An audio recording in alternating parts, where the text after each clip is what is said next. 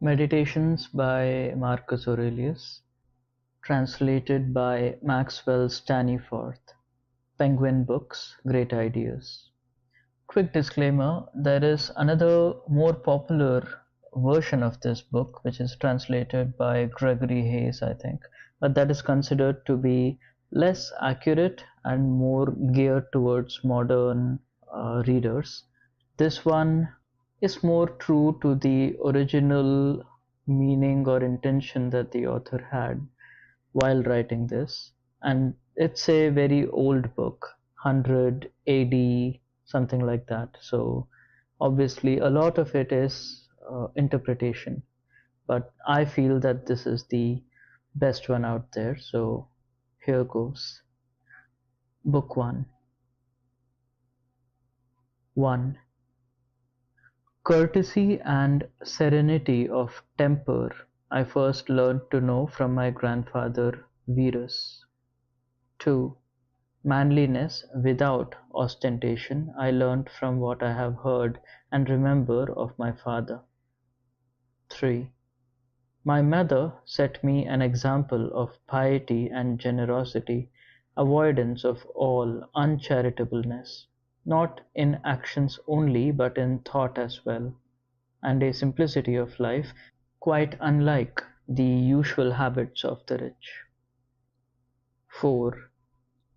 To my great-grandfather I owed the advice to dispense with the education of the schools and have good masters at home instead, and to realize that no expense should be grudged for this purpose.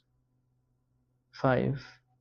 It was my tutor who dissuaded me from patronizing green or blue at the races, or light or heavy in the ring, and encouraged me not to be afraid of work, to be sparing in my wants, attend to my own needs, mind my own business, and never listen to gossip. 6. Thanks to Diognetus, I learnt not to be absorbed in trivial pursuits, to be skeptical of wizards and wonder-workers, with their tales of spells, exorcisms, and the like, to eschew cockfighting and other such distractions, not to resent outspokenness, to familiarize myself with philosophy, beginning with Bacchius, and going on to Tandasis and Marcion, to write compositions in my early years, and to be ardent for the plank and skin palette, and other rigors of the Greek discipline. 7. From Rusticus I derived the notion that my character needed training and care, and that I must not allow myself to be led astray into a sophist's enthusiasm for concocting speculative treatises, edifying homilies, or imaginary sketches of the aesthetic or the altruist. He also taught me to avoid rhetoric, poetry, and verbal conceits, affectations of dress at home, and other such lapses of taste, and to imitate the easy epistolary style of his own letter written at Synusia to my mother. If anyone, after falling out with me in a moment of temper, showed signs of wanting to make peace again, I was to be ready at once to meet them halfway. Also, I was to be accurate in my reading and not content with a mere general idea of the meaning, and not to let myself be too quickly convinced by a glib tongue. Through him, too, I came to know Epictetus's Dissertations, of which he gave me a copy from his library. 8. Apollonius impressed me with the need to make decisions for myself, instead of depending on the hazards of chance, and never for a moment to leave reason out of sight. He also schooled me to meet spasms of acute pain, the loss of my son, and the tedium of a chronic ailment with the same unaltered composure. He himself was a living proof that the fieriest energy is not incompatible with the ability to relax. His expositions were always a model of clarity, yet he was evidently one who rated practical experience and an aptitude for teaching philosophy as the least of his accomplishments. It was he, moreover, who taught me how to accept the pretended flavors of friends without either lowering my own self-respect or giving the impression of unfeeling indifference. 9.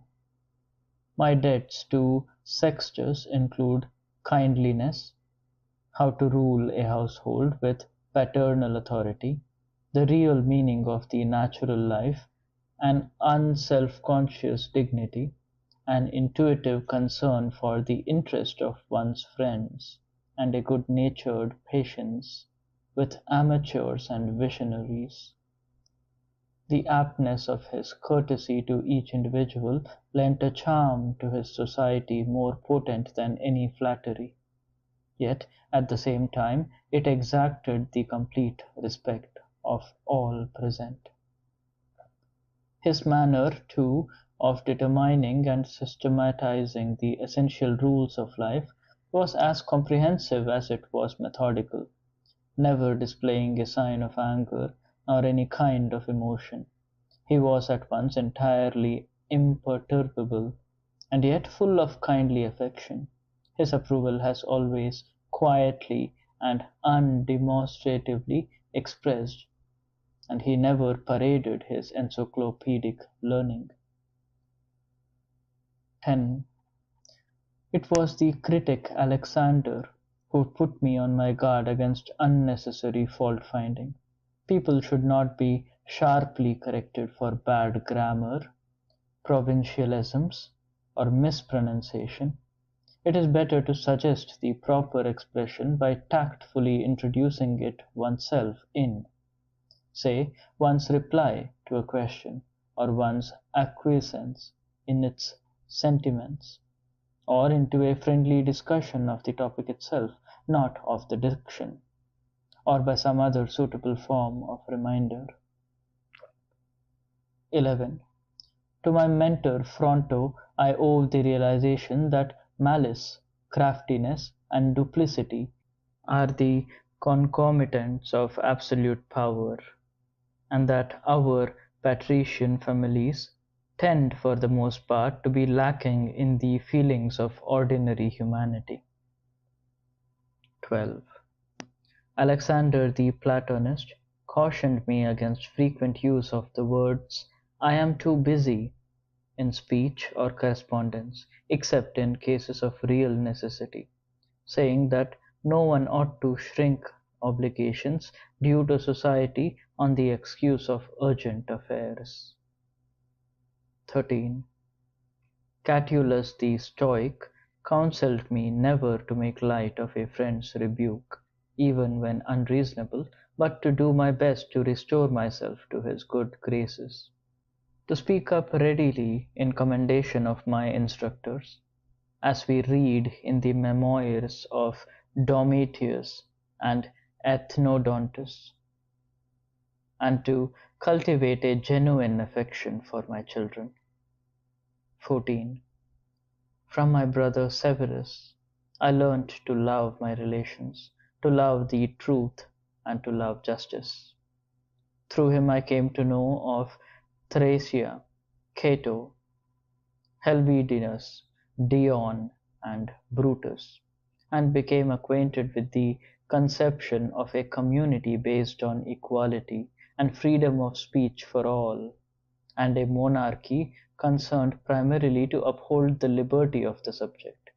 He showed me the need for a fair and dispassionate appreciation of philosophy, an addiction to good works, open-handedness, a sanguine temper, and confidence in the affection of my friends.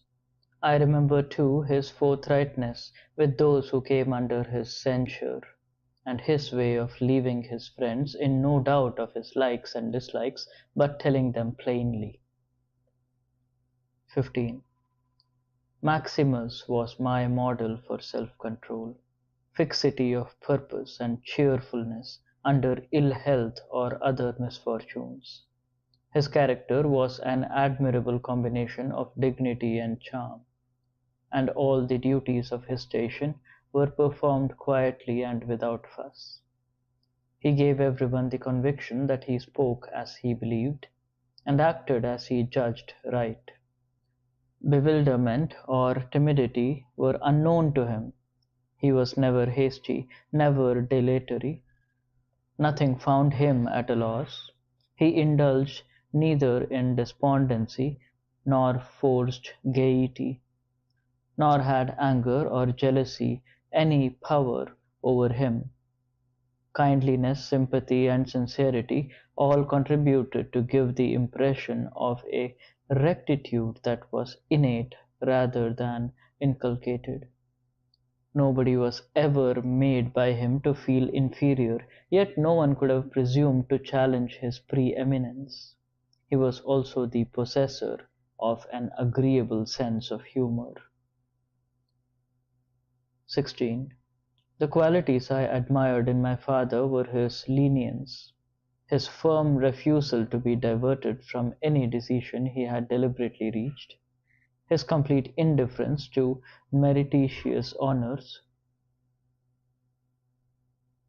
his industry, perseverance, and willingness to listen to any project for the common good, the unvarying insistence that rewards must depend on merit, the expert sense of when to tighten the reins and when to relax them, and the efforts he made to suppress pederasty.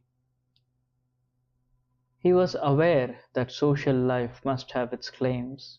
His friends were under no obligation to join him at his table or attend his progresses, and when they were detained by other engagements, it made no difference to him. Every question that came before him in council was painstakingly and patiently examined. He was never content to dismiss it on a cursory first impression. His friendships were enduring, they were not capricious, and they were not extravagant. He was always equal to an occasion, cheerful, yet long-sighted enough to have all this disposition unobtrusively perfected down to the last detail. He had an ever watchful eye to the needs of the empire, prudently conserving its resources and putting up with the criticism that resulted. Before his gods he was not superstitious; before his fellow men he never stooped to bid for popularity or woo the masses, but pursued his own calm and steady way, disdaining anything that savoured of the flashy or new-fangled. He accepted without either complacency or compunction such material comforts as fortune had put at his disposal. When they were to hand, he would avail himself to them frankly, but when they were not, he had no regrets, not a vestige of the cause's quibbling, the lackey's pertness, the pedant's over-scrupulosity could be charged against him. All men recognized in him a mature and finished personality that was impervious to flattery and entirely capable of ruling both himself and others. Moreover, he had a high respect for all genuine philosophers, and thought refraining from criticism of the rest, he preferred to dispense with their guidance. In society he was affable and gracious without being fulsome. The care he took of his body was reasonable. There were no solicitous anxiety to prolong its existence, or to embellish its appearance, yet he was far from unmindful to it, and indeed looked after himself, so successfully that he was seldom in need of any medical attention, or psychic, or lineaments. No hint of jealousy showed in his prompt recognition of outstanding abilities, whether in public speaking, law, ethics, or any other department, and he took pains to give each man the chance of earning a reputation in his own field. Though all his actions were guided by a respect for constitutional precedent, he would never go out of his way to court public recognition of this. Again, he disliked restlessness and change, and had a rooted preference for the same places and the same pursuits. After one of his acute spasms of migraine, he would lose no time in taking up his normal duties again, with new vigor and complete command of his powers. His secret and confidential files were not numerous, and the few infrequent items in them referred exclusively to matters of state. He showed good sense and restraint over the exhibition of spectacles, construction of public buildings, distribution of subsidies, and so forth, having always more in view the necessity for the measures themselves than the plaudits they evoked. His baths were not taken at inconvenient hours. He had no mania for building. He was quite uncritical of the food he ate, of the cut and color of the garments he wore, or of the personableness of those around him. His clothes were sent up from his country seat at Lorium, and most of his things came from Lanuvium. His well-known treatment of the apologetic overseer at Tusculum was typical of his whole behavior, for discourtesy was as foreign to his nature as harshness or bluster. He never grew heated, as the saying is, to sweating point. It was his habit to analyze and weigh every incident, taking his time about it, calmly, methodically, decisively, and consistently. What is recorded of Socrates was no less applicable to him, that he had the ability to allow or deny himself indulgences, which most people are as much incapacitated by their weakness from refusing as by their excesses from appreciating. To be thus strong enough to refrain or consent at will argues a consummate and indomitable soul, as Maximus also demonstrated on his sick bed. 17.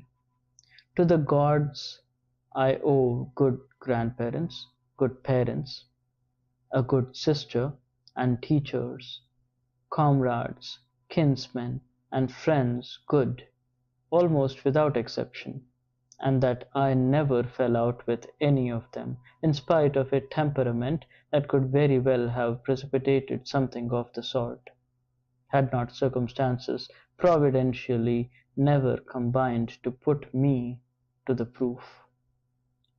To them, too, I owe it that the responsibility of my grandfather's mistress for my upbringing was brought to an early end and my innocence preserved, and that I was not impatient to reach manhood, but contented myself with an unhurried development. I thank heaven also that under my father the emperor I was cured of all pomposity, and made to realize that life at court can be lived without royal escorts, robes of state, illuminations, statues, and outward splendor of that kind, but that one's manner of life can be reduced almost to the level of a private gentleman's without losing the prestige and authority needful when affairs of the state require leadership. The gods, too, gave me a brother, whose natural qualities were a standing challenge to my own self-discipline, at the same time as his deferential affection warmed my heart, and children who were neither intellectually stunted nor physically misshapen. It was the gods who set a limit to my proficiency in rhetoric, poetry, and other studies that might have well absorbed my time had I found it less difficult to make progress. They saw to it that at the first opportunity I raised my tutors to such rank and station as I thought they had at heart, instead of putting them off with prospects of later advancement on the plea of their youth. To the gods I owe my acquaintance with Apollonius, Rusticus, and Maximus; to them too my vivid and recurrent visions of the true inwardness of the natural life. Indeed, for their part, the favours, helps, and inspirations I have received leave my failure to attain this natural life without excuse. And if I am still far from the goal, the fault is my own for not paying heed to the reminders, nay, the virtual directions, which I have had from above. To the gods I must be ascribed that my constitution has survived this manner of life for so long that I never got entangled with a Benedicta nor a Theodotus, and also emerged from other subsequent affairs unscathed. That although Rusticus and I frequently had our differences, I never pushed things to a point I might have regretted, and that the last years of my mother's life before her early death were spent with me. Furthermore, that on occasions when I thought of relieving somebody in poverty or distress, I was never told that I had not the necessary means, as also that I myself never had occasion to require similar help from another.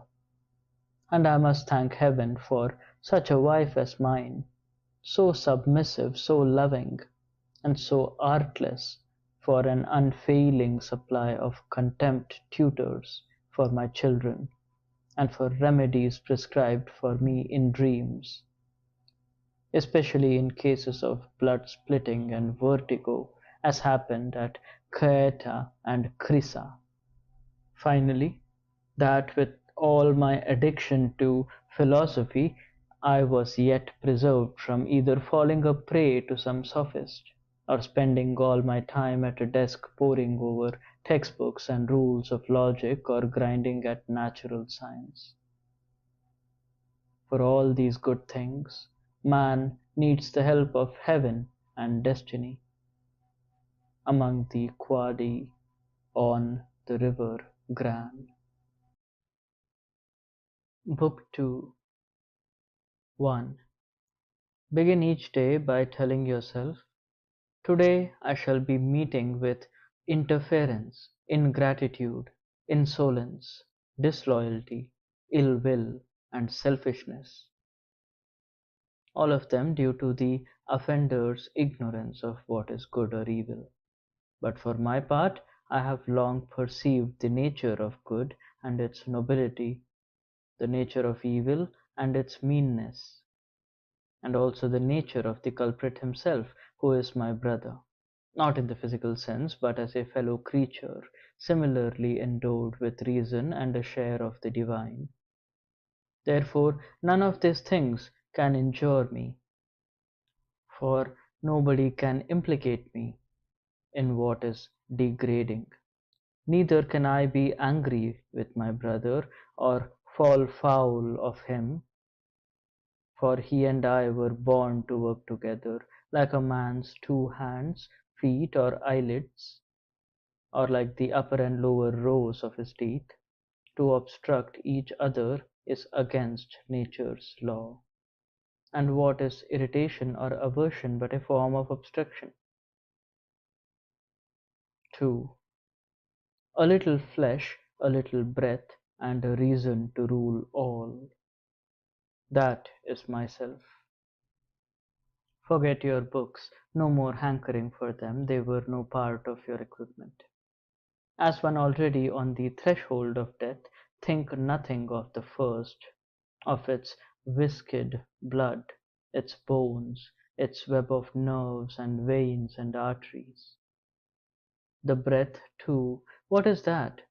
A whiff of wind, and not even the same wind, but every moment puffed out and drawn in anew. But the third, the reason, the master, on this you must concentrate.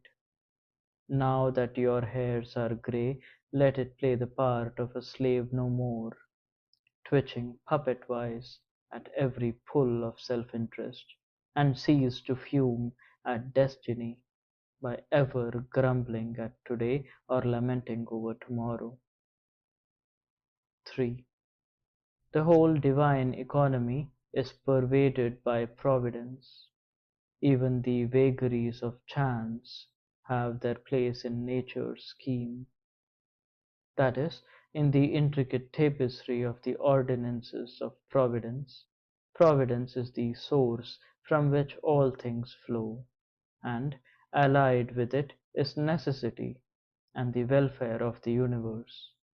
You yourself are a part of that universe, and for any one of nature's parts, that which is assigned to it by the world nature or helps to keep it in being is good. Moreover, what keeps the whole world is being in change. Not merely change of the basic elements, but also change of the larger formations they compose. On these thoughts rest content, and ever hold them as principles. Forget your thirst for books, so that when your end comes you may not murmur, but meet it with a good grace and with unfeigned gratitude in your heart to the gods. 4. Think of your many years of procrastination, how the gods have repeatedly granted you further periods of grace of which you have taken no advantage. It is time now to realize the nature of the universe to which you belong, and of that controlling power whose offspring you are, and to understand that your time has a limit set to it. Use it then to advance your enlightenment, or it will be gone and never in your power again. 5. Hour by hour, resolve firmly, like a Roman and a man, to do what comes to hand with correct and natural dignity, and with humanity, independence, and justice. Allow your mind freedom from all other considerations. This you can do if you will approach each action as though it were your last, dismissing the wayward thought, the emotional recoil from the commands of reason, the desire to create an impression, the admiration of self, the discontent with your lot. See how little a man needs to master, for his days to flow on in quietness and piety. He has but to observe these few counsels, and the gods will ask nothing more. 6. Wrong, wrong thou art doing to thyself, O my soul, and all too soon thou shalt have no more time to do thyself right.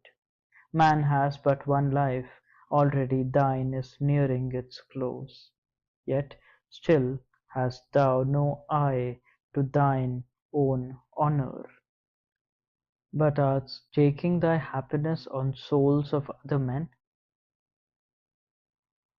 7. Are you distracted by outward cares? Then allow yourself a space of quiet, wherein you can add to your knowledge of the good and learn to curb your restlessness. Guard also against another kind of error, the folly of those weary their days in much business, but lack any aim, on which their whole effort, nay, their whole thought, is focused. 8. You will not easily find a man coming to grief through indifference to the workings of another's soul, but for those who pay no heed to the motions of their own, unhappiness is their sure reward. 9. Remembering always what the world nature is, and what my own nature is, and how the one stands in respect to the other, so small a fraction of so vast a whole. Bear in mind that no man can hinder you from conforming each word and deed to that nature of which you are a part. 10. When Theophrastus is comparing sins, so far as they are commonly acknowledged to be comparable, he affirms the philosophic truth that sins of desire are more culpable than sins of passion, for passion's revulsion from reason at least seems to bring with it a certain discomfort, and a half-felt sense of constraint, whereas sins of desire, in which pleasure predominates, indicate a more self-indulgent and womanish disposition.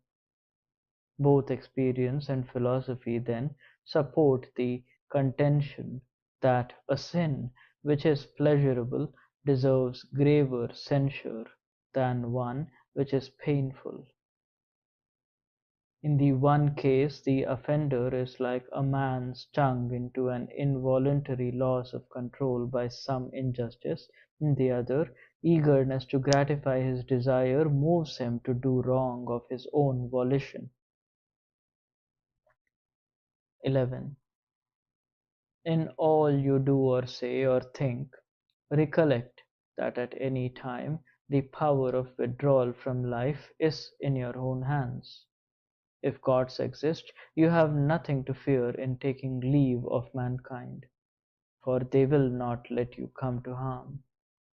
But if there are no gods, or if they have no concern with mortal affairs, what is life to me, in a world devoid of gods or devoid of providence? Gods, however, do exist, and do concern themselves with the world of men. They have given us full power not to fall into any of the absolute evils, and if there were real evil in life's other experiences, they would have provided for that too, so that avoidance of it could lie within every man's ability.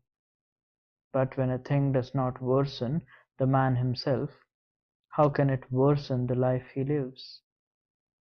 The world nature cannot have been so ignorant as to overlook a hazard of this kind, nor, if aware of it, have been unable to devise a safeguard or a remedy. Neither want of power nor want of skill could have led nature into the error of allowing good and evil to be visited indiscriminately on the virtuous and the sinful alike. Yet living and dying, honor and dishonor, pain and pleasure, riches and poverty, and so forth, are equally the lot of good men and bad.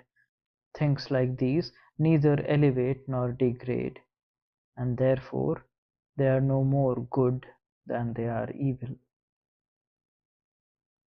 12. Our mental powers should enable us to perceive the swiftness with which all things vanish away, their bodies in the world of space, and their remembrance in the world of time. We should also observe the nature of all objects of sense, particularly such as allure us with pleasure, or affright us with pain, or are clamorously urged upon us by the voice of self-conceit. The cheapness and contemptibility of them, how sordid they are, and how quickly fading and dead.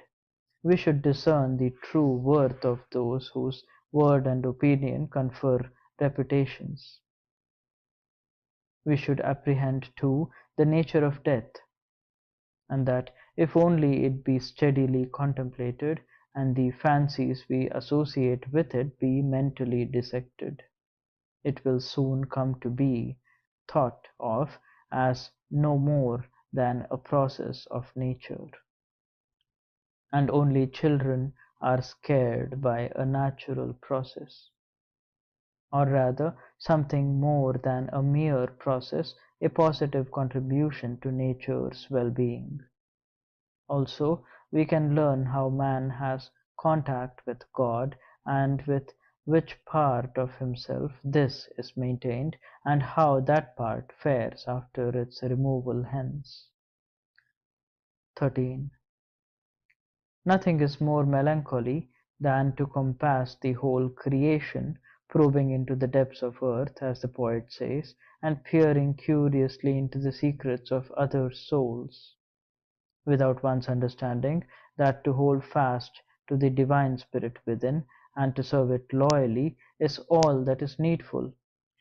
Such service involves keeping it pure from passion, and from aimlessness, and from discontent with the works of gods or men, for the former of these works deserve our reverence for their excellence, the latter our goodwill, for fraternity's sake, and at times perhaps our pity too, because of men's ignorance of good and evil, an infirmity as crippling as the inability to distinguish black from white. 14. Were you to live 3,000 years, or even 30,000, remember that the sole life which a man can lose is that which he is living at the moment, and furthermore that he can have no other life except the one he loses. This means that the longest life and the shortest amount to the same thing, for the passing minute is every man's equal possession, but what has once gone by is not ours.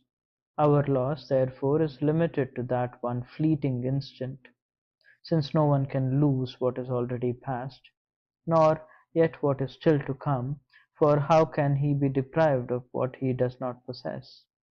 So two things should be borne in mind. First, that all the cycles of creation since the beginning of time exhibit the same recurring pattern, so that it can make no difference whether you watch the identical spectacle for 100 years, or for 200 years, or forever. Secondly, that when the longest and the shortest lived of us come to die, their loss is precisely equal. For the sole thing of which any man can be deprived is the present, since this is all he owns, and nobody can lose what is not his. 15.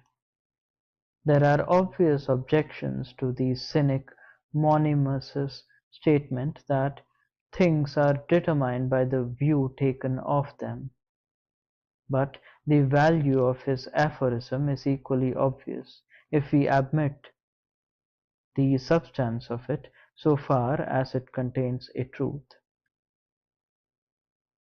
16.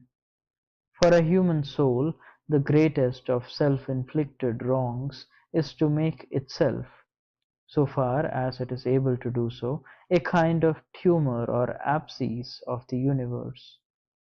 For to quarrel with circumstances is always a rebellion against nature, and nature includes the nature of each individual part. Another wrong again is to reject a fellow creature, or oppose him with malicious intent, as men do when they are angry.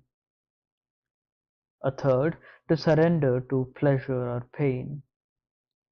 A fourth, to dissemble and show insincerity or falsity in word or deed. A fifth, for the soul to direct its acts and endeavors to no particular object, and waste its energies purposelessly and without due thought. For even the least of our activities ought to have some end in view, and for creatures within reason, that end is conformity with the reason and law of the primordial city and commonwealth. 17. In the life of a man, his time is but a moment, his being an incessant flux, his senses a dim rushlight, his body a prey of worms, his soul an unquiet eddy, his fortune dark, and his fame doubtful.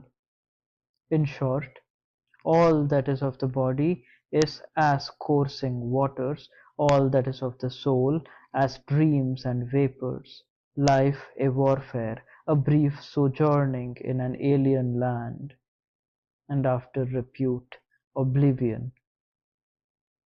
Where then can man find the power to guide and guard his steps? In one thing, and one thing alone: philosophy. To be a philosopher is to keep unsullied and unscathed the divine spirit within him, so that it may transcend all pleasure and all pain, take nothing in hand without purpose, and nothing falsely or with dissimulation, depend not on another's actions or inactions, accept each and every dispensation as coming from the same source as itself, and last and chief, wait with a good grace for death, as no more than a simple dissolving of the elements whereof each living thing is composed. If those elements themselves take no harm from their ceaseless forming and reforming, why look with mistrust upon the change and dissolution of the whole?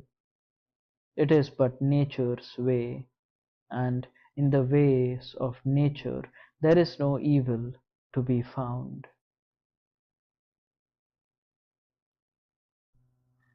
Book 3. 1. The daily wearing away of life, with its ever shrinking remainder, is not the only thing we have to consider. For even if a man's years be prolonged, we must still take into account that it is doubtful whether his mind will continue to retain its capacity for understanding of business, or for the contemplative effort needed to apprehend things divine and human. The onset of senility may involve no loss of respiratory or alimentary powers, or of sensations, impulses, and so forth. Nevertheless, the ability to make full use of his faculties, to assess correctly the demands of duty, to coordinate all the diverse problems that arise, to judge if the time has come to end his days on earth, or to make any other of the decisions that require the exercise of a practiced intellect, is already on the wane. We must press on, then, in haste, not simply because every hour brings us nearer to death, but because even before then our powers of perception and comprehension begin to deteriorate. Another thing we should remark is the grace and fascination that there is even in the incidentals of nature's processes. When a loaf of bread, for instance, is in the oven, cracks appear in it here and there, and these flaws, though not intended in the baking, have a rightness of their own, and sharpen the appetite. Figs, again, at their ripest, will also crack open. When olives are on the verge of falling, the very imminence of decay adds its peculiar beauty to the fruit. So too the drooping head of a cornstalk, the wrinkling skin where a lion scowls, the drip of foam from a wild boar's jaws, and many more such sights, are far from beautiful if looked at by themselves, yet As consequences of some other process of nature, they make their own contribution to its charm and attractiveness. 2. Thus, to a man of sensitiveness and sufficiently deep insight into the workings of the universe, almost everything, if it be no more than a byproduct of something else, seems to add its meed of extra pleasure. Such a man will view the grinning jaws of real lions and tigers as admiringly as he would an artist's or sculptor's imitation of them, and the eye of discretion will enable him to see the mature calm that belongs to men and women in old age, as well as the seductive bloom that its youths. Things of this sort will not appeal to everyone. He alone who has cultivated a real intimacy with nature and her works will be struck by them. 3. Hippocrates cured the ills of many, but himself took ill and died. The Chaldeans foretold the deaths of many, but fate caught up with them also. Alexander, Pompey, and Julius Caesar laid waste whole cities time and again, and cut down many thousands of horse and foot in battle. But the hour came when they too passed away. Heraclitus speculated endlessly on the consumption of the universe by fire, but in the end it was water that saturated his body, and he died in a dung plaster. Democritus was destroyed by vermin, Socrates by vermin of another kind. And the moral of it all?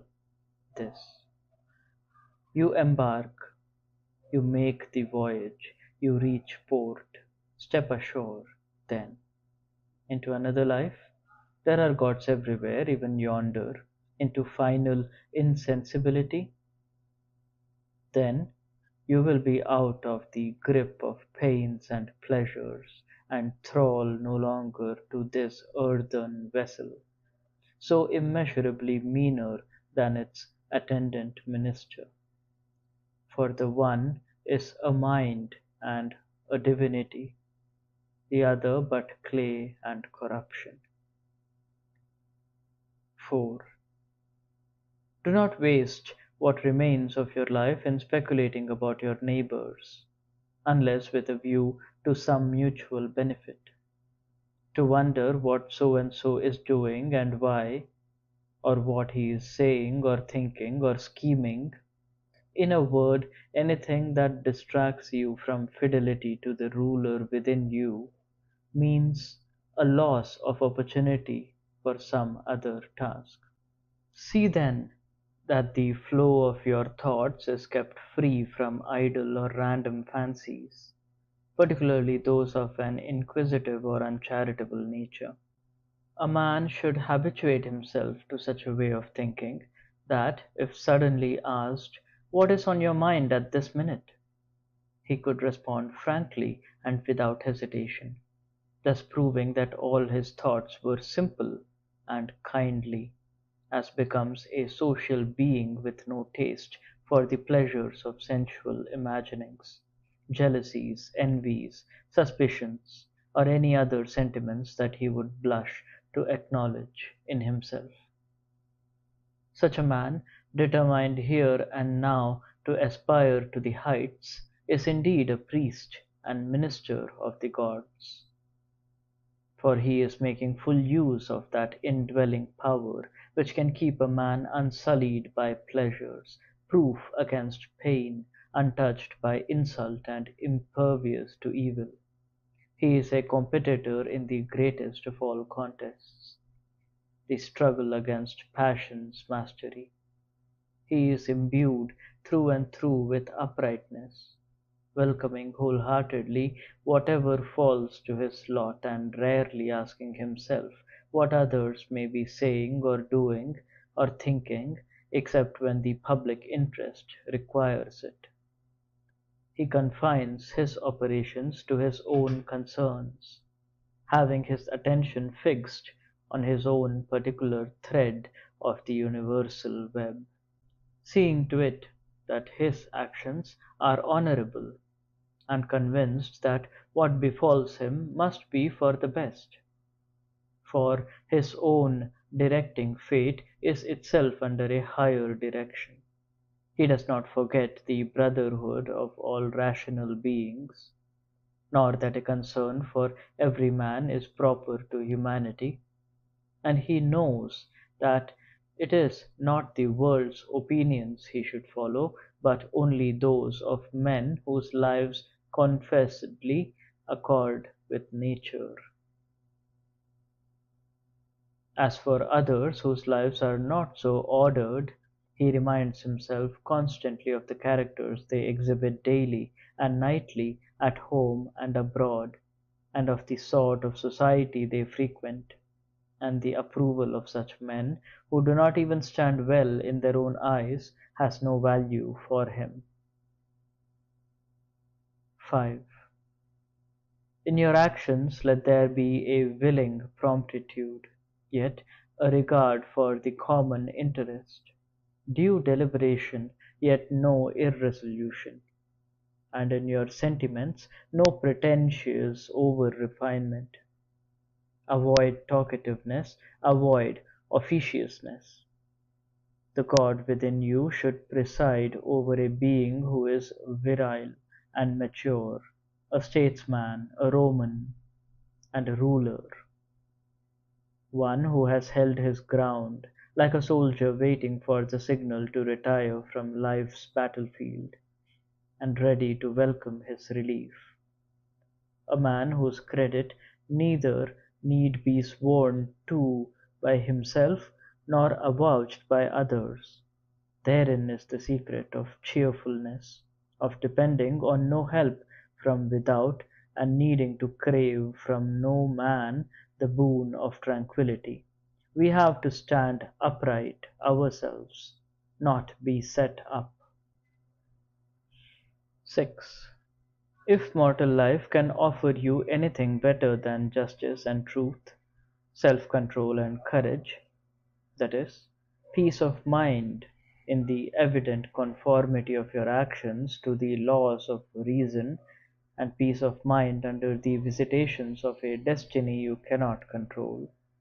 If, I say, you can discern any higher ideal, why, turn to it with your whole soul, and rejoice in the prize you have found. But if nothing seems to you better than the deity which dwells within you, directing each impulse, weighing each impression, abjuring, in the Socratic phrase, the temptations of the flesh, and avowing allegiance to the gods and compassion for mankind, if you find all else to be mean and worthless in comparison, then leave yourself no room for any rival pursuits. For if you once falter and turn aside, you will no longer be able to give unswerving loyalty to this ideal you have chosen for your own. No ambitions of a different nature can contest the title to goodness which belongs to reason and civic duty, not the world's applause, nor power, nor wealth, nor the enjoyment of pleasure. For a while there may seem to be no incongruity in these things, but very quickly they get the upper hand and sweep a man off his balance. Do you then, I would say, simply and spontaneously make your choice of the highest and cleave to that? But what is best for myself is the highest, you say. If it is best for you as a reasonable being, hold fast to it.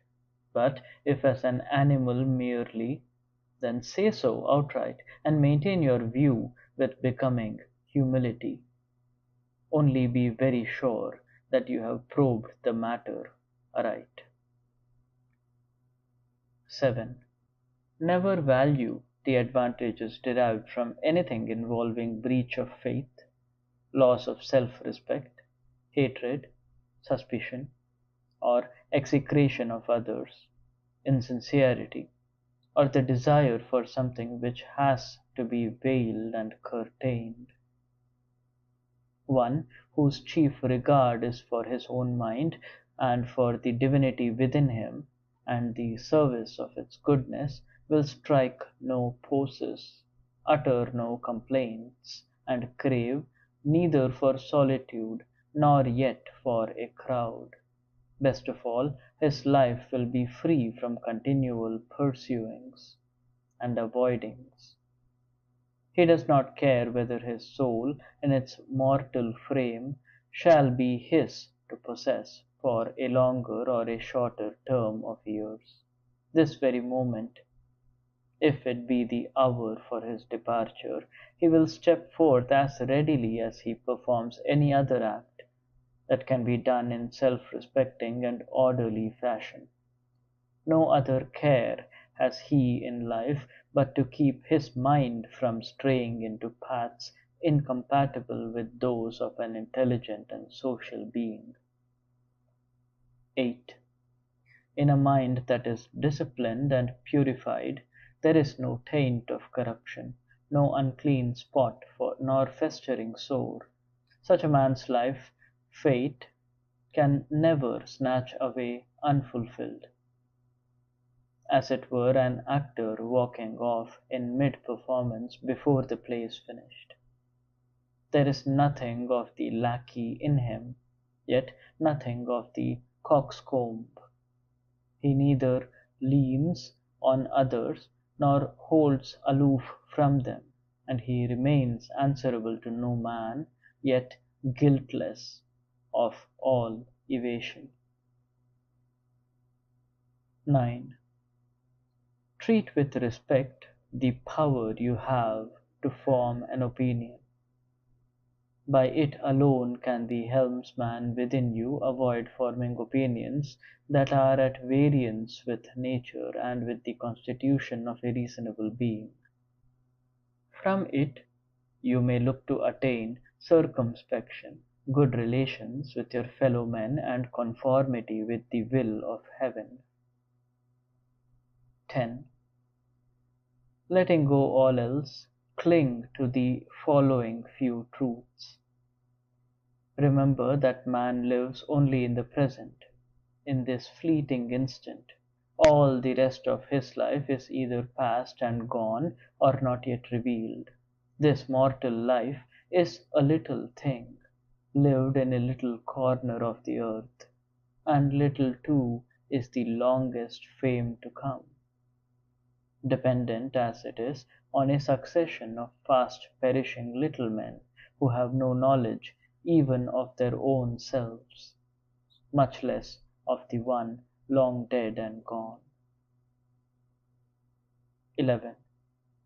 To these maxims add yet another. When an object presents itself to your perception, make a mental definition, or at least an outline of it, so as to discern its essential character, to pierce beyond its separate attributes to a distinct view of the naked whole, and to identify for yourself both the object itself and the elements of which it is composed, and into which it will again be resolved. Nothing so enlarges the mind as the ability to examine methodically and accurately every one of life's experiences, with an eye to determining its classification, the ends it serves, its worth to the universe, and its worth to men as the members of that supreme city in which all other cities are as households. Take, for example, the thing which is producing its impression upon me at this moment. What is it? Whereof is it composed? How long is it designed to last? What moral response does it ask of me? Gentleness, fortitude, candor, good faith, sincerity, self-reliance, or some other quality. In every instance, learn to say, "This comes from God," or "This is one of fate's dispensants," a strand in the complex web, a conjunction of fortuities. Or again, "This is the work of a man who is of the same stock and breed and brotherhood as I am, but is ignorant of what nature requires of him. I myself, however, can plead no such ignorance, and therefore, in accordance with nature's law of brotherhood, I am to deal amiably and fairly with him, though at the same time, if there be no question of good or evil involved, I must aim my shafts at the proper merits of the case. 12. If you do the task before you, always adhering to strict reason, with zeal and energy, and yet with humanity, disregarding all lesser ends, and keeping the divinity within you pure and upright, as though you were even now faced with its recall, if you hold steadily to this, staying for nothing, and shrinking from nothing, only seeking in each passing action a conformity with nature, and in each word and utterance a fearless truthfulness, then shall the good life be yours, and from this course no man has the power to hold you back. 13.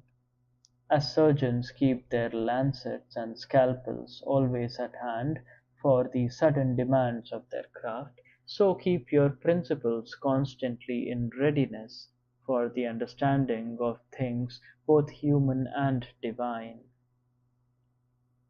Never, in the most trivial action, forgetting how intimately the two are related, for nothing human can be done aright without reference to the divine, and conversely.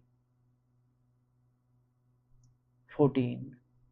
Mislead yourself no longer. You will never read those notebooks again now, nor the annals of bygone Romans and Greeks, nor that choice selection of writings you have put by for your old age. Press on, then, to the finish, cast away vain hopes, and if you have any regard at all for self, see to your own security while you still may. 15. They do not know all that is signified by such words as stealing, sowing, purchasing, being at peace, seeing one's duty. This needs a different vision from the eyes. 16. Body, soul, and mind. The body for sensation, the soul for springs of action, the mind for principles. Yet the capacity for sensation belongs also to the stalled ox.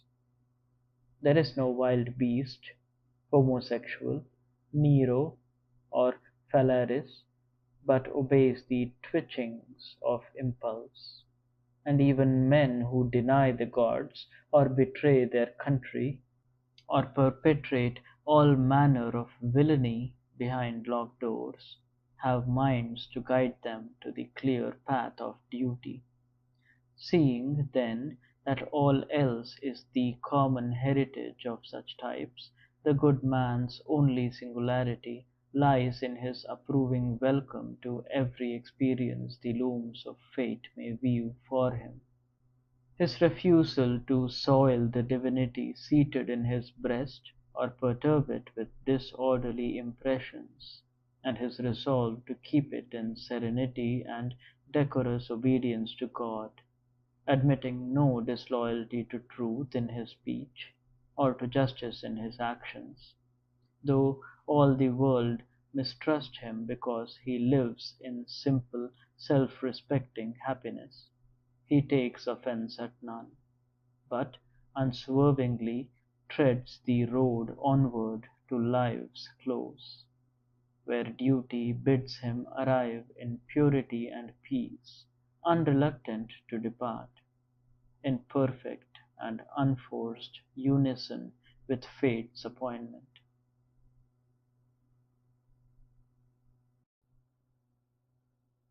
Book 4.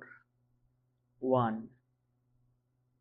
If the inward power that rules us be true to nature, it will always adjust itself readily to the possibilities and opportunities offered by circumstance. It asks for no predeterminate material. In the pursuance of its aims, it is willing to compromise.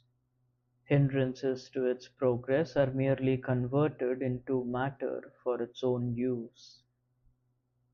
It is like a bonfire mastering a heap of rubbish, which would have quenched a feeble glow, but its fiery blaze quickly assimilates to the load, consumes it, and flames the higher for it. 2. Take no enterprise in hand at haphazard, or without regard to principles governing its proper execution. 3. Men seek for seclusion in the wilderness, by the seashore, or in the mountains, a dream you have cherished only too fondly yourself. But such fancies are wholly unworthy of a philosopher, since at any moment you choose you can retire within yourself. Nowhere can man find a quieter or more untroubled retreat than in his own soul. Above all, he who possesses resources in himself, which he need only contemplate to secure immediate ease of mind, the ease that is but another word for a well-ordered spirit. Avail yourself often, then, of this retirement, and so continually renew yourself. Make your rules of life brief, yet so as to embrace the fundamentals. Recurrence to them will then suffice to remove all vexation, and send you back without fretting to the duties to which you must return. After all, what is it that frets you? The vices of humanity? Remember the doctrine that all rational beings are created for one another, that toleration is a part of justice, and that men are not intentional evildoers. Think of the myriad enmities, suspicions, animosities, and conflicts that are now vanished with the dust and ashes of the men who knew them, and fret no more. Or is it your allotted portion in the universe that chafes you? Recall once again the dilemma: if not a wise providence, then a mere jumble of atoms. And consider the profusion of evidence that this world is as it were a city. Do the ills of the body afflict you? Reflect that the mind has but to detach itself and apprehend its own powers, to be no longer involved with the movements of the breath, whether they be smooth or rough. In short, recollect all you have learnt and accepted regarding pain and pleasure. Or does the bubble reputation distract you? Keep before your eyes the swift onset of oblivion, and the abysses of eternity before us and behind. Mark how hollow are the echoes of applause, how fickle and undiscerning the judgments of professed admirers, and how puny the arena of human fame. For the entire earth is but a point, and the place of our own habitation but a minute corner in it.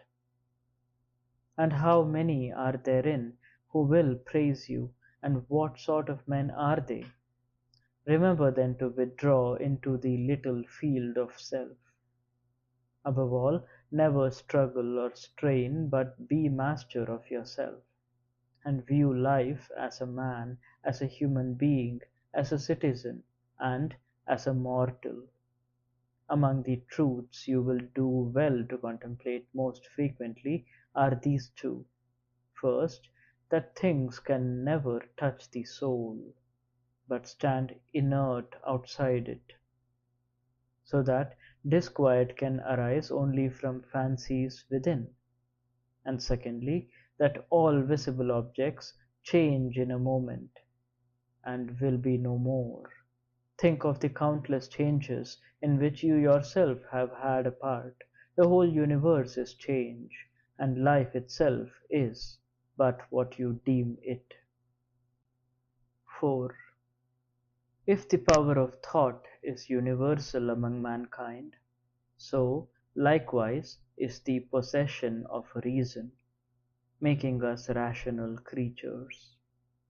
It follows therefore that this reason speaks no less universally to us all, with its "thou shalt" or "thou shalt not." So then there is a world law, which in turn means that we are all fellow citizens and share a common citizenship, and that the world is a single city. Is there any other common citizenship that can be claimed by all humanity? And it is from this world polity that mind, reason, and law themselves derive. If not, whence else? As the earthly portion of me has its origin from earth, the watery from a different element, my breath from one source, and my hot and fiery parts from another of their own elsewhere. For nothing comes from nothing, or can return to nothing. So too there must be an origin for the mind. 5. Death, like birth, is one of nature's secrets. The same elements that have been combined are then dispersed. Nothing about it need give cause for shame. For beings endowed with mind, it is no anomaly, nor in any way inconsistent with the plan of their creation. 6. That men of a certain type should behave as they do is inevitable. To wish it otherwise were to wish the fig tree would not yield its juice. In any case, remember that in a very little while both you and he will be dead, and your very names will quickly be forgotten. 7. Put from you the belief that I have been wronged, and with it will go the feeling. Reject your sense of injury, and the injury itself disappears. What does not corrupt a man himself cannot corrupt his life, nor do him any damage either outwardly or inwardly. 9. The laws of collective expediency required this to happen. 10. Whatever happens, happens rightly. Watch closely and you will find this true. In the succession of events there is not mere sequence alone, but an order that is just and right, as from the hand of one who dispenses to all their due. Keep up your watch, then, as you have begun, and let the goodness accompany your every action. Goodness, that is, in the proper sense of the word. In all your operations, pay heed to this. 11. Do not copy the opinions of the arrogant, or let them dictate your own, but look at things in their true light. 12. At 2 points, hold yourself always in readiness. First, to do exclusively what reason, our king and lawgiver, shall suggest for the common weal, and secondly, to reconsider a decision if anyone present must correct you, and convince you of an error of judgment. But such conviction must proceed from assurance that justice or the common good or some other such interest will be served. This must be the sole consideration, not the likelihood of pleasure or popularity. 13. Have you reason? I have. Then why not use it? If reason does its part, what more would you ask? 14. As a part, you inhere in the whole. You will vanish into that which gave you birth, or rather, you will be transmuted once more into the creative reason of the universe. 15. Many grains of incense fall on the same altar, one sooner, another later. It makes no difference. 16. You have only to revert to the teachings of your creed, and to reverence for reason, and within a week those who now class you with beasts and monkeys will be calling you a god. 17. Live not as though there were 1,000 years ahead of you. Fate is at your elbow. Make yourself good while life and power are still yours. 18. He who ignores what his neighbor is saying or doing or thinking, and cares only that his own actions should be just and godly, is greatly the gainer in time and ease. A good man does not spy around for the black spots in others, but presses unswervingly on towards his mark. 19. The man whose heart is palpitating for fame after death does not reflect that out of all those who remember him, every one will himself soon be dead also, and in course of time the next generation after that, until in the end, after flaring and sinking by turns, the final spark of memory is quenched. Furthermore, even supposing that those who remember you were never to die at all, nor their memories to die either, yet what is that to you?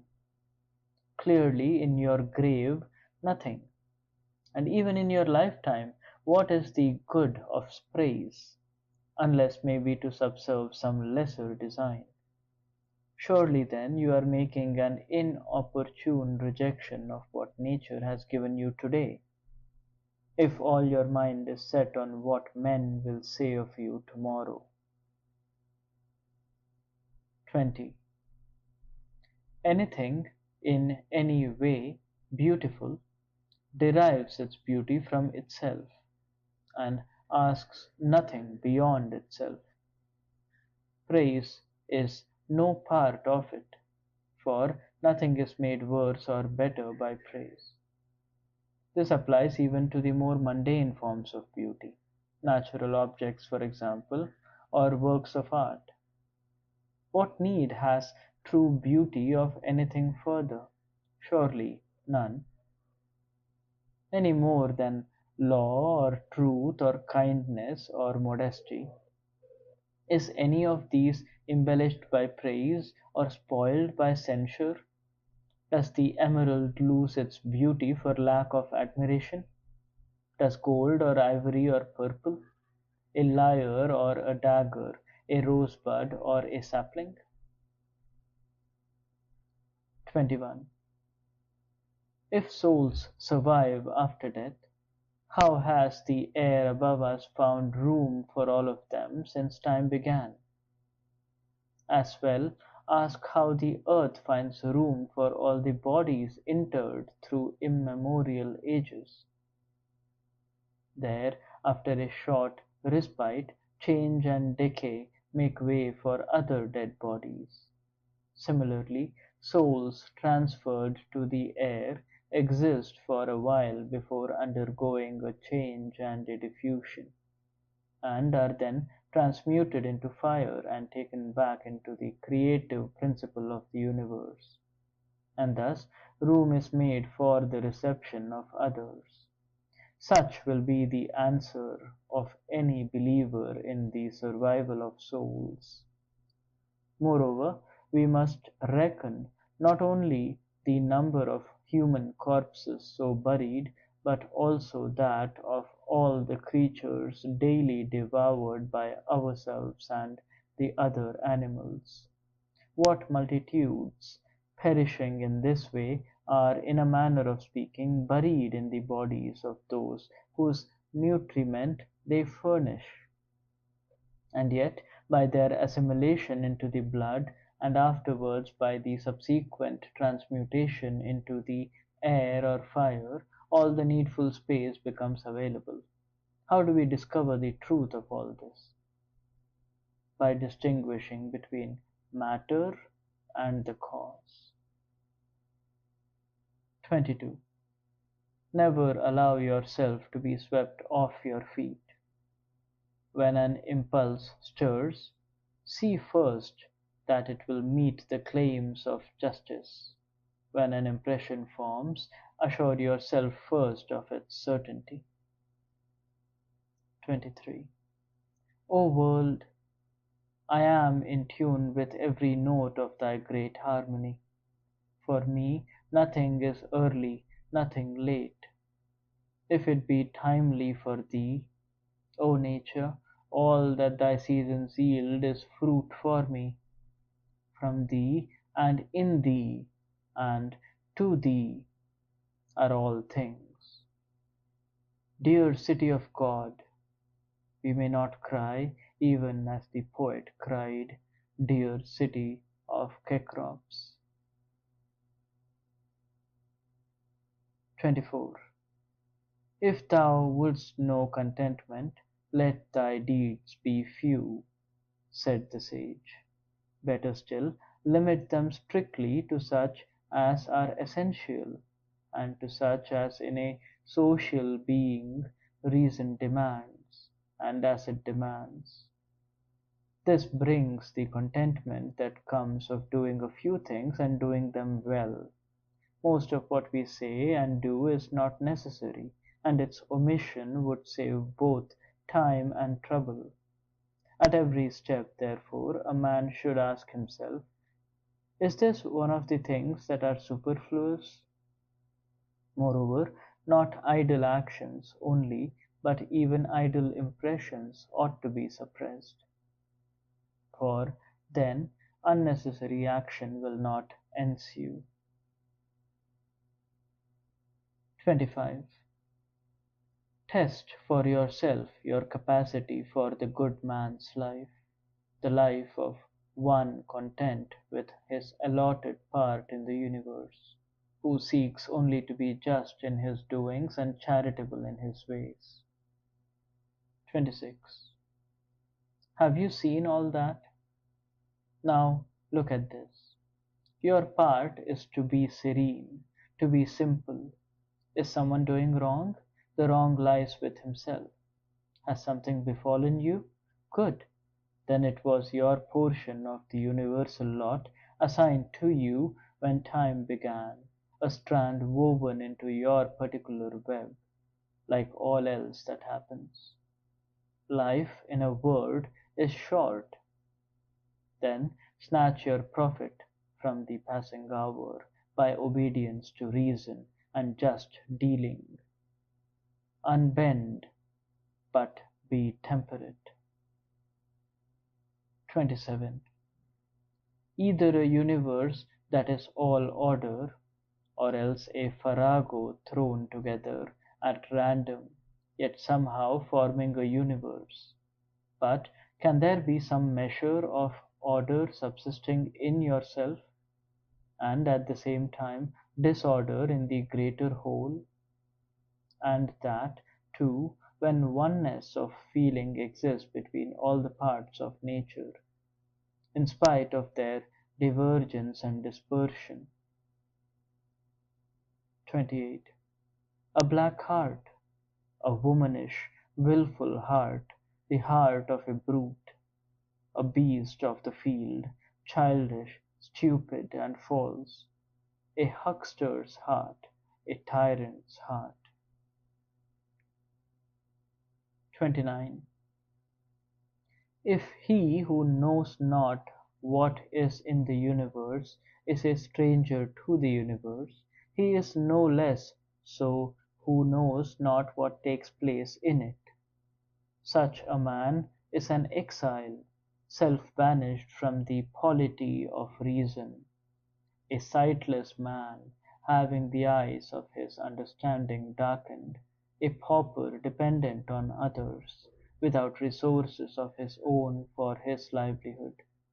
He is an excrescence on the world, when he disassociates and dissevers himself from the laws of our common nature by refusing to accept his lot, which after all is a product of the self same nature which produced yourself. He is a limb lopped from the community, when he cut his own soul adrift from the single soul of all rational things. 30. One philosopher goes shirtless, another bookless, a third only half clad, says, "Bread have I none, yet still I cleave to reason. For my part, I too have no fruit of my learning, and yet cleave to her." 31. Give your heart to the trade you have learnt, and draw refreshment from it.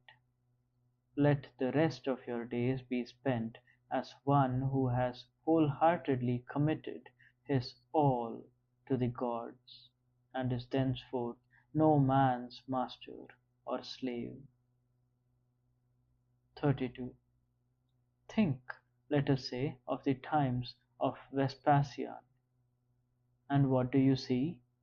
Men and women busy marrying, bringing up children, sickening, dying, fighting, feasting, chaffering, farming, flattering, bragging, envying, scheming, calling down curses, grumbling at fate, loving, hoarding, coveting thrones and dignities. Of all that life not a trace survives today. Or come forward to the days of Trajan. Again, it is the same. That life too has perished. Take a similar look at the records of other past ages and peoples. Mark how one and all, after their short-lived strivings, passed away and were resolved into the elements. More especially, recall some who within your own knowledge have followed after vanities, instead of contenting themselves with a resolute performance of the duties for which they were created. In such cases, it is essential to remind ourselves that the pursuit of any object depends for its value upon the worth of the object pursued. If then you would avoid discouragement, never become unduly absorbed in things that are not of the first importance. 33. Expressions that were once current have gone out of use nowadays. Names, too, that were formerly household words are virtually archaisms today. Camillus, Caeso, Volesus, Dentatus, or a little later, Scipio and Cato, Augustus too, and even Hadrian and Antoninus. All things fade into the storied past. and in a little while are shrouded in oblivion. Even to men whose lives were a blaze of glory, this comes to pass. As for the rest, the breath is hardly out of them before, in Homer's words, they are lost to sight alike and hearsay. What, after all, is immortal fame? An empty, hollow thing. To what then must we aspire? This and this alone: the just thought, the unselfish act, the tongue that utters no falsehood, the temper that greets each passing event as something predestined, expected, and emanating from the one source and origin. 34. Submit yourself to Clotho with a good grace, and let her spin your thread out of what material she will. 35. All of us are creatures of a day, the rememberer and the remembered alike. 36. Observe how all things are continually being born of change. Teach yourself to see that nature's highest happiness lies in changing the things that are, and forming new things after their kind. Whatever is in some sense the seed of what is to emerge from it. Nothing can become a philosopher less than to imagine that seed can only be something that is planted in the earth or the womb. 37. Very soon you will be dead, but even yet you are not single-minded, nor above disquiet, not yet unapprehensive of harm from without, not yet charitable to all men, nor persuaded that to do justly is the only wisdom. 38. Observe carefully what guides the actions of the wise, and what they shun or seek. 39. For you, evil comes not from the mind of another, nor yet from any of the phases and changes in your own bodily frame. Then whence? From that part of yourself which acts as your assessor of what is evil. Refuse its assessment, and all is well. Though the poor body, so closely neighbouring it, be gashed or burned, fester or mortify, let the voice of this assessor remain silent. Let it pronounce nothing to be bad or good, if it can happen to evil men and good men alike. For anything that comes impartially upon men, whether they observe the rules of nature or not, can neither be hindering her purposes nor advancing them.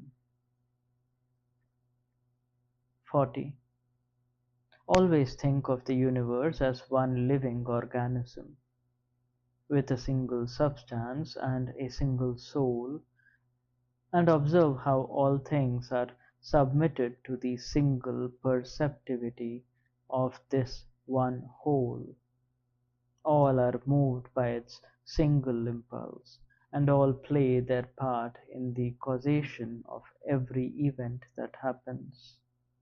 Remark the intricacy of the skein, the complexity of the web. 41. A poor soul burdened with a corpse, Epictetus calls you. 42. To be in the process of change is not an evil, any more than to be the product of change is a good. 43. Time is a river, the resistless flow of all created things. One thing no sooner comes in sight than it is hurried past, and another is borne along, only to be swept away in its turn. 44. Everything that happens is as normal and expected as the spring rose or the summer fruit. This is true of sickness, death, slander, intrigue, and all the other things that delight or trouble foolish men. 45. What follows is ever closely linked to what precedes. It is not a procession of isolated events, merely obeying the laws of sequence, but a rational continuity. Moreover, just as the things already in existence are all harmoniously coordinated, things in the act of coming into existence exhibit the same marvel of concatenation, rather than simply the bare fact of succession. 46. Always remember the dictum of Heraclitus: death of earth, birth of water, death of water, birth of air, from air, fire, and so round again. Remember also his wayfarer oblivious of where his road is leading, his men never at odds with their own closest companion, the controlling reason of the universe, and his though they encounter this every day, they still deem it a stranger. Again, we are not to act or speak like men asleep, for indeed men in their sleep do fancy themselves to be acting and speaking, nor like children at their parents' word, that is, in blind reliance on traditional maxims. 47. If a god were to tell you, tomorrow, or at the best the day after, you will be dead, you would not, unless the most abject of men, be greatly solicitous whether it was to be the latter day rather than the morrow. For what is the difference between them? In the same way, do not reckon it of great moment, whether it will come years and years hence, or tomorrow. Remind yourself constantly of all the physicians, now dead, who used to knit their brows over their ailing patients; of all the astrologers who solemnly predicted their clients' doom; the philosophers who expatiated so endlessly on death or immortality; the great commanders who slew their thousands, and despots who wielded powers of life and death with such terrible arrogance, as if themselves were gods who could never die; the whole cities which have perished completely, Hellas, Pompeii, Herculaneum, the others without number. After that, recall one by one each of your own acquaintances, how one buried another, only to be laid low himself and burned in turn by a third, and all in so brief a space of time. Observe, in short, how transient and trivial is all mortal life. Yesterday a drop of semen, tomorrow a handful of spice or ashes. Spend, therefore, these fleeting moments on earth as nature would have you spend them, and then go to your rest with a good grace, as an olive falls in its season, with a blessing for the earth that bore it. and a thanksgiving to the tree that gave it life. 49. Be like the headland against which the waves break, and break. It stands firm until presently the watery tumult around it subsides once more to rest. How unlucky I am that this should have happened to me! By no means. Say rather, how lucky I am that it has left me with no bitterness, unshaken by the present, and undismayed by the future. The thing could have happened to anyone, but not everyone would have emerged unembittered. So why put the one down to misfortune, rather than the other to good fortune? Can a man call anything at all a misfortune, if it is not a contravention of his nature? And can it be a contravention of his nature, if it is not against that nature's will? Well then, you have learnt to know that will.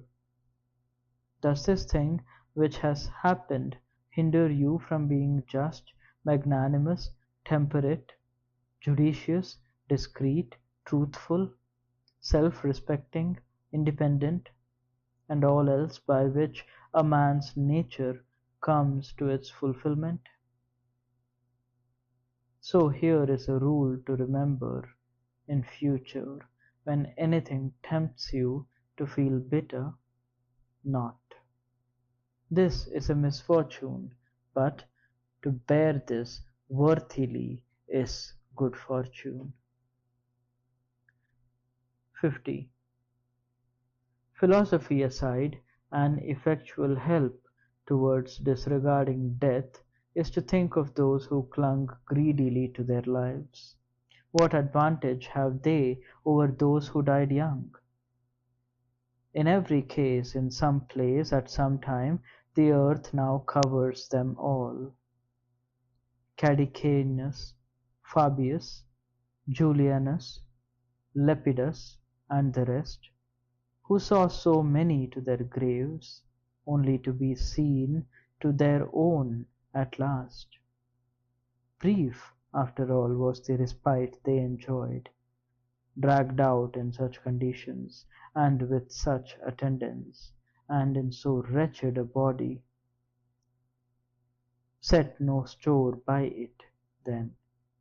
Look at the abyss of time behind it, and the infinity yet to come. In the face of that, what more is Nestor, with all his years, than any 3 days' babe? 51. Ever run the short way, and the short way is the way of nature, with perfect soundness in each word and deed as the goal.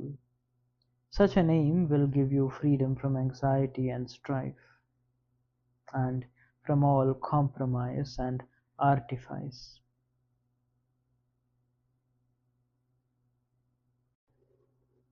Book 5. 1. At day's first light, have in readiness against disinclination to leave your bed the thought that I am rising for the work of man.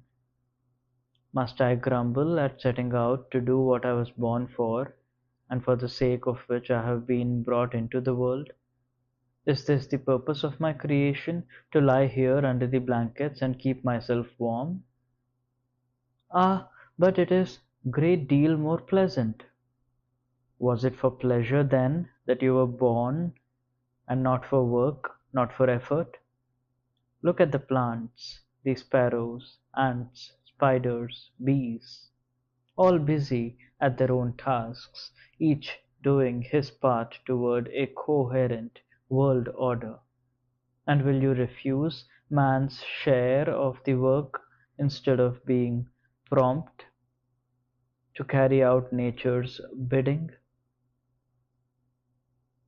Yes, but one must have some repose as well, granted, but repose has its limits set by nature, in the same way as food and drink have, and you overstep these limits, you go beyond the point of sufficiency, while on the other hand, when action is in question, you stop short of what you could well achieve. You have no real love for yourself. If you had, you would love your nature and your nature's will. Craftsmen who love their trade will spend themselves to the utmost in laboring at it, even going unwashed and unfed. But you hold your nature in less regard than the engraver does his engraving, the dancer his dancing, the miser his heap of silver, or the vainglorious man his moment of glory.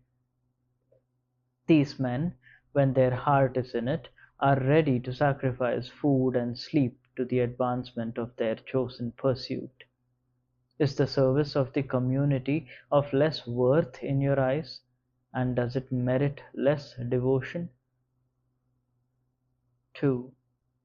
Oh, the consolation of being able to thrust aside and cast into oblivion every tiresome, intrusive impression, and in a trice be utterly at peace. 3. Reserve your right to any deed or utterance that accords with nature. Do not be put off by the criticisms or comments that may follow. If there is something good to be done or said, never renounce your right to it.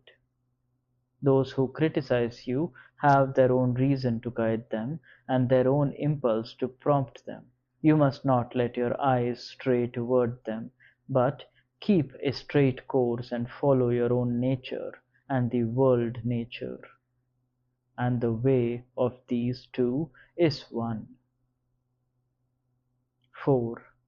I travel the roads of nature until the hour when I shall lie down and be at rest, yielding back my last breath into the air from which I have drawn it daily, and sinking down upon the earth from which my father derived the seed, my mother the blood, and my nurse the milk of my being.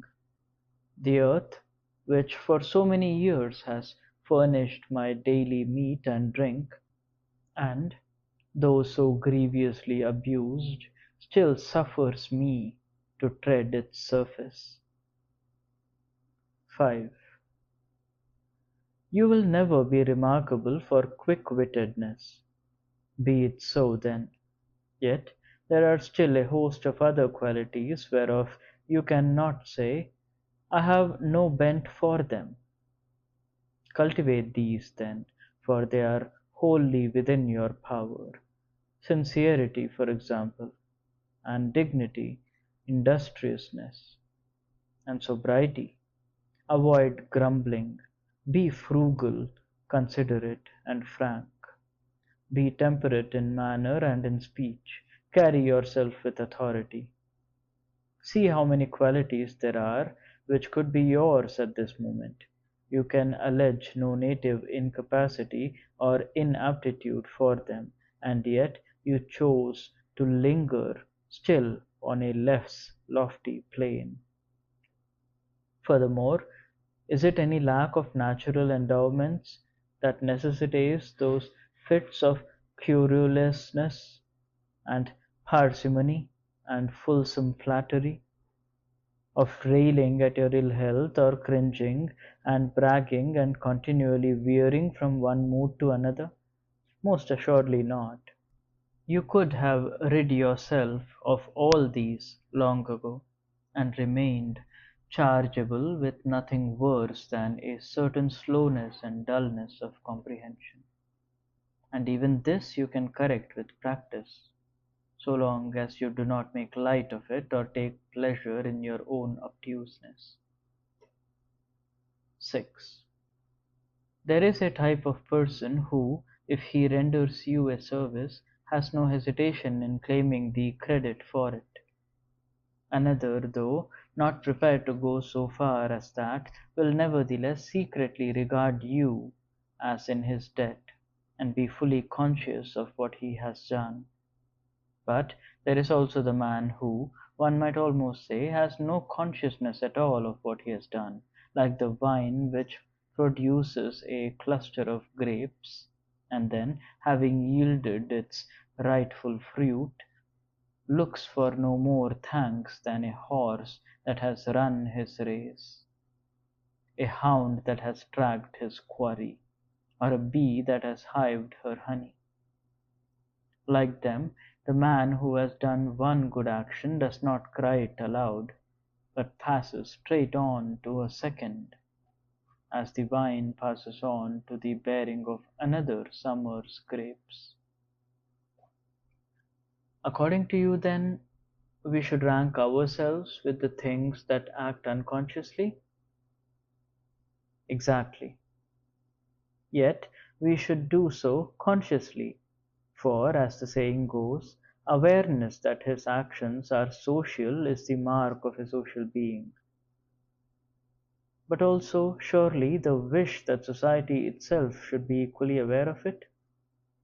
True, no doubt, yet you miss the meaning of the aphorism, and so put yourself in the same class as the persons I have just described, who likewise are misled by a specious kind of reasoning. Apprehend the true significance of the saying, and you need never fear that it will betray you into omitting any social duty. 7. The Athenians pray, "Rain, rain, dear Zeus, upon the fields and plains of Athens." Prayers should either not be offered at all, or else be as simple and ingenuous as this. 8. Just as we say Aesculapius has prescribed horseback exercise, or cold baths, or going barefoot, so in the same way does the world nature prescribe disease, mutilation, loss, or some other disability. In the former case, prescribing meant ordering a specific treatment in the interests of the patient's health. Similarly, in the latter, certain specific occurrences are ordered in the interest of our destiny. We may, in fact, be said to meet with these misfortunes in the same sense as masons say that the squared stones in the walls or pyramids meet with each other when they are being fitted closely together to make the unified whole. This mutual integration is a universal principle. As a myriad bodies combine into the single body, which is the world, so a myriad causes combine into the single cause, which is destiny. Even the common people realize this when they say, "It was brought upon him." It was indeed brought upon him, that is, it was prescribed for him. Let us accept such things, then, as we accept the prescriptions of an Aesculapius, for they too have often a harsh flavour, yet we swallow them gladly in hope of health. The execution and fulfilment of nature's decrees should be viewed in the same way as we view our bodily health. Even if what befalls is unpalatable, nevertheless always receive it gladly, for it makes for the health of the universe, and even for the well-being and well-doing of Zeus himself. Had it not been for the benefit of the whole, he would never have brought it upon the individual. It is not nature's way to bring anything upon that which is under her government, except what is specifically designed for its good. There are two reasons, then, why you should willingly accept what happens to you. First, because it happens to yourself, has been prescribed for yourself, and concerns yourself, being a strand in the tapestry of primordial causation. And secondly, because every individual dispensation is one of the causes of the prosperity, success, and even survival of that which administers the universe. To break off any particle, no matter how small, from the continuous concatenation, whether of causes or of any other elements, is to injure the whole. And each time you give way to discontent, you are causing, within your own limited ability, just such a breakage and disruption. 9. Do not be distressed. Do not despond or give up in despair, if now and again practice falls short of precept. Return to the attack after each failure, and be thankful if on the whole you can acquit yourself in the majority of cases as man should, but have a genuine liking for the discipline you return to. Do not recur to your philosophy in the spirit of a schoolboy to his master, but as the sore-eyed recur to their egg and sponge lotion, or as others to their poultice or their douche. In this way, your submission to reason will not become a matter for public display, but for private consolation. Bear in mind that, while philosophy wills only what your own nature wills, you yourself were willing something else that was at variance with nature.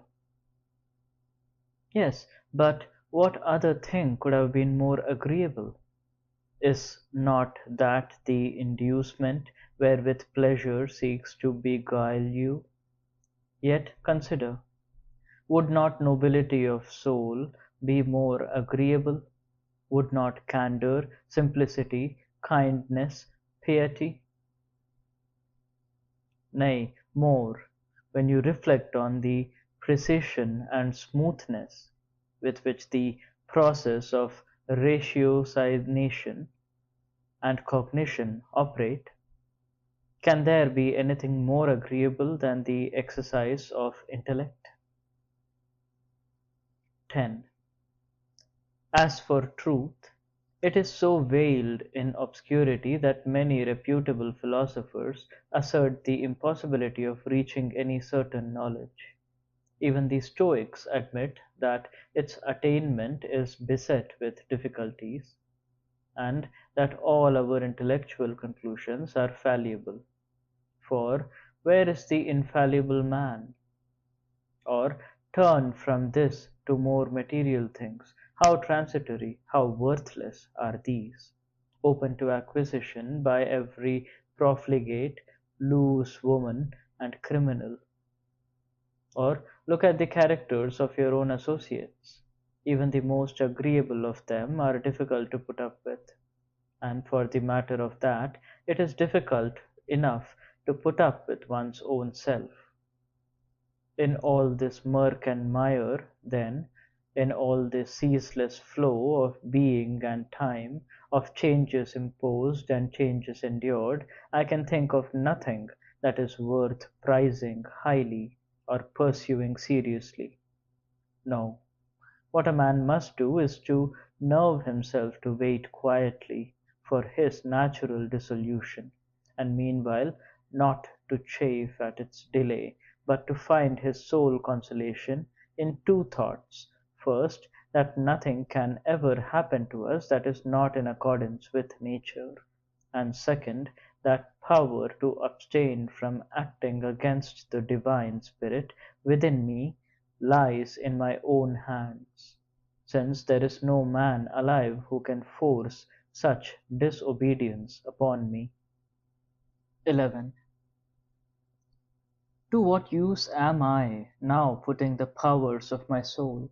Examine yourself on this point at every step, and ask, how stands it with that part of me men call the master part, whose soul inhabits me at this moment?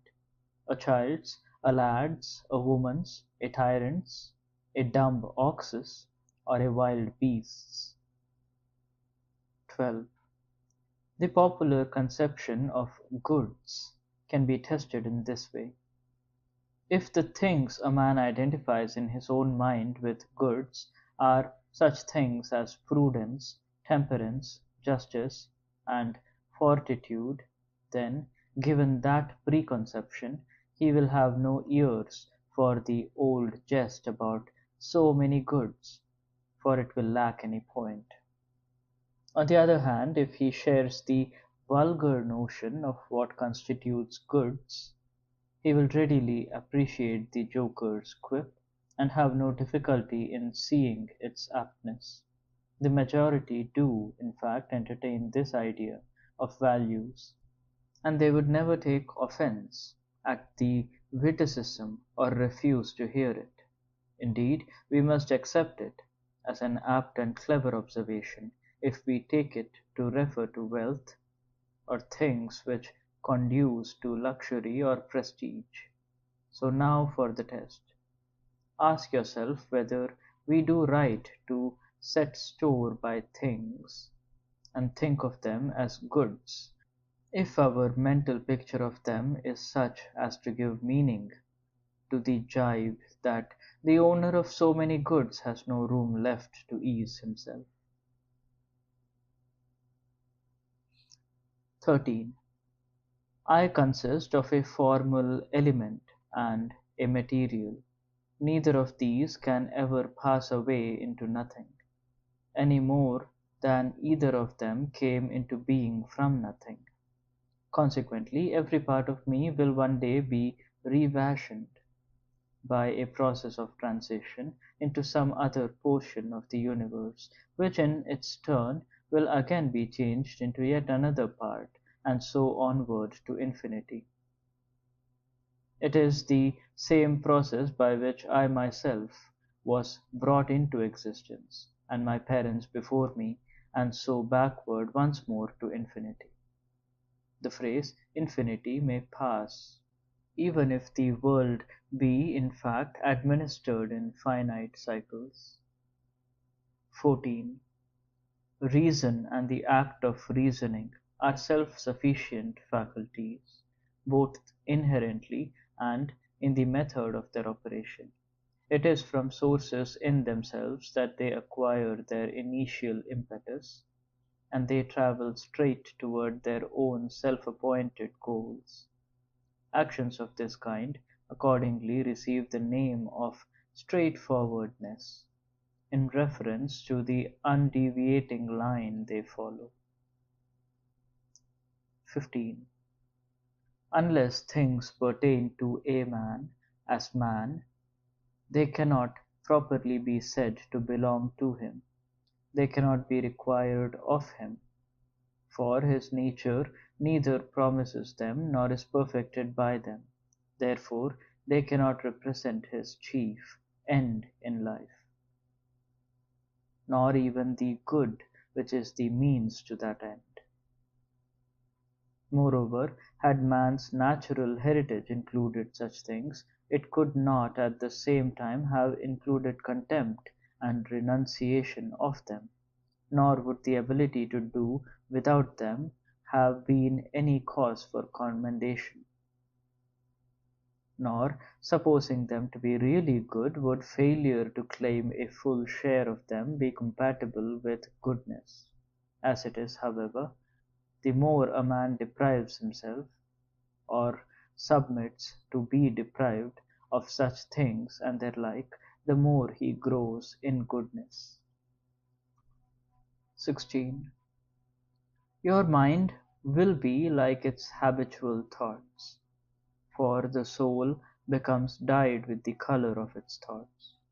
Soak it then in such trains of thought as, for example, where life is possible at all, a right life is possible. Life in a palace is possible, therefore even in a palace a right life is possible. Or again, the purpose behind each thing's creation determines its development. The development points to its final state. The final state gives clue to its chief advantage and good. Therefore, the chief good of a rational being is fellowship with its neighbours, For it has been made clear long ago that fellowship is the purpose behind our creation. It is surely evident, is it not, that while the lower exists for the higher exists for one another? And while the animate is higher than the inanimate, the rational is higher still. 17. To pursue the unattainable is insanity, yet the thoughtless can never refrain from doing so. 18. Nothing can happen to any man that nature has not fitted him to endure. Your neighbor's experiences are no different from your own, yet he, being either less aware of what has happened or more eager to show his mettle, stands steady and undaunted. For shame that ignorance and vanity should prove stronger than wisdom. 19. Outward things can touch the soul not a whit. They know no way into it. They have no power to sway or move it. By itself it sways and moves itself. It has its own self-approved standards of judgment, and to them it refers every experience. 20. In one way humanity touches me very nearly, inasmuch as I am bound to do good to my fellow creatures and bear with them. On the other hand, to the extent that individual men hamper my proper activities, humanity becomes a thing as indifferent to me as the sun, the wind, or the creatures of the wild. True, others may hinder the carrying out of certain actions, but they cannot obstruct my will, nor the disposition of my mind, since these will always safeguard themselves under reservations, and adapt themselves to circumstances. The mind can circumvent all obstacles to action, and turn them to the furtherance of its main purpose, so that any impediment to its work becomes instead an auxiliary, and the barriers in its path become aids to progress. 12.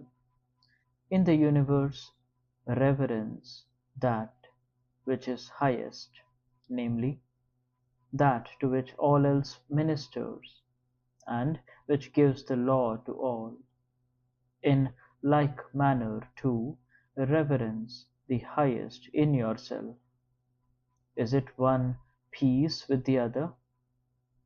Since in yourself also it is that to which all the rest minister, and by which your life is directed. 22. What is not harmful to the city cannot harm the citizen. In every fancied case of harm, apply the rule, if the city is not harmed, I am not harmed either. But if the city should indeed be harmed, never rage at the culprit, rather find out at what point his vision failed him. 23. Reflect upon the rapidity with which all existing things, or things coming into existence, sweep past us and are carried away.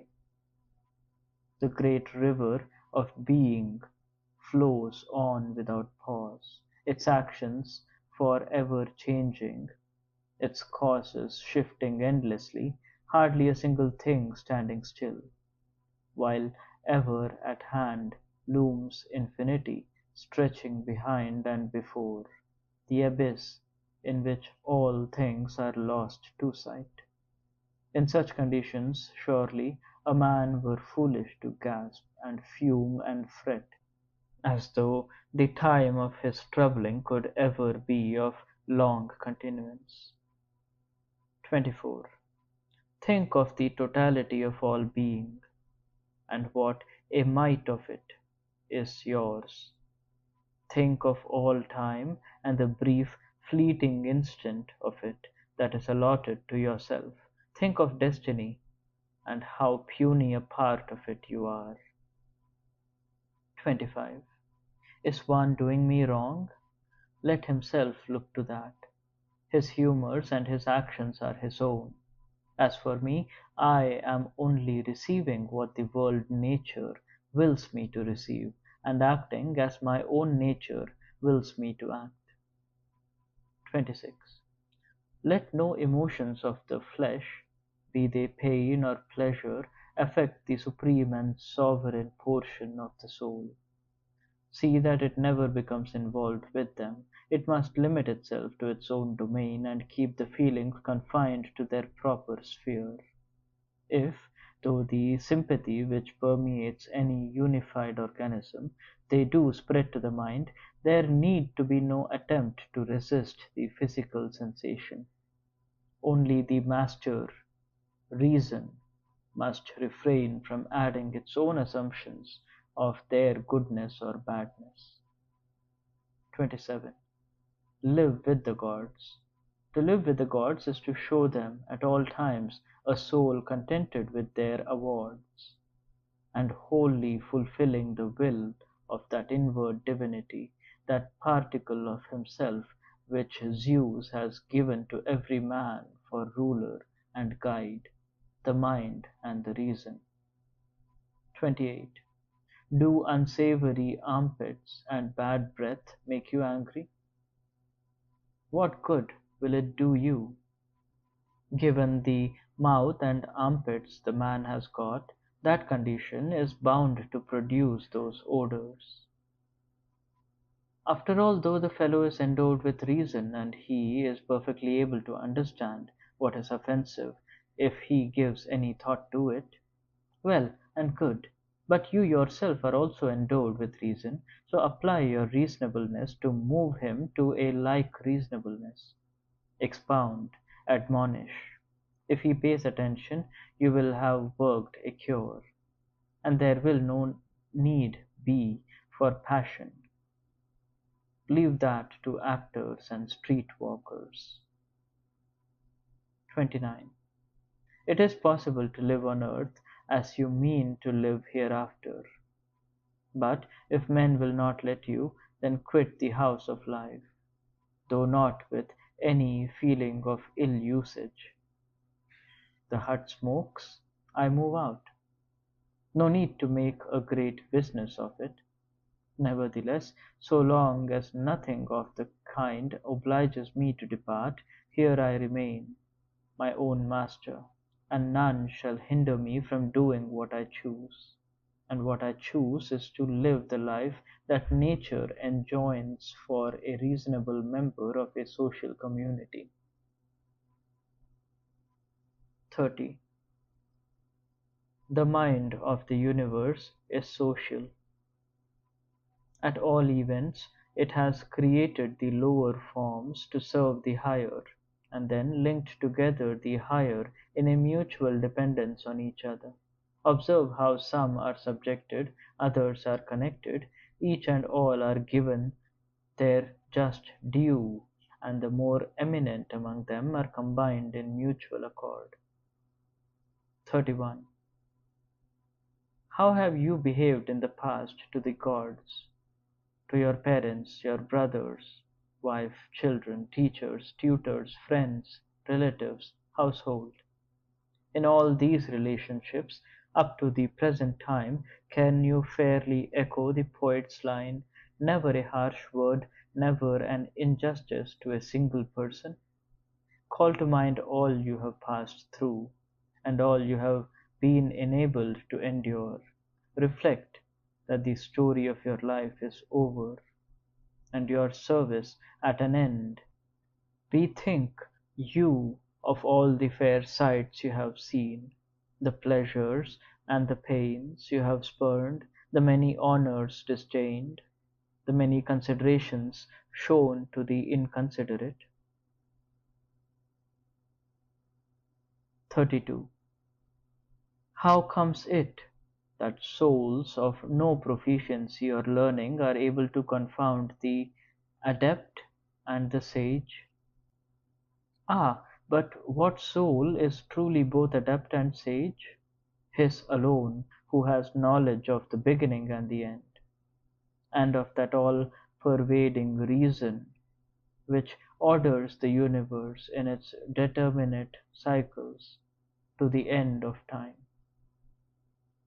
33. In a brief while now you will be ashes or bare bones, a name, or perhaps not even a name, though even a name is no more than empty sound and reiteration. All that men set their hearts on in this life is vanity, corruption, and trash. Men are like scuffling puppies or quarrelsome children who are all smiles one moment and in tears the next. Faith and decency, justice and truth, are fled up to Olympus from the wide wide earth. What is it then that still keeps you here? The objects of sense are mutable and transient, the organs of sense dim and easily misled, the poor soul itself a mere vapour exhaled from the blood, and the world's praise in such conditions a vain thing. What then? Take heart and wait for the end, be it extinction or translation. And what, think you, is all that is needful until that hour come? Why, what else but to revere and bless the gods, to do good to men, to bear and forbear, and to remember that whatever lies outside the bounds of this poor flesh and breath is none of yours, nor in your power. 34. Press on steadily. Keep to the straight road in your thinking and doing, and your days will ever flow on smoothly. The soul of man, like the souls of all rational creatures, has two things in common with the soul of God.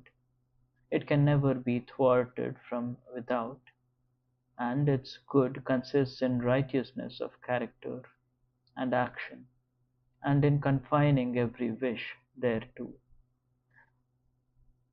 35. If the thing be no sin of mine, nor caused by any sin of mine, and if society be no worse for it, then why give it further thought? How can it harm society? 36. Do not fall a too hasty prey to first impressions. Assist those in need, so far as you are able and they deserve it, but if their fall involves nothing morally significant, you must not regard them as really injured, for that is not a good practice. Rather, in such cases, be like the old fellow who pretended at his departure to beg eagerly for the slave girl's top, though knowing well that it was nothing more than a top. When you are crying for votes on the platform, my friend, are you forgetting the ultimate worth of it all? I know, but these people set such store by it. And does that justify you in sharing their folly? No matter to what solitudes banished, I have always been a favorite of fortune, for fortune's favorite is the man who awards her good gifts to himself, the good gifts of a good disposition, good impulses, and good deeds. Book 6. 1. Matter in the universe is supple and compliant, and the reason which controls it has no motive for ill-doing, for it is without malice and does nothing with intent to injure, neither is anything harmed by it. By its ordinances all things have their birth and their fulfillment. 2. If you are doing what is right, never mind whether you are freezing with cold or beside a good fire, heavy-eyed or fresh from a sound sleep, reviled or applauded, in the act of dying or about some other piece of business. For even dying is part of the business of life, and there is, too, no more required of us than to see the moment's work well done. 3. Look beneath the surface. Never let a thing's intrinsic quality or worth escape you. 4. All material objects swiftly change, either by sublimation, if the substance of the universe be indeed a unity, or else by dispersion. 5. Reason, the controller, has a perfect understanding of the conditions, the purpose, and the materials of its work. 6. To refrain from imitation is the best revenge. 7. Let your one delight and refreshment be to pass from one service to the community to another, with God ever in mind. 8. Our master reason is something which is both self-awakened and self-directed. It cannot only make itself what it will, but also impose the aspect of its choice on anything which it experiences. 9. All things come to their fulfillment as the one universal nature directs. For there is no rival nature, whether containing her from without, or itself contained within her, or even existing apart and detached from her. 10. Either the world is a mere hodgepodge of random cohesions and dispersions, or else it is a unity of order and providence. If the former, why wish to survive in such a purposeless and chaotic confusion? Why care about anything, save the manner of the ultimate return to dust? Why trouble my head at all, since, do what I will, dispersion must overtake me sooner or later? But if the contrary be true, then I do reverence. I stand firmly and I put my trust in the directing power. 11. When force of circumstance upsets your equanimity, lose no time in recovering your self-control, and do not remain out of tune longer than you can help. Habitual recurrence to the harmony will increase your mastery of it. 12. If you had a stepmother at the same time as a mother, you would do your duty by the former, but would still turn continually to your mother. Here you have both, the court and philosophy. Time and again turn back to philosophy for refreshment. Then even the court life, and yourself in it, will seem bearable. 13. When meat and other dainties are before you, you reflect, this is dead fish, or fowl, or pig, or this Falernian is some of the juice from a bunch of grapes. My purple robe is sheep's wool, stained with a little gore from a shellfish. Copulation is friction of the members and an ejaculatory discharge.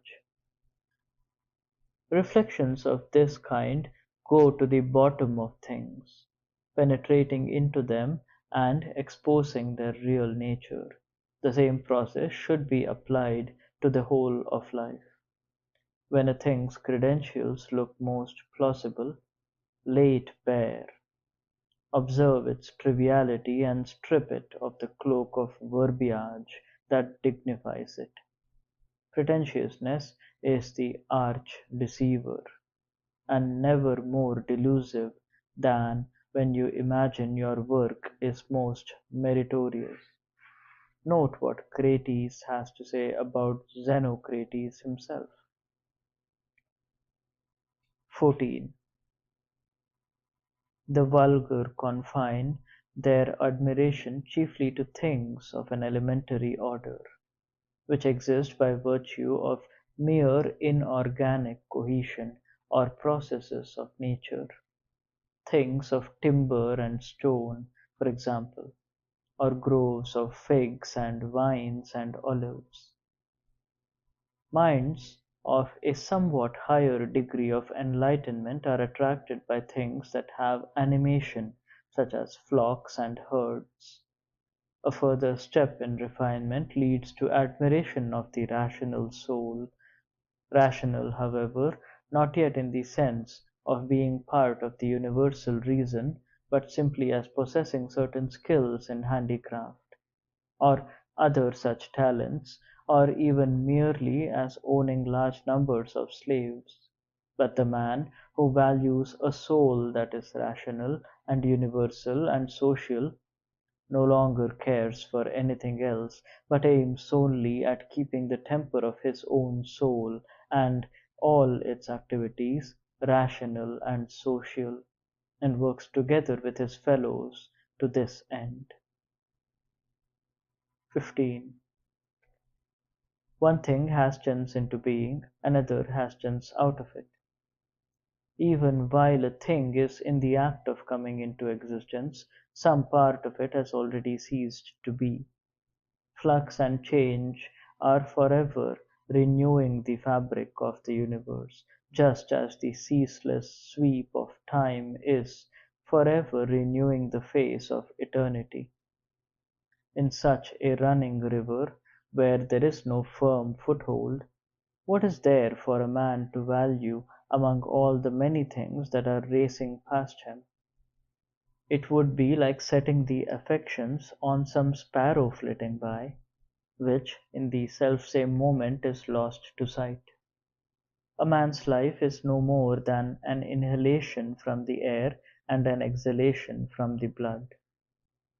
And there is no true difference between drawing in a single breath, only to emit it again as we do every instant, and receiving the power to breathe at all, as you did but yesterday at your birth, only to yield it back one day to the source from which you drew it. 16. Transpiration is not a thing to be prized. We share it with the plants. Nor is respiration, we share that with the beasts of field and forest. Nor the perceptions of the senses, nor the twitchings of impulse, nor the instinct for gregariousness, nor the process of nutrition, which is in fact no more wonderful than that of excretion. So what, then, are we to value? The clapping of hands? No, and not the clapping of tongues either, which is all that the praise of the vulgar amounts to. Excluding then the delusions of fame, what is there left to be prized? In my judgment, this: to work out, in action and inaction alike, the purpose of our natural constitutions. That, after all, is the object of all training and all craftsmanship, for every craft aims at adapting a product to the end for which it was produced. The husbandman tending his vine, the groom breaking in his horse, the kennel man training his hound, all have this purpose in view. The labors of tutors and teachers, too, are directed to the same end. Here then is the prize we are looking for. Once make this truly your own, and no other objective will tempt you. Abandon all the other ambitions you cherish, or else you will never be your own master, never be independent of others or proof against passion. You will be bound to look with envy, jealousy, and suspicion at anyone who might rob you of these things, and to intrigue against anyone who happens to possess the treasure you covet for yourself. The belief that things of that kind are indispensable is sure to make for turmoil within, and too often leads on to murmuring against the gods as well, whereas a respect and esteem for your own understanding will keep you at peace with yourself, at one with mankind and in harmony with the gods, gladly acquiescent, that is, with whatever they dispense or ordain. 17.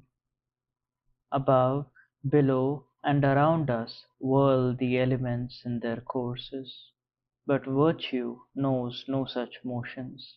She is a thing more divine, moving serenely onward in ways past understanding.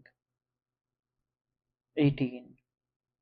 How strange are the ways of men! They will spare no word of praise for their contemporaries who live in their very midst, and yet they covet greatly for themselves the praise of future generations, whom they have never seen and will never see. Almost as well grumble at not having praise from one's ancestors. 19. Being a thing is difficult for you. Do not therefore suppose it to be beyond mortal power. On the contrary, if anything is possible and proper for man to do, assume that it must fall within your own capacity. 20. When an opponent in the gymnasium gashes us with his nails or bruises our head in a collision, we do not protest or take offense, and we do not suspect him ever afterwards of malicious intent. However, we do regard him with a wary eye, not in enmity or suspicion, yet good-temperedly keeping our distance. So let it be too at other times in life. Let us agree to overlook a great many things in those who are, as it were, our fellow contestants. A simple avoidance, as I have said, is always open to us, without either suspicion or ill will. 21. If anyone can show me and prove to me that I am wrong in thought or deed, I will gladly change. I seek the truth, which never yet hurt anybody. It is only persistence in self-delusion and ignorance which does harm. 22. I do that which it is my duty to do. Nothing else distracts me, for it will be either something that is inanimate and irrational, or somebody who is misled and ignorant of the way. 23. Be generous and liberal in your attitude to irrational creatures, and to the generality of material things, for you have reason and they have none. Human beings, on the other hand, have reason, so treat them in a spirit of fellowship. In all things call upon the gods for your help, yet without too many scruples about the length of your prayers. 3 hours so spent will suffice. 24. In death, Alexander of Macedon's end differed no whit from his stable boys. Either both were received into the same generative principle of the universe, or both alike were dispersed into atoms. 25. Think of the number of things, bodily and mental, that are going on at the same moment within each one of us, and then it will not surprise you that an infinitely greater number of things, everything in fact, that comes to birth in this vast one and all we call the universe, can exist simultaneously therein. 26. If you were asked to spell the name Antoninus, would you rap out each letter at the top of your voice, and then, if your hearers grow angry yourself in turn? Rather, would you not proceed to enumerate these several letters quietly, one by one? Well then, remember that here in life every piece of duty is likewise made up of its separate items. Pay careful attention to each of these, without fuss and without returning temper for temper, and so ensure the methodical completion of your appointed task. 27. How barbarous to deny men the privilege of pursuing what they imagine to be their proper concerns and interests. Yet, in a sense, this is just what you are doing when you allow your indignation to rise at their wrongdoing. For, after all, they are only following their apparent concerns and interests. You say they are mistaken? Why then, tell them so and explain it to them instead of being indignant. 28. Death. A release from impressions of sense, from twitchings of appetite, from excursions of thought, and from service to the flesh. 29. Shame on the soul to falter on the road of life while the body still perseveres. 30. Be careful not to affect the monarch too much, or to be too deeply dyed with purple, for this can well happen. Keep yourself simple, good, pure, serious, and unassuming, the friend of justice and godliness, kindly, affectionate, and resolute in your devotion to duty. Strive your hardest to be always such a man as philosophy would have you to be. Reverence the gods. Succor your fellow mortals. Life is short, and this earthly existence has but a single fruit to yield, holiness within, and selfless action without. Be in all things Antoninus's disciple. Remember his insistence on the control of conduct by reason, his calm composure on all occasions, and his own holiness, the serenity of his look and the sweetness of his manner, his scorn of notoriety and his zeal for the mastery of facts.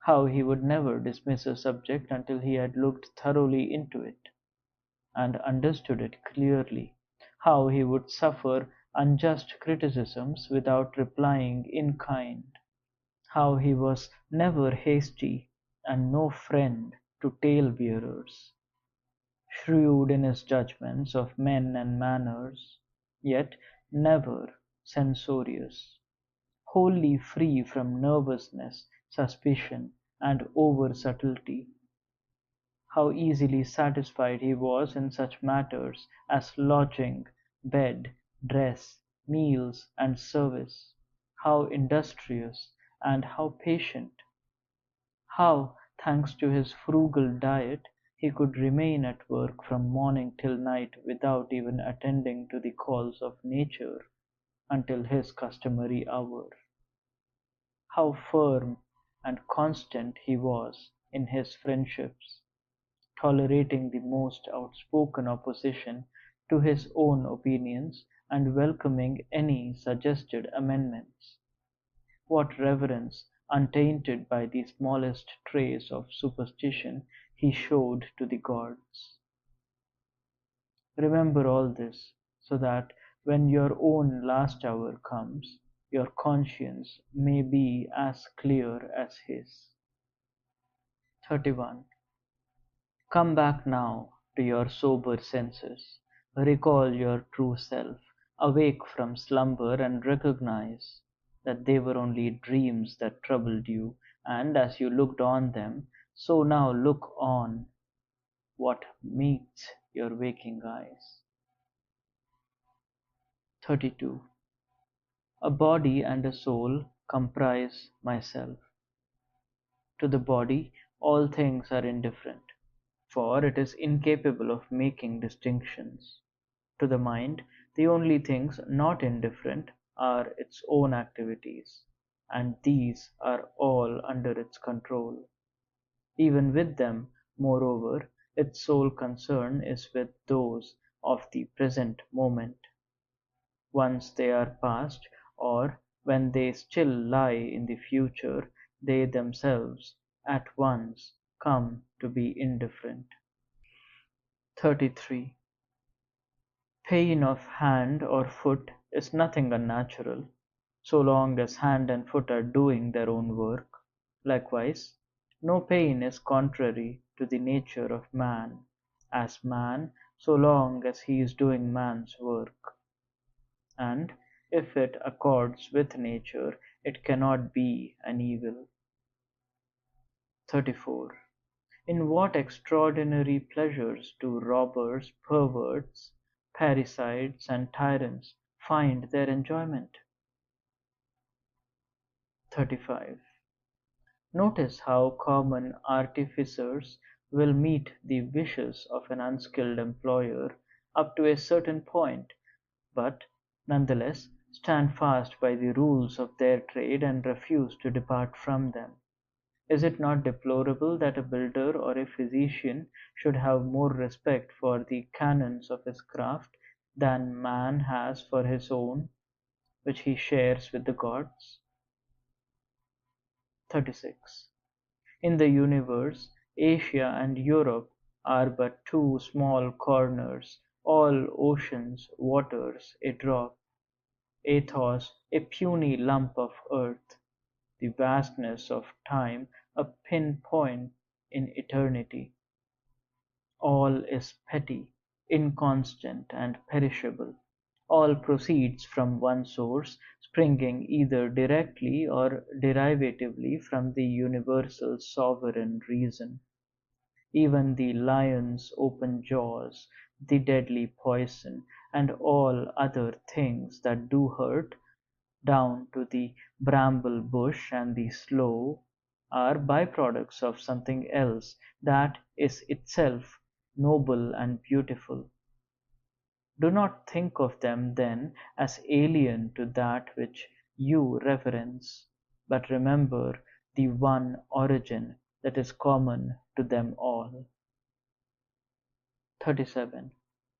To see the things of the present moment is to see all that is now, all that has been since time began, and all that shall be unto the world's end, for all things are of one kind and one form. 38. Think often of the bond that unites all things in the universe, and their dependence upon one another. All are, as it were, interwoven, and in consequence linked in mutual affection, because their orderly succession is brought about by the operation of the currents of tension, and the unity of all substance. 39. Adapt yourself to the environment in which your lot has been cast, and show true love to the few mortals with whom destiny has surrounded you. 40. All is well with a tool, instrument, or utensil, when it serves the use for which it was made, though in this case its maker is not present. But with things formed by nature, the power that fashioned them is still within them and remains in them. All the more then should you have it in reverence, and be assured that if only you live and act according to its will, you have all things to your liking. That is the way in which the universe, too, has all things to its liking. 41.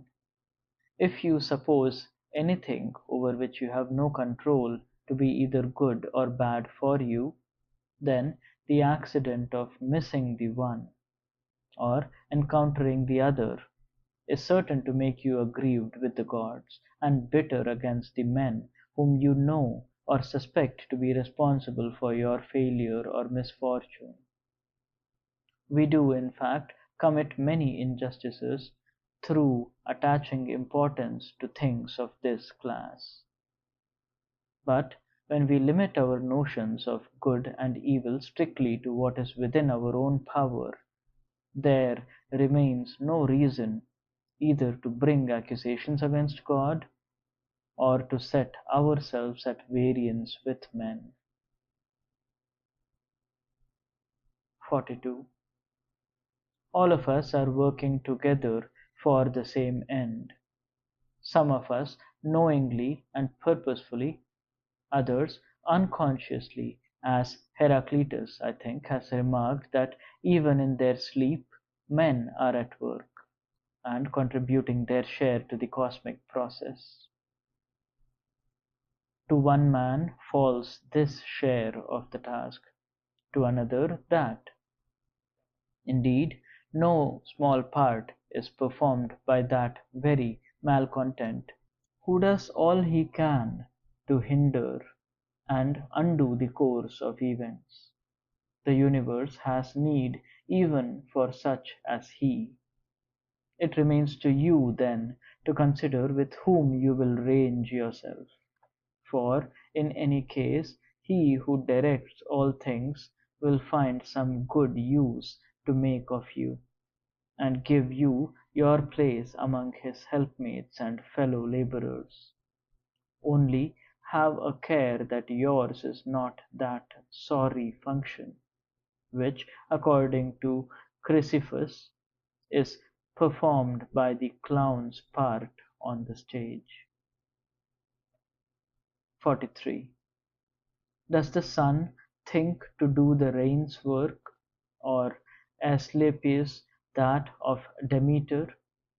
And how is it with the stars? Are they not all different, yet all work in concert to the one end? 44. If the gods took counsel together about myself, and what should befall me, then their counsel was good. For it were hard to conceive of divinity counselling unwisely. After all, what incentive would they have to work my hurt? Where would be the gain, either to themselves or to the universe, which is their chief care? Even if they took no special thought for myself, at least they took thought for the universe, and I ought to welcome and feel kindly disposed towards anything that happens as a result. If, of course, they took no thought for anything at all, an impious thing to believe, then why? Let us make an end of sacrifice and prayer and vow, and all other actions whereby we acknowledge the presence of living gods in our midst. Yet even so, and even if it is true that they care nothing for our mortal concerns, I am still able to take care of myself and to look to my own interest, and the interest of every creature lies in conformity with its own constitution and nature. My own nature is a rational and civic one. I have a city, and I have a country. As Marcus I have Rome, and as a human being I have the universe, and consequently what is beneficial to these communities is the sole good for me. 45. All that befalls the individual is for the good of the whole. That by itself is warrant enough for us. But if you look closely, you will also notice that, as a general rule, what is good for one man is good for his fellow men as well. Good, though, must be taken here in the more popular sense, as inclusive of things that are morally indifferent. 46. As the performances in the circus or in other places of entertainment tire one with their perpetual repetition of the same sights, the monotony of which makes the spectacle a weariness, so it is with the whole experience of life. On our upward and downward path, all things prove to be ever the same, causes and effects alike. How long, then? 47. Often ponder in your mind the multitudes of the dead of every calling and nation, down even to Philistion and Phoebus and Origenian. From these latest let your thoughts pass to the hosts of others. Think how we must follow whither too many great orators are gone before. So many reverend sages, Heraclitus, Pythagoras, Socrates, the heroes of early days, the captains and the kings of after ages, and with the Eudoxus, Hipparchus, Archimedes, and many other keen wits, sublime spirits, men unwearied, resourceful and resolute, those too who made a merry jest of the transience and brevity of this mortal life in the fashion of Menippus and his school. Muse often on these men, all long since laid low in death. How, pray, are they the worse for it now? More especially those whose very names have been forgotten. In this life one thing only is of precious worth: to live out one's days in truthfulness and fair dealing, and in charity even with the false and unjust. 48. When you would have a cordial for your spirits, think of the good qualities of your friends. This one's capability, that one's self-effacement, another's generosity, and so forth. There is no surer remedy for dejection than to see examples of the different virtues displayed in the characters of those around us, exhibiting themselves as plenteously as can be. Wherefore, keep them ever before you. 49. Do you make a grievance of weighing so many pounds only, instead of 300? Then why fret about living so many years only instead of more? Since you are content with the measure of substance allowed you, be so also with the measure of time. 50. Try to move men by persuasion, yet act against their will if the principles of justice so direct. But if someone uses force to obstruct you, then take a different line, resign yourself without a pang, and turn the obstacle into an opportunity for the exercise of some other virtue. Your attempt was always subject to reservations, remember? You were not aiming at the impossible. At what then? Simply at making the attempt itself. In this you succeeded, and with that the object of your existence is attained. 51. The man of ambition thinks to find his good in the operations of others, the man of pleasure in his own sensations, but the man of understanding in his own actions. 52. You are not compelled to form any opinion about this matter before you, nor to disturb any peace of mind at all. Things in themselves have no power to extort a verdict from you. 53. Accustom yourself to give careful attention to what others are saying, and try your best to enter into the mind of the speaker. 54. What is no good for the hive is no good for the bee. 55. If the crew took to vilifying their steersman, or the patients their doctor, is there any other they would listen to instead? And how would such another be able to ensure the safety of the sailors or the health of the sick? 56.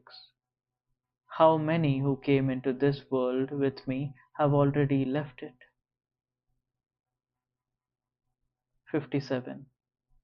To a man with jaundice, honey seems bitter. To one bitten by a mad dog, water is a thing of horror.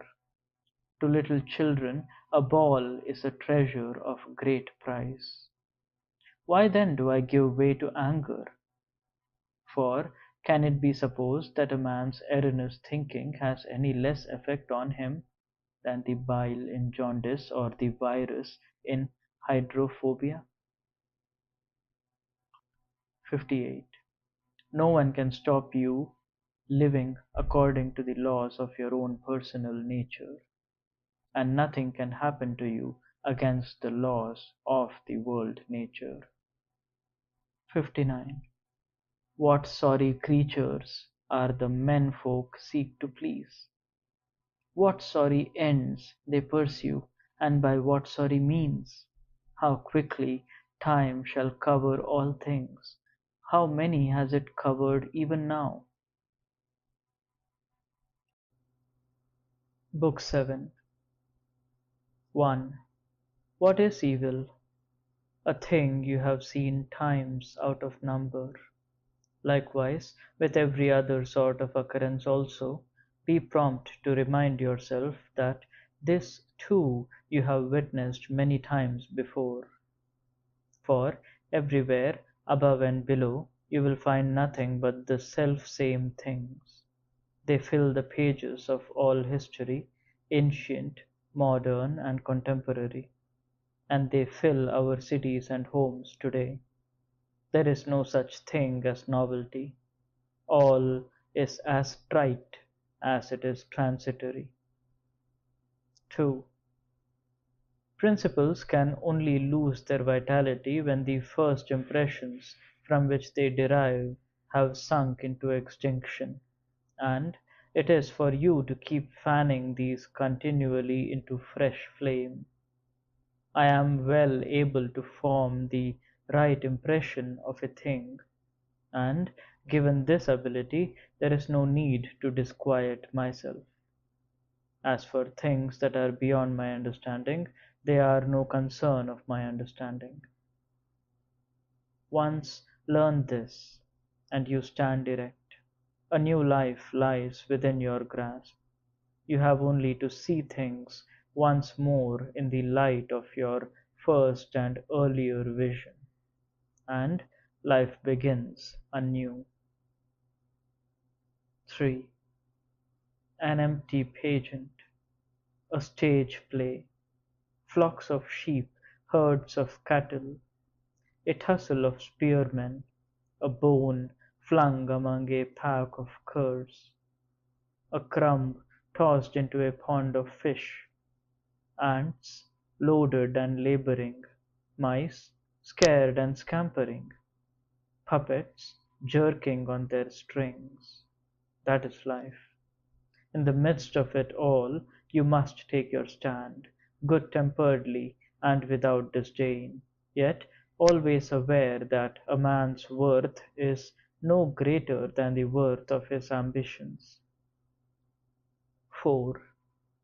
In talk, mark carefully what is being said, and when action is afoot, what is being done. In the latter case, look at once to see what is purposed, and in the other make certain what is meant. 5. Is my understanding equal to this task or not? If it is, I apply it to the work as a tool presented to me by nature. If not, then either I make way, if my duty permits it, for someone more capable of doing the business, or else I do the best I can with the help of some assistant, who will avail himself of my inspiration to achieve what is timely and serviceable and for the community. For everything I do, whether by myself or with another, must have its sole aim the service and harmony of all. 6. How many whose praises used once to be sung so loudly are now relegated to oblivion, and how many of the singers themselves have long since passed from our sight. 7. Think it no shame to be helped. Your business is to do your appointed duty like a soldier in the breach. How, then, if you are lame and unable to scale the battlements yourself, but could do it if you had the aid of a comrade? 8. Never let the future disturb you. You will meet it, if you have to, with the same weapons of reason which today arm you against the present. 9. All things are interwoven with one another. A sacred bond unites them. There is scarcely one thing that is isolated from another. Everything is coordinated, everything works together in giving form to the one universe. The world order is a unity made up of multiplicity. God is one, pervading all things, all being is one, all law is one, namely the common reason which all thinking creatures possess, and all truth is one, if, as we believe, there can be but one path to perfection for beings that are alike in kind and reason. 10.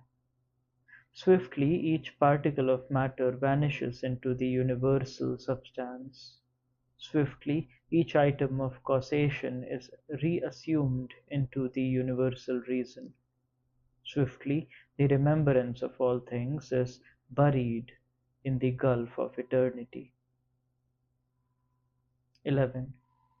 To a reasoning being, an act that accords with nature is an act that accords with reason. 12. To stand up or be set up. 13.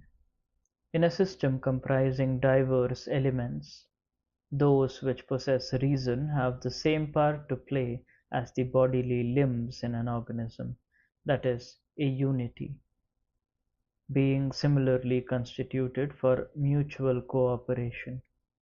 This reflection will impress you more forcibly if you constantly tell yourself, I am a limb, mellows, of the whole complex of rational things. If you think of yourself as a part, meros, only, you have as yet no love from the heart for mankind, and no joy in the performance of acts of kindness for their own sake. You do them as a bare duty, and not yet as good offices to yourself. 14. Come what will upon such parts of me as can be affected by its incidents. They may complain of it if they will. As for myself, if I do not view the same thing as an evil, I take no hurt, and nothing compels me to view it so. 15. Whatever the world may say or do, my part is to keep myself good, just as a gold piece or an emerald or a purple robe insists perpetually, whatever the world may say or do, my part is to remain an emerald and keep my color true. 16. The master reason is never the victim of any self-disturbance.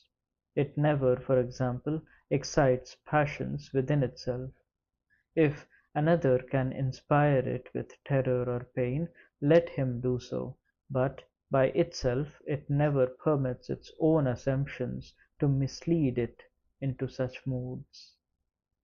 By all means let the body take thought for itself, to avoid hurt if it can, and if it be hurt, let it say so.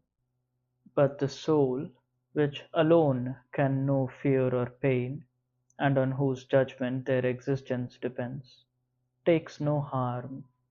You cannot force the verdict from it. The master reason is self-sufficient, knowing no needs except those it creates for itself, and by the same token can experience no disturbances or obstructions unless they be of its own making. 17. Happiness, by derivation, means a good God within, that is, a good master reason.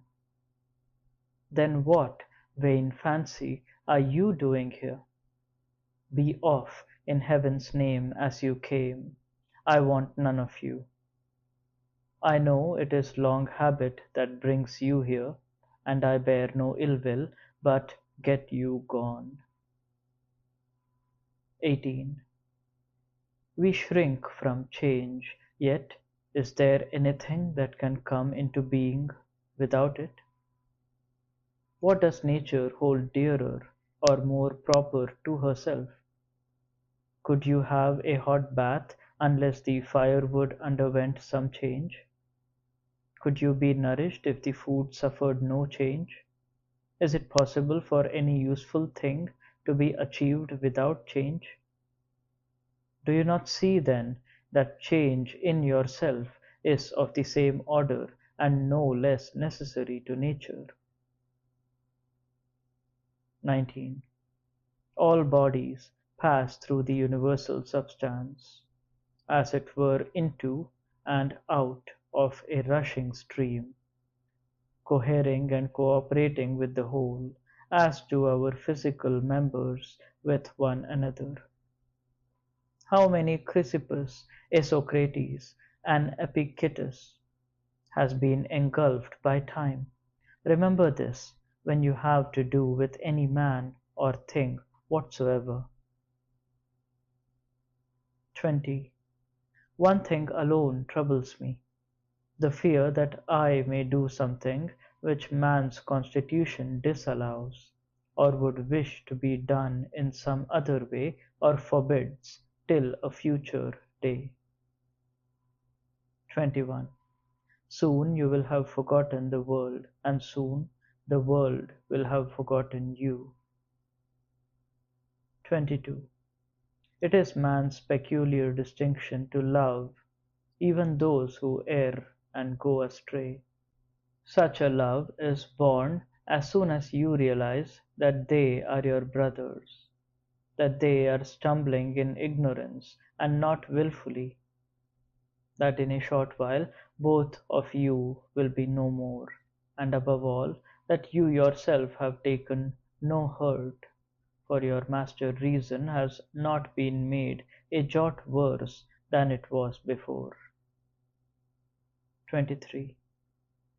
Out of the natural substance, as out of wax, nature fashions a colt, then breaks him up and uses the material to form a tree, and after that a man, and next some other thing, and not one of these endures for more than a brief span. As for the vessel itself, it is no greater hardship to be taken to pieces than to be put together. 24. An angry look on the face is wholly against nature.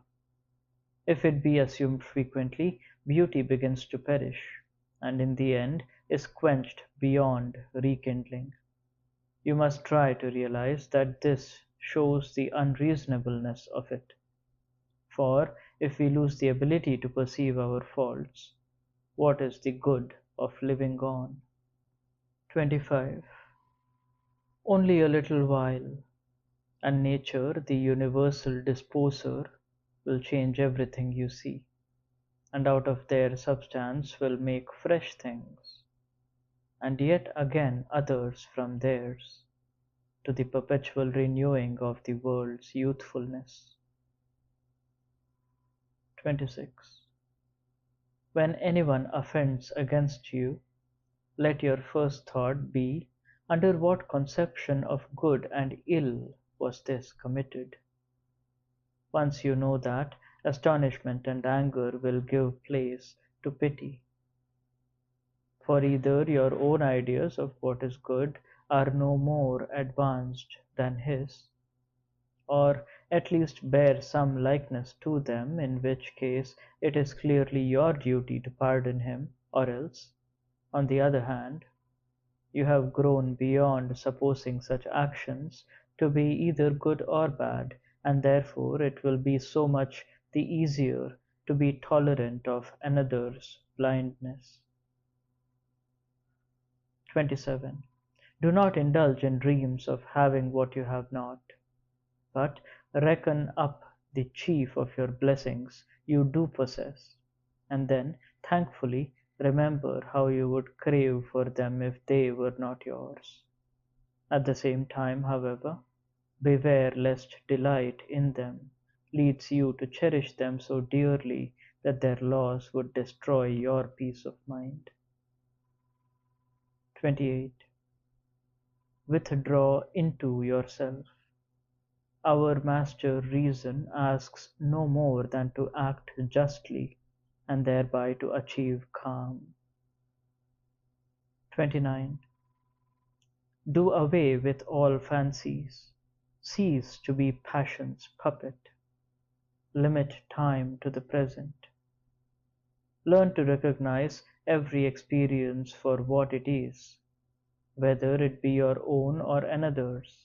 Divide and classify the objects of sense into cause and matter. Meditate upon your last hour. Leave your neighbor's wrongdoing to rest with him who initiated it. 30. Fix your thought closely on what is being said, and let your mind enter fully into what is being done, and into what is doing it. 31. Put on the shining face of simplicity and self-respect, and of indifference to everything outside the realms of virtue or vice. Love mankind. Walk in God's ways. All under law, quoth the sage. And what though his saying had reference to atoms alone? For us it suffices to remember that all things are indeed under law. 3 words, but enough. 32. Of death.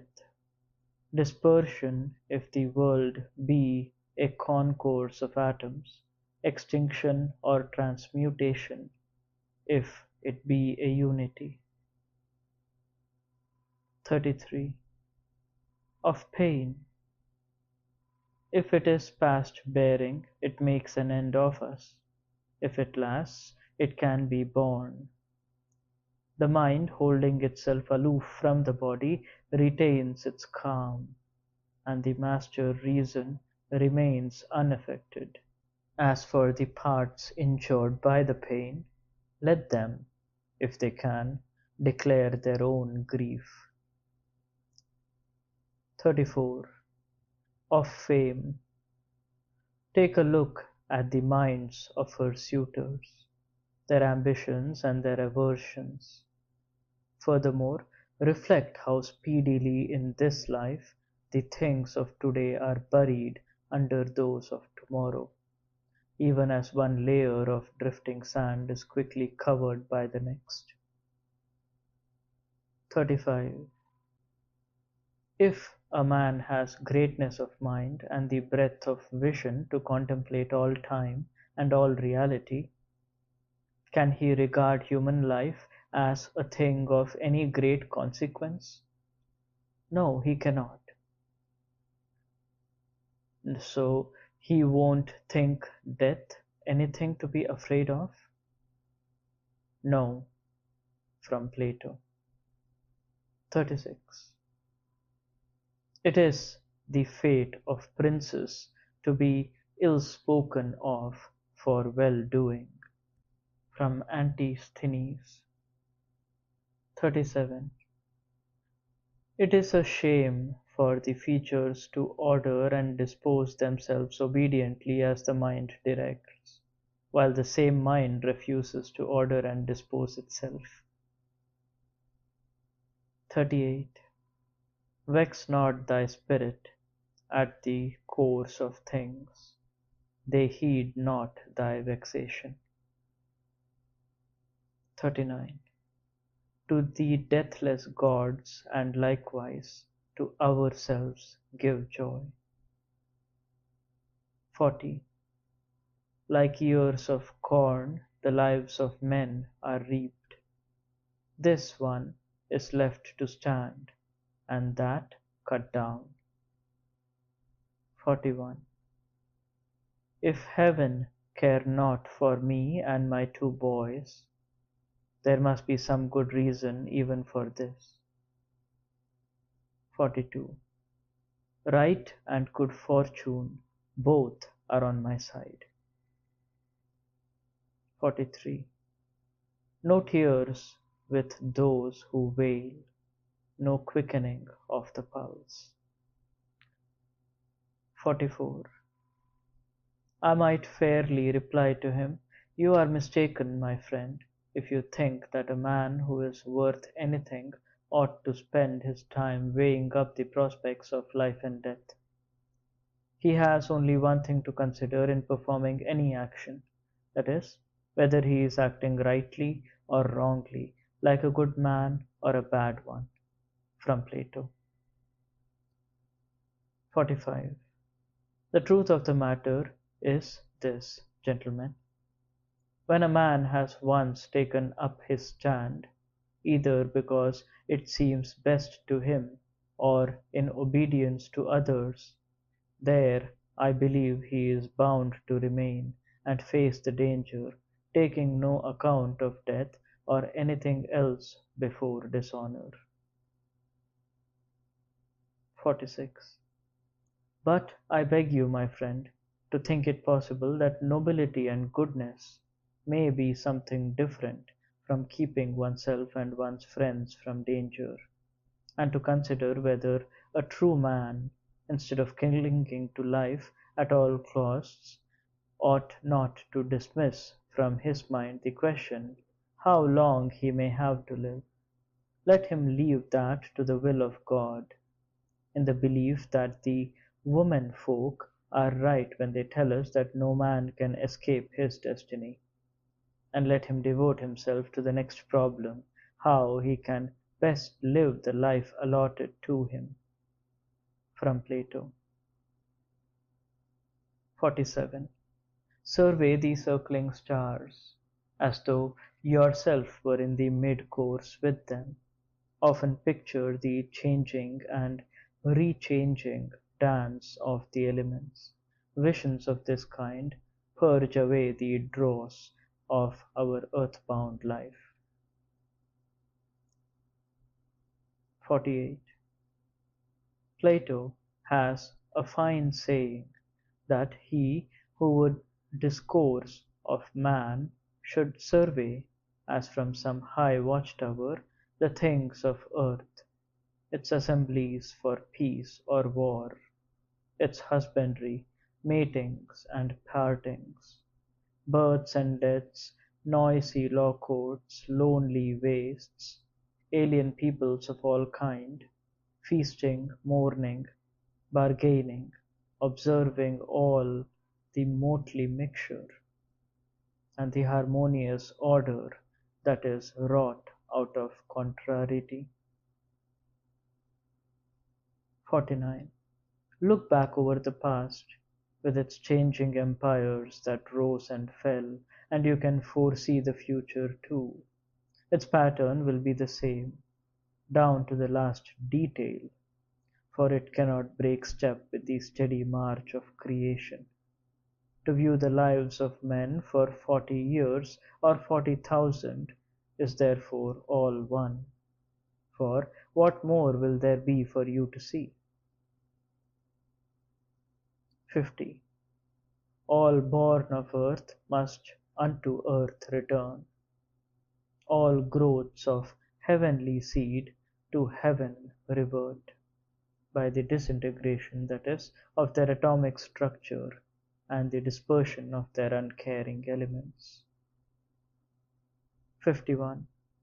What turn aside with meats and drinks and charms the tides of destiny, and so escape death? The gales that blow from God must needs be faced with laboring oars and uncomplaining hearts. 52.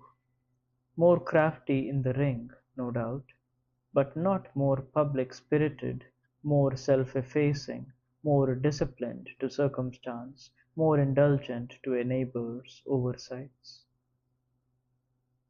53. If a deed can be accomplished to accord with that reason which men share with gods, there is nothing to fear. Where a chance of service presents itself by some action that will go smoothly forward in obedience to the laws of our being, we need look for no harm. 54. In your power at all times and places there lies a pious acceptance of the day's happenings, a just dealing towards the day's associates, and a scrupulous attention to the day's impressions, lest any of them gain an entrance unverified. 55. Cast no side glance at the instincts governing other men, but keep your eyes fixed on the goal whereto nature herself guides you. The world nature speaking through circumstance, and your own nature speaking through the calls of duty. The acts of man should accord with his natural constitution, and while all other things are constituted for the service of rational beings, in accordance with the general law by which the lower exist for the good of the higher, these latter are constituted to serve one another. Chief of all features in a man's constitution, therefore, is his duty to his kind. Next, after that comes his obligation to resist the murmurs of the flesh, for it is the particular office of his reason and intellect to maintain such a fence around their own workings that they are not overborne by those of the senses or the impulses, both of which are animal in quality. Mind demands the premier place, and will not bow to their yoke, and rightly so, since nature has formed it to make use of all the rest. And thirdly, the constitution of a rational being should make him incapable of indiscretion, and proof against imposture. Let but reason, the helmsman, steer a straight course, holding fast by these three principles, and be sure it will come by its own. 56. Take it that you have died today, and your life story is ended, and henceforward regard what further time may be given to you as an uncovenanted surplus, and live it out in harmony with nature. 57. Love nothing but that which comes to you woven in the pattern of your destiny, for What could more aptly fit your needs? 58. In any predicament, have before your eyes the case of other men who greeted a like crisis with indignation, astonishment, and outcry. Where are they now? Nowhere. Then why wish to follow their example? Rather, leave another's humours to their own master or servant, and give all your attention to turning the event itself to some good account. In this way you will be making the best use of it, and it will serve you as working material. In every action let your own self-approval be the sole aim, both of your effort and of your intention, bearing in mind that the event itself which prompted your action is a thing of no consequence to either of them. 59. Dig within. There lies the well-spring of good. Ever dig, and it will ever flow. 56. Also let your bodily carriage be firm, and without contortions, whether in motion or at rest, as the mind reveals itself in the face by keeping the features composed and decent, so the same should be required of it in respect of the whole body. All this, however, must be ensured without any sort of affectation. 61. The art of living is more like wrestling than dancing, inasmuch as it, too, demands a firm and watchful stance against any unexpected onset. 62. Always get to know the characters of those whose approval you wish to earn, and the nature of their guiding principles. Look into the sources of their opinions and their motives, and then you will not blame any of their involuntary offences, or feel the want of their approbation. 63. No soul, it has been said, forfeits truth wilfully, and the same holds good for justice, self-control, kindliness, or any other virtue. Nothing needs to be kept in mind more constantly than this. It will help you to greater gentleness in all your dealings with people. 64.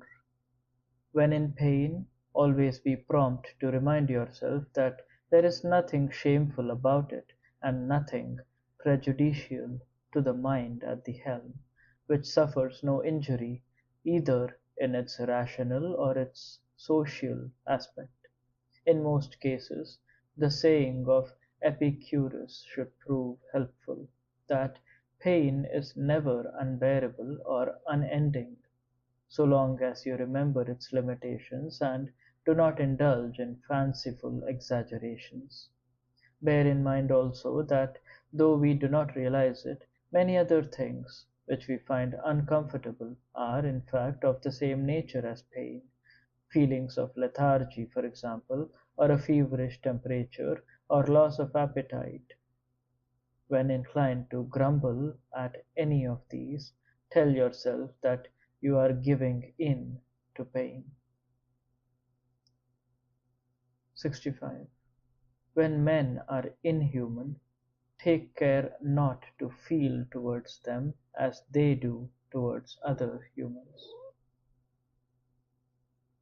66. How do we know that Teleagus may not have been a better man than Socrates? It is all very well to argue that Socrates died a finer death, or disputed more acutely with the Sophists, who stood up more hardily to the rigours of a frosty night, that he spiritedly resisted the order to arrest Leon of Salamis, or stalked the streets in majesty, though the truth of this last may well be questioned, But the real point to consider is, what kind of a soul did he have? Did he ask nothing more than to be found just towards men and pure before the gods? Did he avoid either resentment at the vices of others or submission to their ignorance? Did he accept what destiny assigned to him, not looking on it as something unnatural, nor suffering it as an unbearable affliction, nor allowing his mind to be influenced by the experiences of the flesh? 67. Nature has not blended mind so inextricably with body as to prevent it from establishing its own frontiers and controlling its own domain. It is perfectly possible to be godlike, even though unrecognized as such. Always keep that in mind.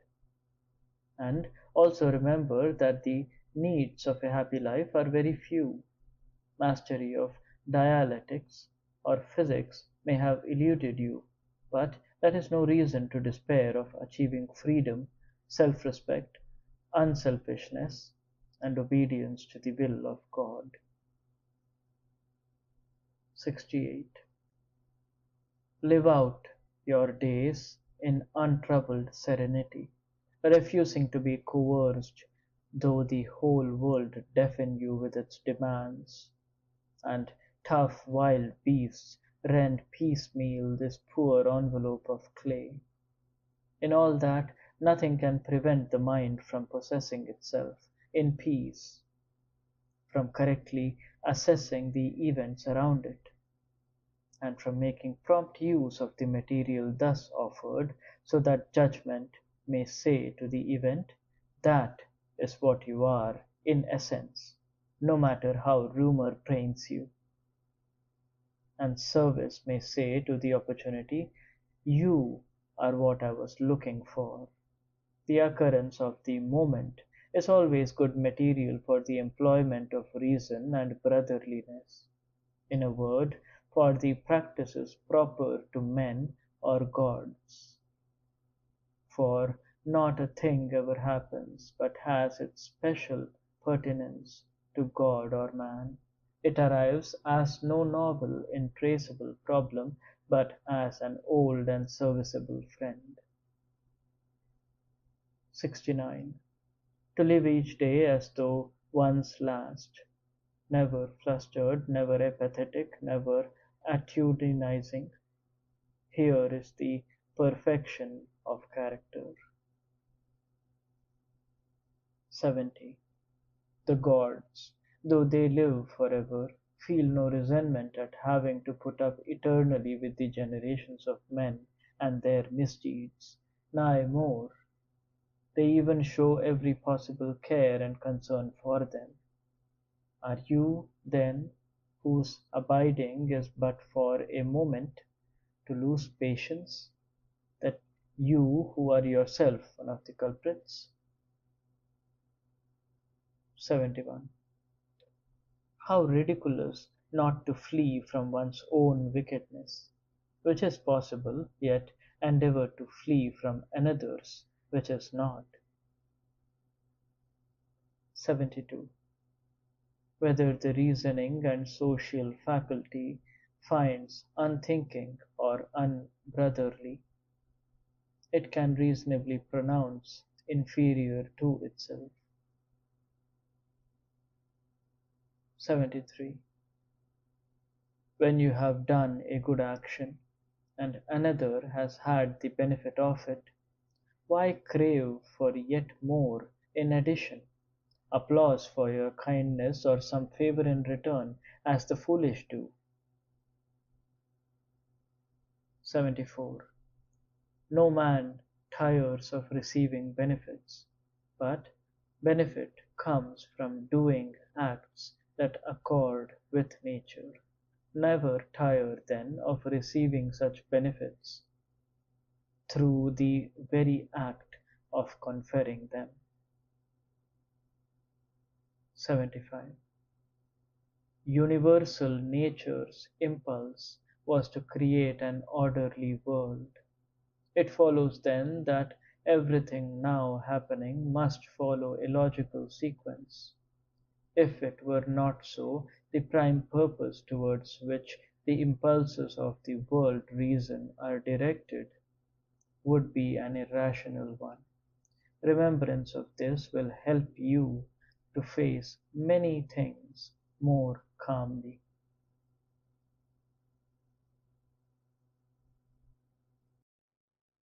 Book 8 1.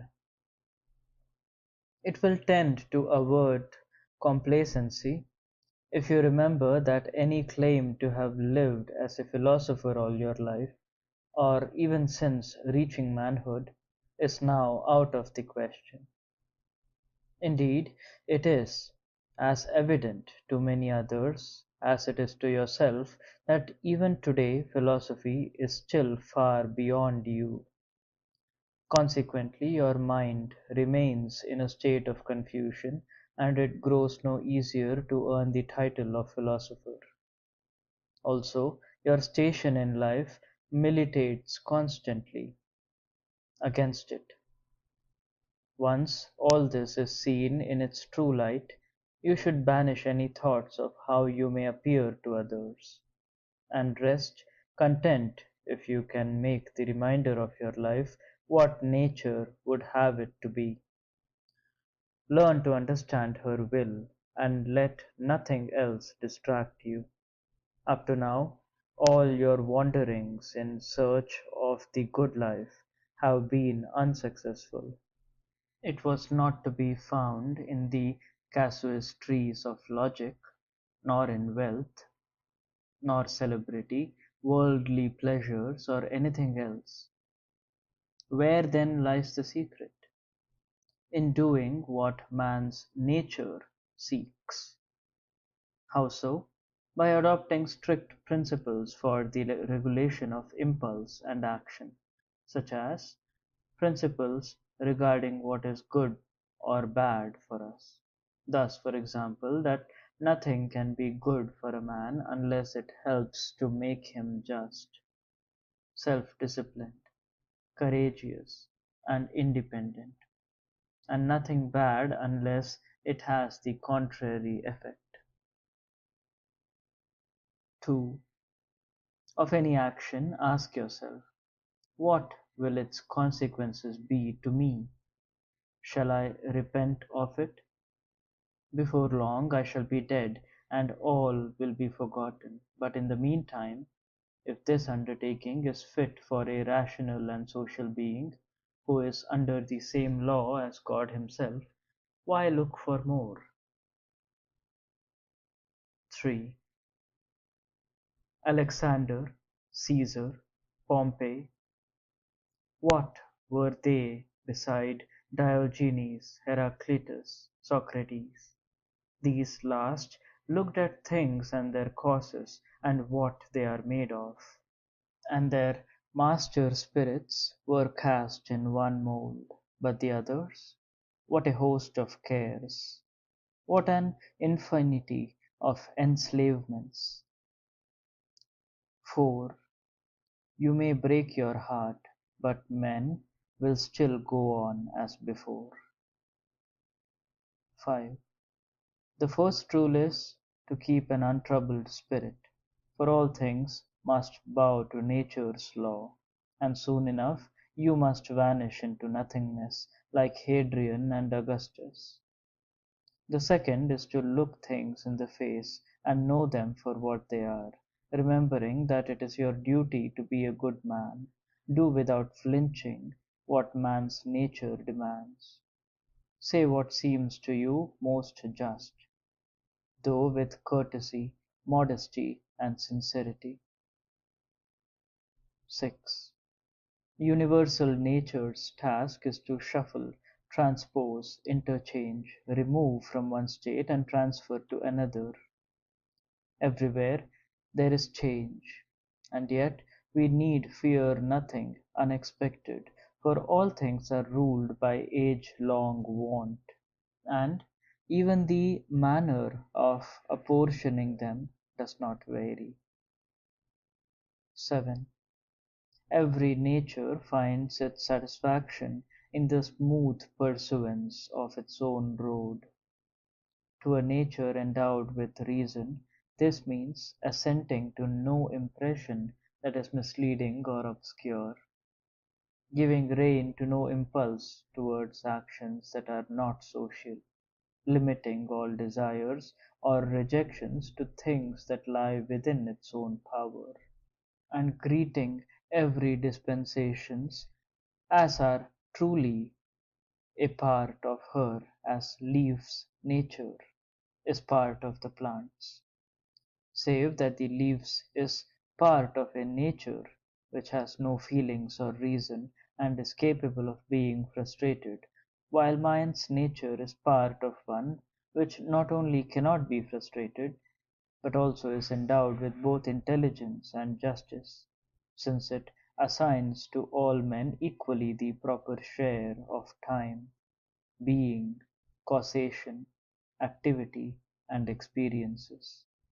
Do not look to find this equality, though, in any exact correspondence between one man and another in every particular, but rather in a general comparison of them both in their eternity. 8. You cannot hope to be a scholar, but what you can do is to curb arrogance. What you can do is to rise above pleasures and pains. You can be superior to the lure of popularity. You can keep your temper with the foolish and ungrateful. Yes, you can even care for them. 9. Let no one, not even yourself, ever hear you abusing court life again. 10. Repentance is remorse for the loss of some hopeful opportunity. Now, what is good is always helpful and must be the concern of every good man, but an opportunity of pleasure is something no good man would ever repent as having let pass. It follows therefore that pleasure is neither good nor helpful. 11. Ask yourself, what is this thing in itself, by its own special constitution? What is it in substance and in form and in matter? What is its function in the world? For how long does it subsist? 12. When it is hard to shake off sleep, remind yourself that to be going about the duties you owe society is to be obeying the laws of man's nature and your own constitution, whereas sleep is something we share with the unreasoning brute creation. And furthermore, the obedience to one's own nature is the more proper, the more suitable, and indeed the more agreeable course. 13. If possible, make it a habit to discover the essential character of every impression, its effect on the self, and its response to a logical analysis. 14. No matter whom you meet, always begin by asking yourself, what are his views on the goodness or badness of things? For then, if his beliefs about pleasure and pain and their causes, or about repute and disrepute, or life and death, are of a certain type, I shall not be surprised or scandalized to find his actions in keeping with them. I shall tell myself that he has no choice. 15. Nobody is surprised when a fig tree brings forth figs. Similarly, we ought to be ashamed of our surprise when the world produces its normal crop of happenings. A physician or a shipmaster would blush to be surprised if a patient proves feverish or a wind contrary. 16.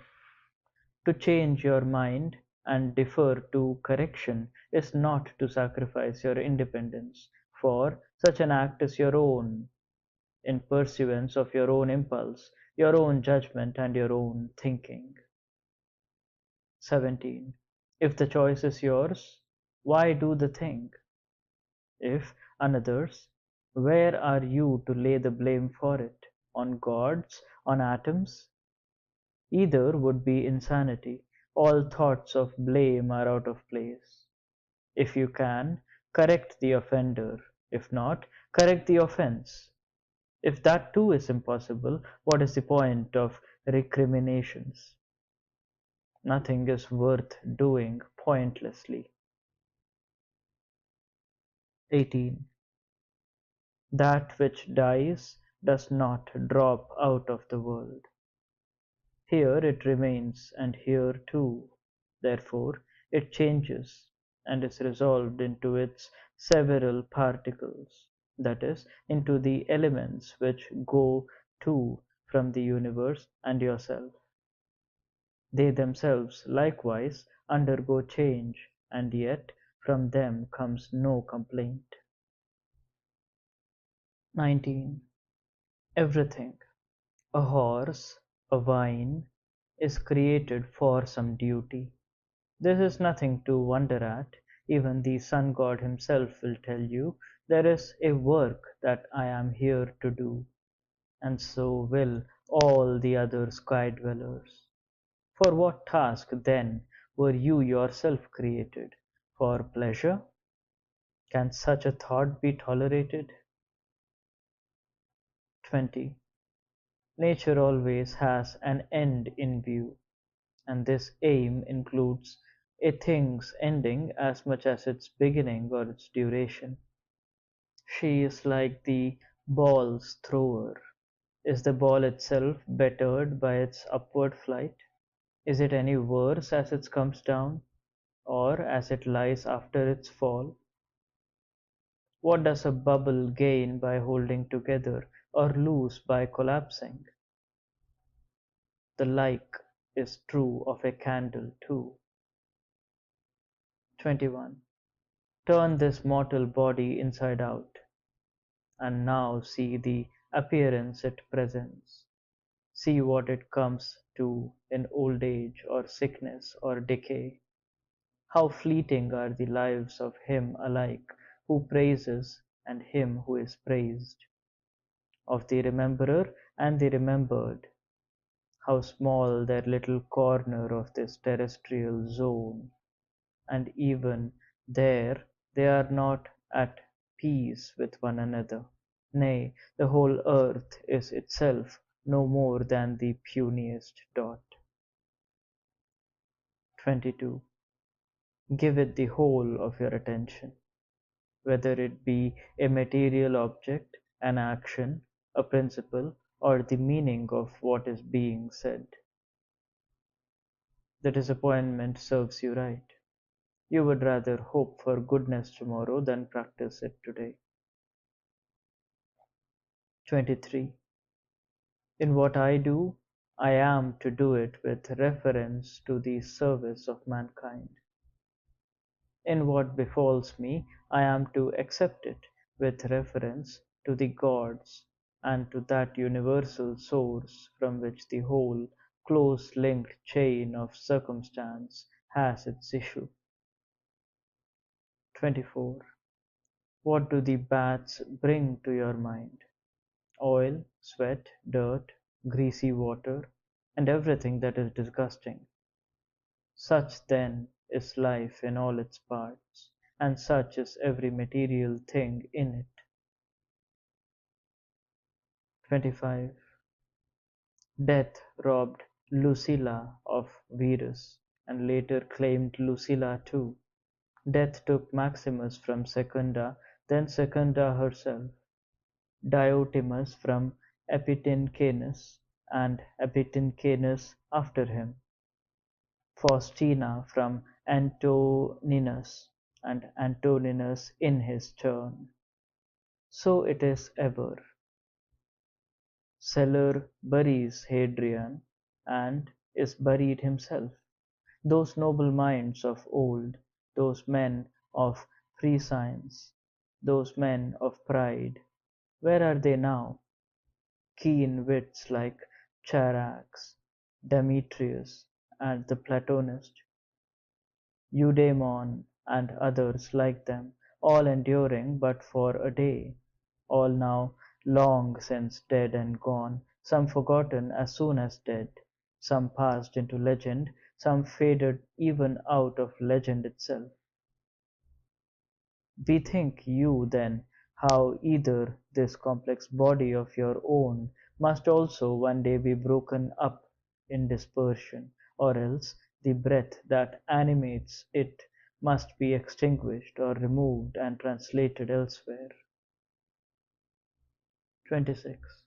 A man's true delight is to do the things he was made for.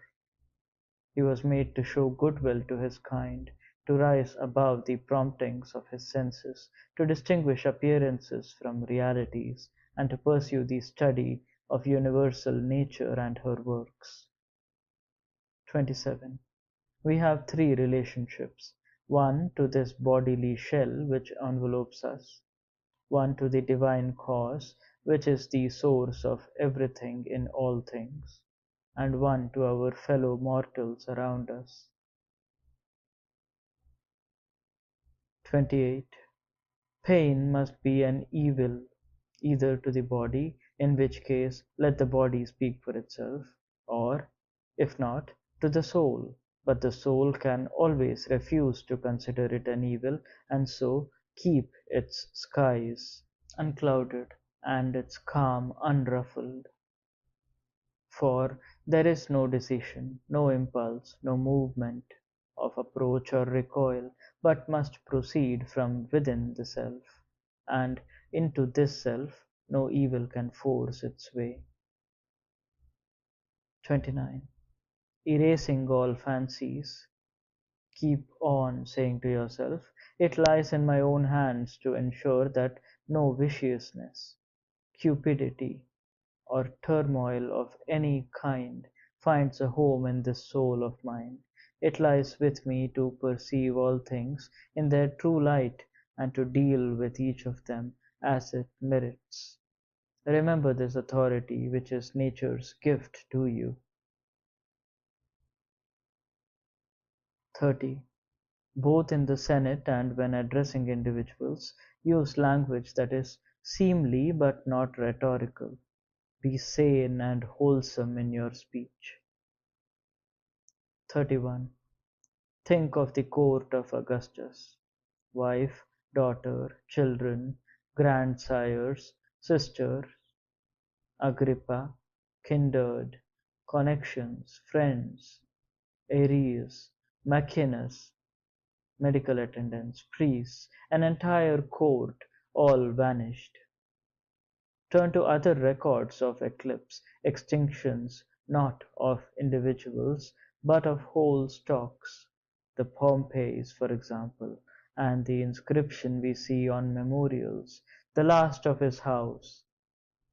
Think of all the pains taken by their predecessors to leave an heir after them, and yet in the end someone must be the last, and one more whole race has perished. 32. Your every separate action should contribute towards an integrated life, and if each of them, so far as it can, does its part to this end, be satisfied, for that is something which nobody can prevent. There will be interferences from without, you say? Even so, they will not affect the justice, prudence, and reasonableness of your intentions. No, but some kind of practical action may be prevented, perhaps. Yet, if you submit to the frustration with a good grace, and are sensible enough to accept what offers itself instead, you can substitute some alternative course which will be equally consistent with the integration we are speaking of. 33. Accept modestly, surrender gracefully. 34. You have perhaps seen a severed hand or foot, or a head lying by itself apart from its body. That is the state to which a man is doing his best to reduce himself, when he refuses to accept what befalls him and breaks away from his fellows, or when he acts for selfish ends alone. Then you become an outcast from the unity of nature. Though born a part of it, you have cut yourself away with your own hand. Yet here is the beautiful thought, that it still lies in your own power to reunite yourself. No other part of creation has been so favored by God with permission to come together again, after once being surrendered and divided. Behold then his goodness, with which he has dignified man. He has put it in his power not only to initially keep to himself in spirit from the whole, but afterwards, if separated, to return and be reunited and resume his membership as before. 35. When the nature of all things rational equipped each rational being with his powers, one of the faculties we received from her hand was this, that just as she herself transmutes every obstacle or opposition, fits it into its place in destiny's pattern, and assimilates it into herself, so a rational being has power to turn each hindrance into material for himself, and use it to set forward his own endeavors. 36. Never confuse yourself by visions of an entire lifetime at once. That is, do not let your thoughts range over the whole multitude and variety of the misfortunes that may befall you, but rather, as you encounter each one, ask yourself, what is there unendurable, so insupportable in this? You will find that you are ashamed to admit defeat. Again, remember that it is not the weight of the future or the past that is pressing upon you, but ever that of the present alone. Even this burden, too, can be lessened if you confine it strictly to its own limits, and are severe enough with your mind's inability to bear such a trifle. 37. Are Panthea or Pergamus still sitting to this day by the tomb of Verus, Chabrias or Diotimus by Hadrian's? Ridiculous! And supposing they were, would the dead be sensible of it? Or, if sensible, pleased? Moreover, even if the dead themselves were pleased, could the mourners for their part be expected to go on living forever? Were not they likewise doomed to become old men and old women, and to pass away in their turn? And then, what could the mourned do when their mourners were no more? And all this for nothing more than a bag full of stench and corruption. 38. In the words of Crito the sage, if thou hast eyes to see, then see. 39. In the constitution of a rational being, I find no virtue implanted for the combating of justice, but I do find self-control implanted for the combating of pleasure.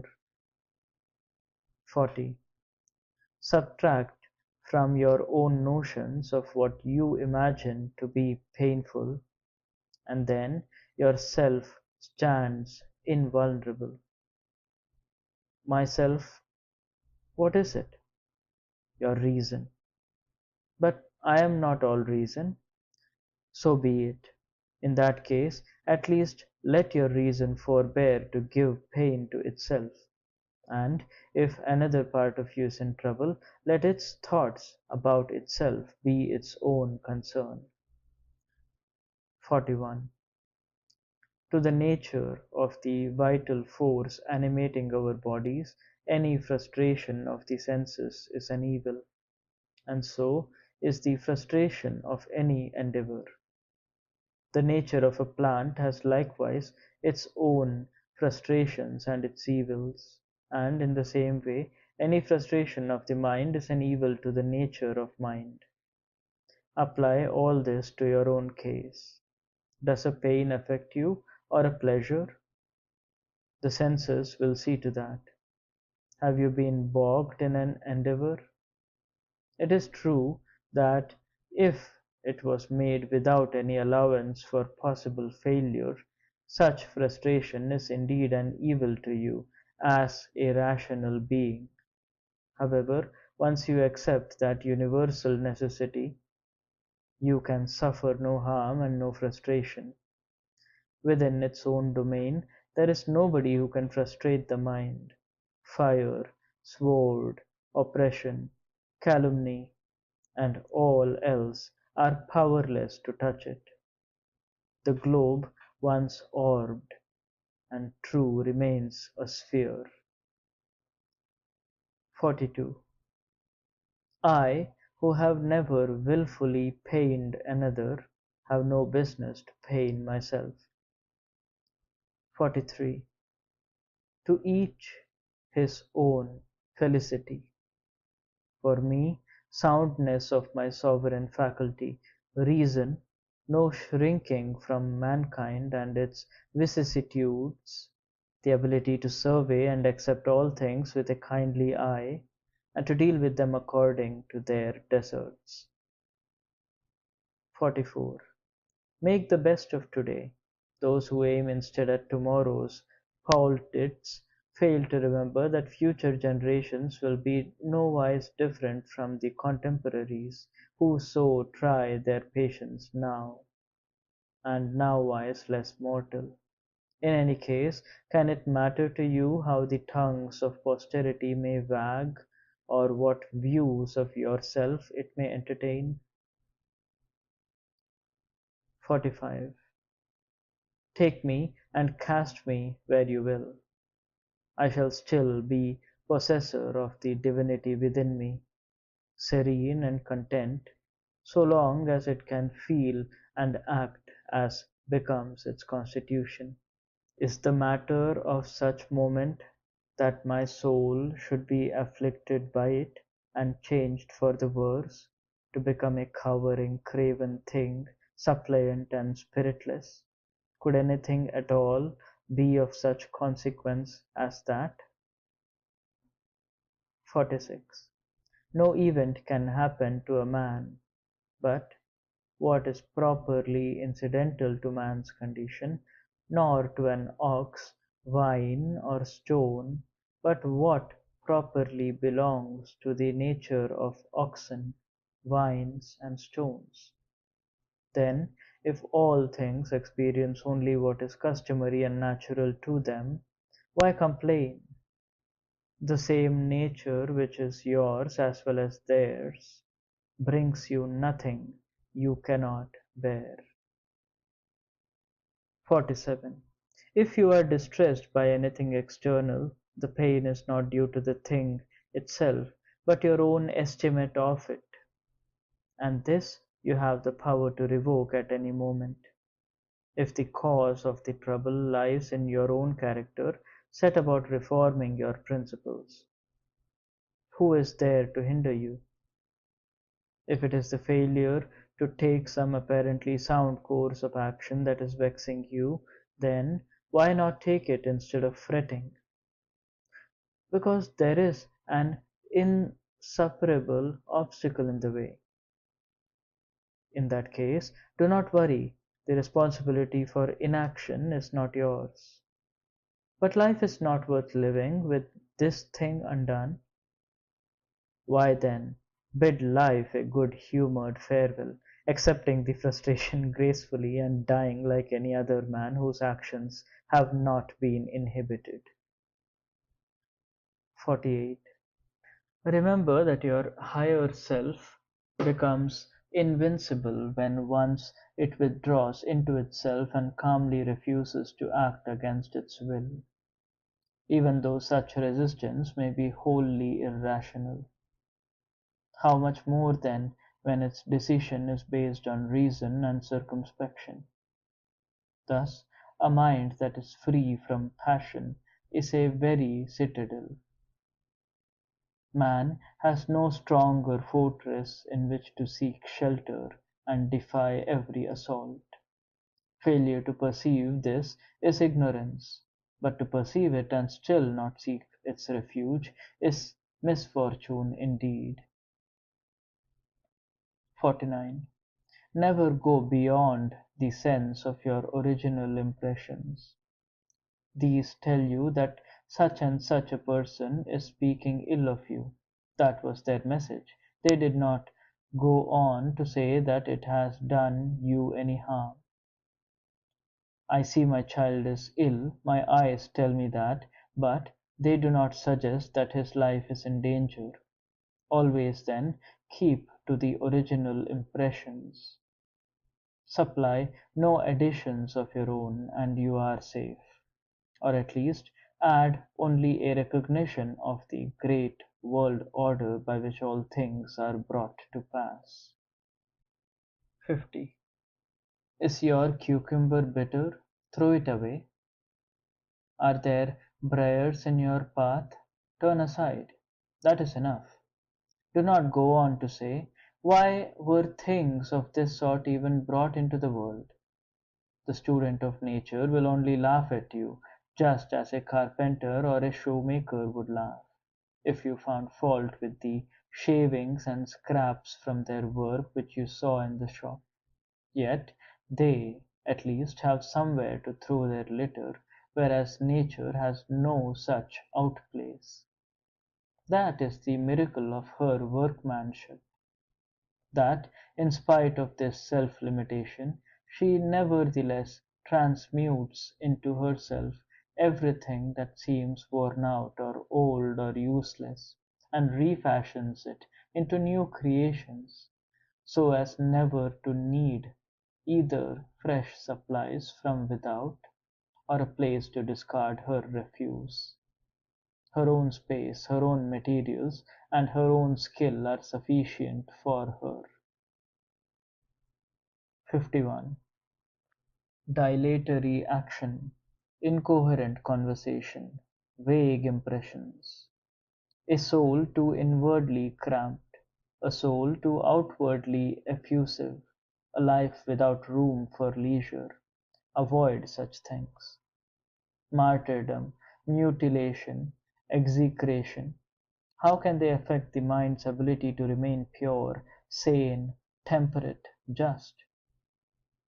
A man may stand by a clear spring of sweet water and heap abusive words upon it, yet it still goes on, welling up fresh and wholesome.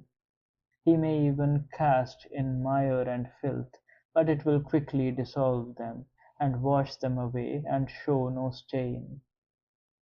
How be-laud yourself of such a perennial fountain, by safeguarding the right to be your own master, every hour of the day, in all charity, simplicity, and modesty. 52. Without an understanding of the nature of the universe, a man cannot know where he is. Without an understanding of its purpose, he cannot know what he is, nor what the universe itself is. Let either of these discoveries be hid from him, and he will not be able so much as to give a reason for his own existence. So what are we to think of anyone who cares to seek or shun the applause of the shouting multitudes, when they know neither where they are nor what they are? 53. Would you wish for the praise of one who thrice an hour calls down curses on his own head? Would you please one who cannot even please himself? And how can a man be pleased with himself when he represents of, well, Nigh everything he does. 54. As your breathing partakes of the circumfluent air, so let your thinking partake of the circumfluent mind. For there is a mental force, which, for him who can draw it to himself, is no less ubiquitous and all-pervading than is the atmosphere for him who can breathe it. 55. The general wickedness of mankind cannot injure the universe, nor can the particular wickedness of one man injure a fellow man. It harms none but the culprit himself, and he can free himself from it as soon as he so chooses. 56. My neighbour's will is of no greater concern to my will than his breath or his flesh. No matter how much we are made for one another, still each man's self has its own sovereign rights. Otherwise my neighbour's wickedness would become my evil, and God has not willed this, lest the ruin of my happiness should lie at another's disposal. 57. The sun is seen to pour down and expand itself in all directions, yet is never exhausted. For this downpouring is but a self-extension. Sunbeams, in fact, derive their very name from a word signifying to be extended. To understand the property of a sunbeam, watch the light as it streams into a darkened room, through a narrow chink. It prolongs itself forward in a straight line until it is held up by encountering some solid body which blocks its passage to the air beyond, and then it remains at rest there without slipping off or falling away. The emission and the diffusion of thought should be the counterpart of this, not exhausting, but simply extending itself, not dashing violently or furiously against the obstacles it encounters, nor yet falling away in despair, but holding its ground and lighting up that upon which it rests. Failure to transmit it is mere self-deprivation of light. 58. He who fears death either fears to lose all sensation or fears new sensations. In reality, you will either feel nothing at all and therefore nothing evil, or else, if you can feel any new sensations, you will be a new creature and so will not have ceased to have life. 59. Men exist for each other, then either improve them or put up with them. 60. An arrow travels in one fashion, but the mind in another. Even when the mind is feeling its way cautiously and working round a problem from every angle, it is still moving directly onwards and making for its goal. 61. Enter into the ruling principle of your neighbour's mind, and suffer him to enter into yours.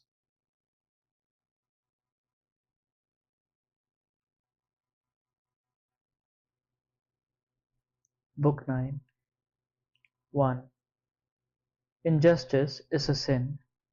Nature has constituted rational beings for their own mutual benefit, each to help his fellows according to their worth, and in no wise to do them hurt, and to contravene her will is plainly to sin against this eldest of all the deities. Untruthfulness, too, is a sin, and against the same goddess. For nature is the nature of existence itself, and existence connotes the kinship of all created beings. Truth is but another name for this nature, the original creator of all true things.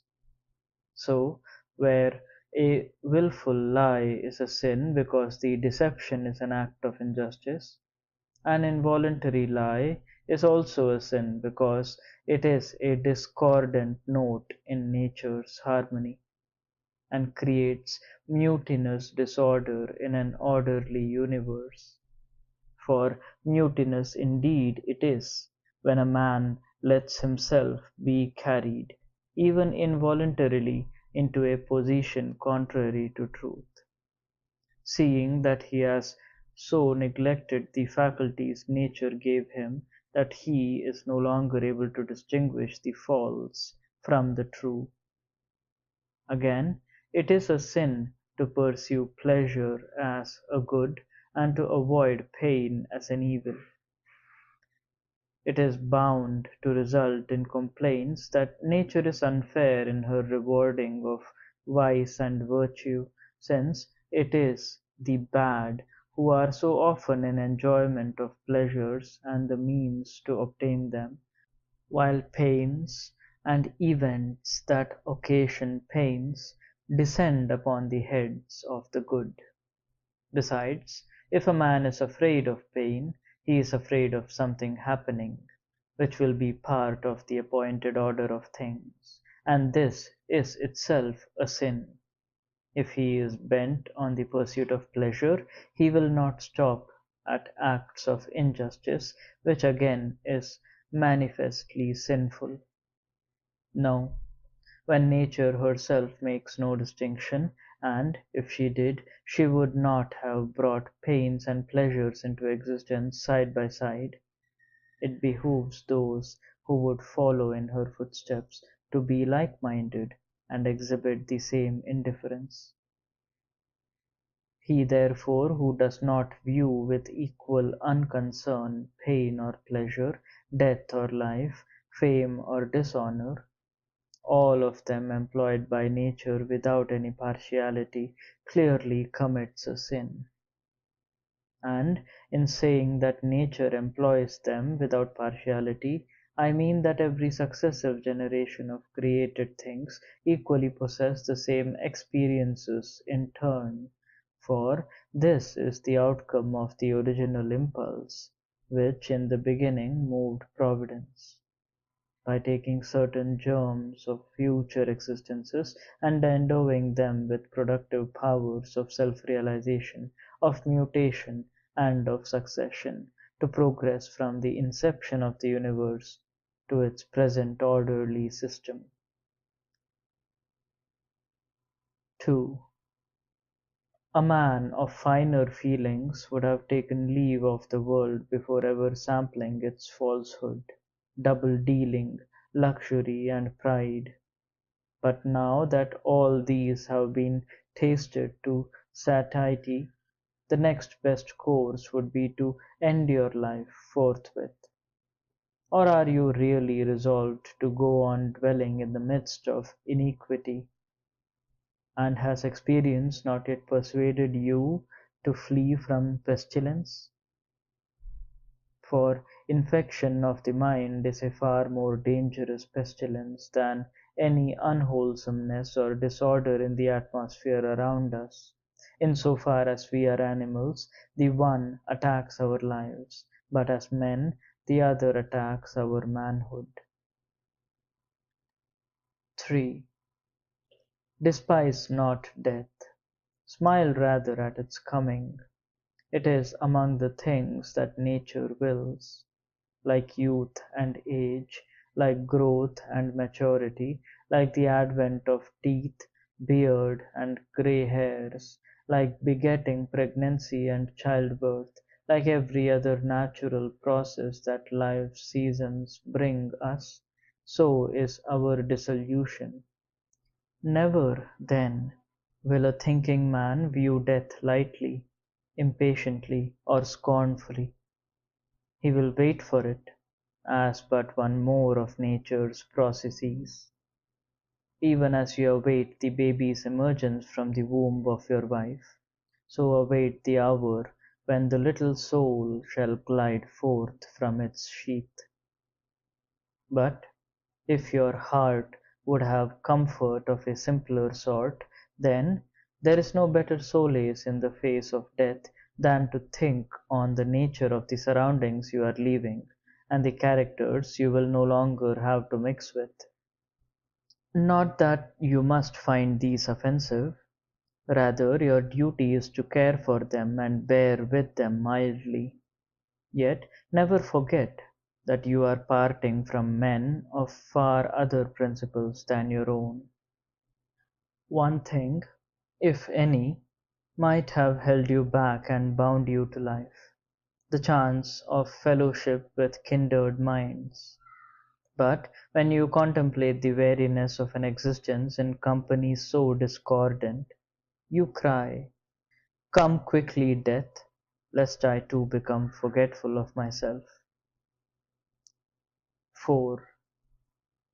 The sinner sins against himself, the wrongdoer wrongs himself, becoming the worse by his own action. 5. A man does not sin by commission only, but often by omission. 6. Enough if your present opinion be grounded in conviction, your present action grounded in unselfishness, and your present disposition contented with whatever befalls you from without. 7. Erase fancy, curb impulse, quench desire, let sovereign reason have the mastery. 8. A single life principle is divided amongst all irrational creatures, and a single mind principle distributed among the rational, just as this one earth gives form to all things earthy, and just as all of us who have sight and breath see by the self same light, and breathe of the self same air. 9. All things that share the same element tend to seek their own kind. Things earthy gravitate towards earth; things aqueous flow towards one another; things aerial likewise, whence the need for the barriers which keep them forcibly apart. The tendency of flames is to mount skyward, because of the elemental fire; even here below they are so eager for the company of their own kind that any sort of material, if it be reasonably dry, will ignite with ease, since there is only a minority of its ingredients which is resistant to fire. In the same way, therefore, all portions of the universal mind are drawn towards one another. More strongly indeed, since, being higher in the scale of creation, their eagerness to blend and combine with their affinities is proportionately keener. This instinct for reunion shows itself in its first stage among the creatures without reason, when we see bees swarming, cattle herding, birds nesting in colonies, and couples mating, because in them soul has already emerged, and in such relatively higher forms of life as theirs the desire for union is found at a level of intensity which is not present in stones or sticks.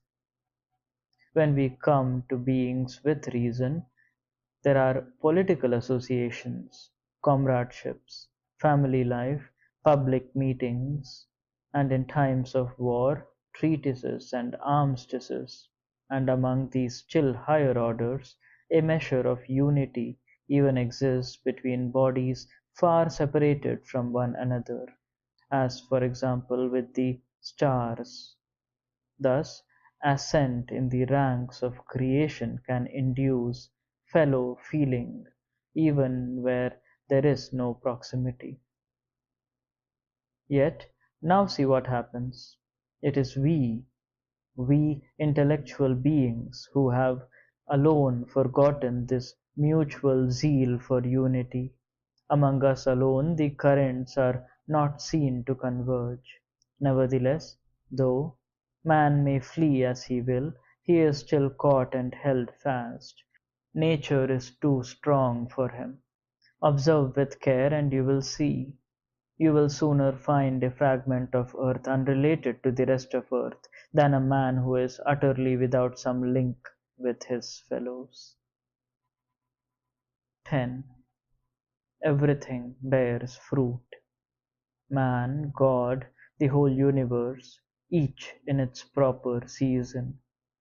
No matter that the phrase is restricted in common use to vines and such like.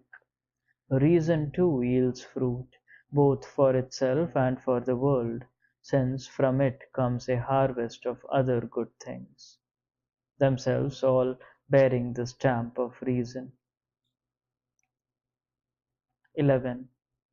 Teach them better, if you can.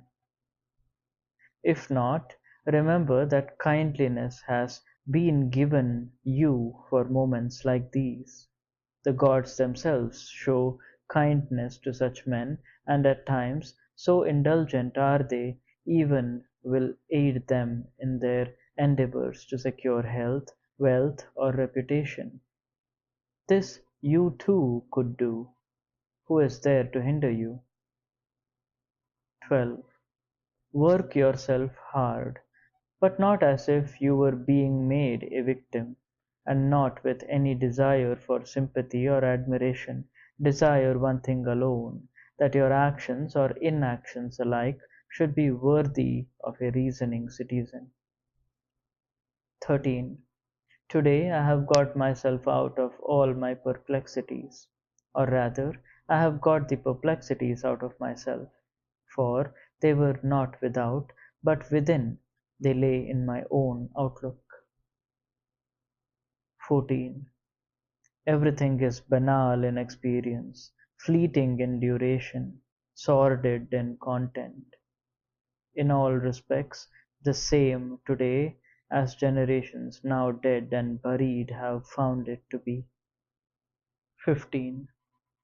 Facts stand wholly outside our gates. They are what they are, and no more. They know nothing about themselves, and they pass no judgment upon themselves. What is it, then, that pronounces the judgment? Our own guide and ruler, reason. 16. A rational and social being is not affected in himself for either better or worse by his feelings, but by his will, just as his outward behavior, good or bad, is the product of will, not of feelings. 17. For the thrown stone, there is no more evil in falling than there is good in rising. 18. Penetrate into their inmost minds, and you will see what manner of critics you are afraid of, and how capable they are of criticizing themselves. 19. All things are in process of change. You yourself are ceaselessly undergoing transformation and the decay of some of your parts, and so is the whole universe. 20. Leave another's wrongdoing where it lies. 21. In the interruption of an activity, or the discontinuance and, as it were, death of an impulse or an opinion, there is no evil. Look back at the phases of your own growth: childhood, boyhood, youth, age, each change itself a kind of death. Was this so frightening? Or take the lives you lived under your grandfather, and then under your mother, and then under your father. Trace the numerous differences and changes and discontinuances there were in those days, and ask yourself, were they so frightening? No more so, then, is the cessation, the interruption, the change from life itself. 22. Your own mind, the mind of the universe, your neighbor's mind, be prompt to explore them all, your own, so that you may shape it to justice. The universe's, that you may recollect what it is you are a part of. Your neighbor's, that you may understand whether it is informed by ignorance or knowledge, and also may recognize that it is kin to your own. 23. As a unit yourself, you help to complete the social whole, and similarly, therefore, your every action should help to complete the social life. Any action which is not related either directly or remotely to this social end disjoins that life and destroys its unity.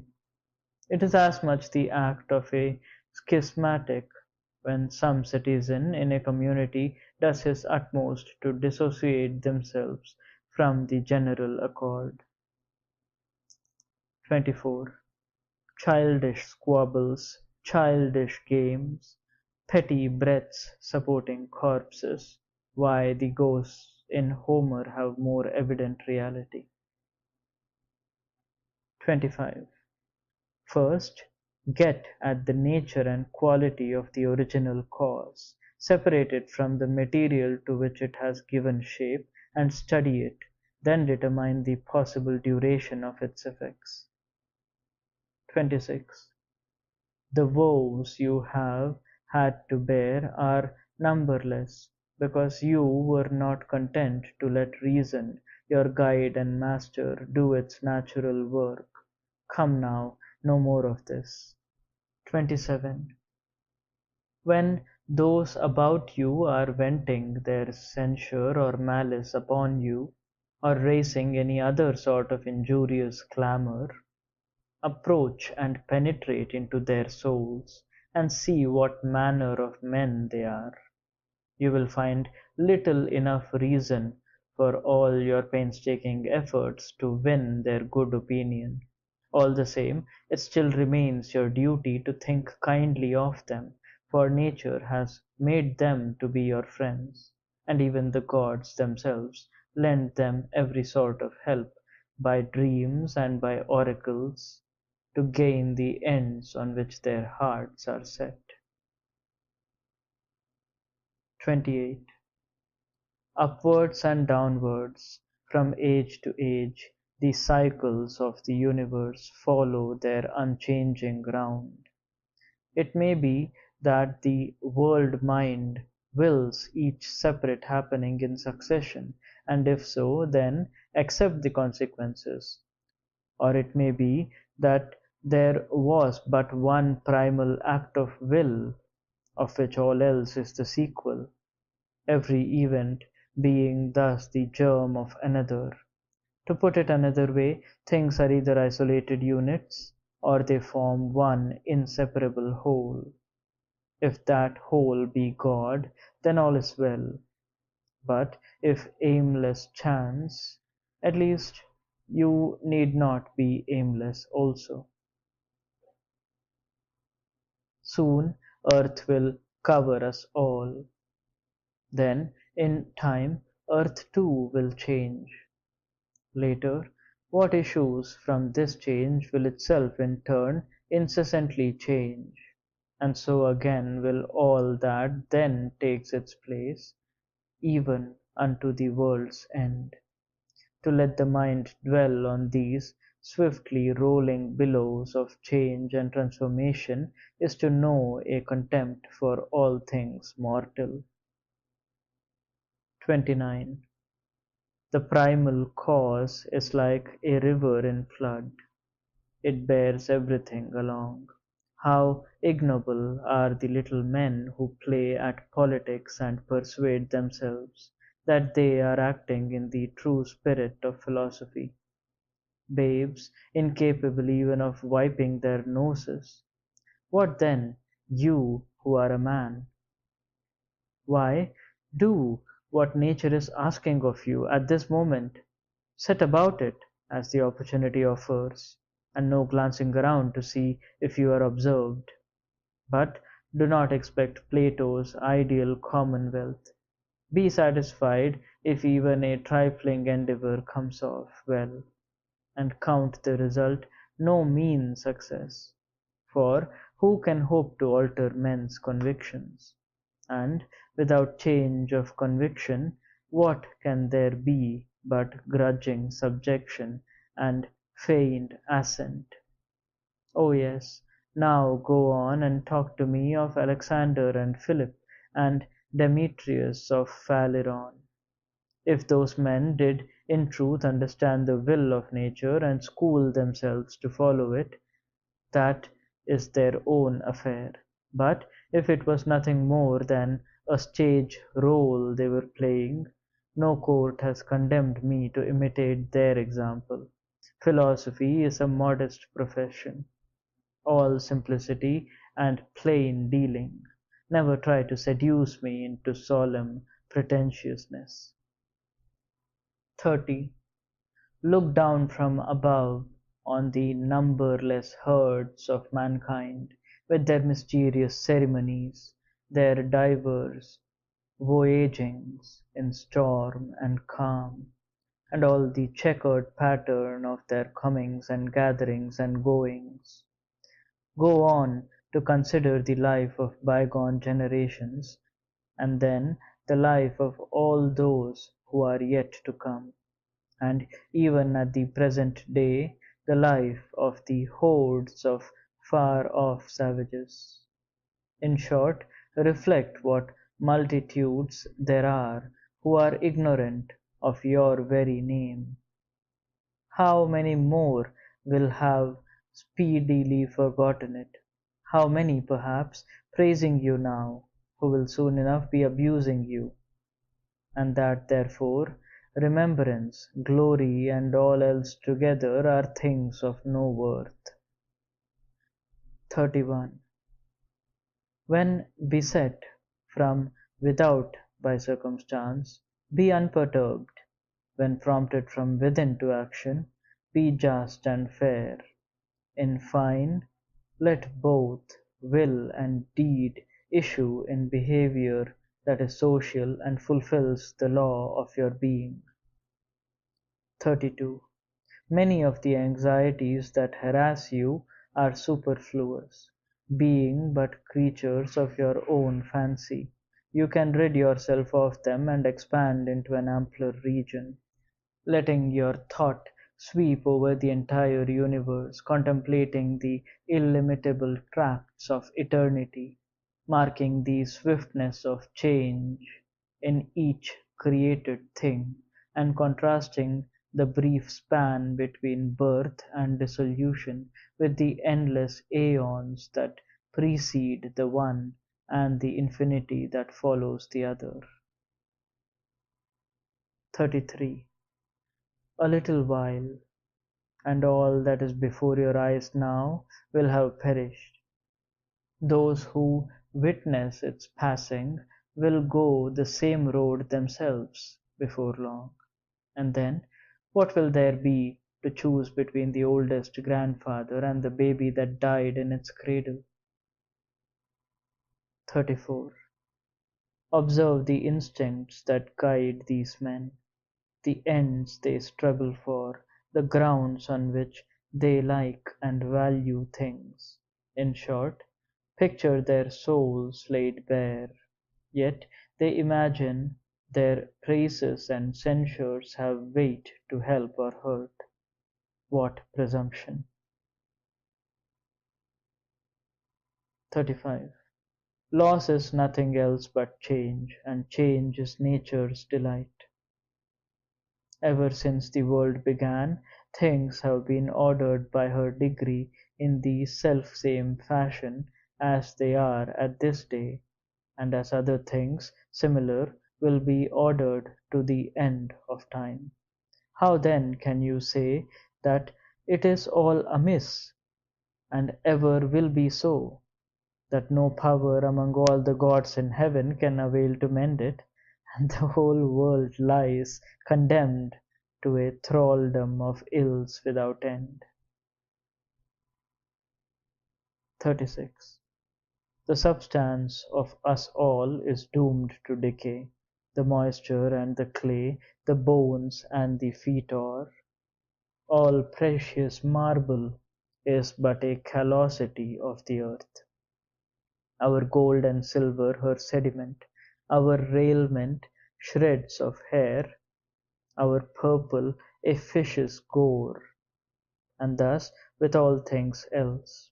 So too is the very breath of our lives, ever passing, as it does, from this one to that. 37. Enough of this miserable way of life, these everlasting grumbles, these monkey antics. Why must you agitate yourself so? Nothing unprecedented is happening. So what is it that disturbs you? The form of it? Take a good look at it. The matter of it? Look well at that too. Beyond form and matter, there is nothing more. Even at this late hour, set yourself to become a simpler and better man in the sight of the gods. For the mastering of that lesson, 3 years are as good as 100. 38. If he sinned, the harm is his own. Yet perhaps, after all, he did not. 39. Either things must have their origin in one single intelligent source, and all fall into place to compose, as it were, one single body, in which case no part ought to complain of what happens for the good of the whole, or else the world is nothing but atoms, and their confused minglings and dispersions.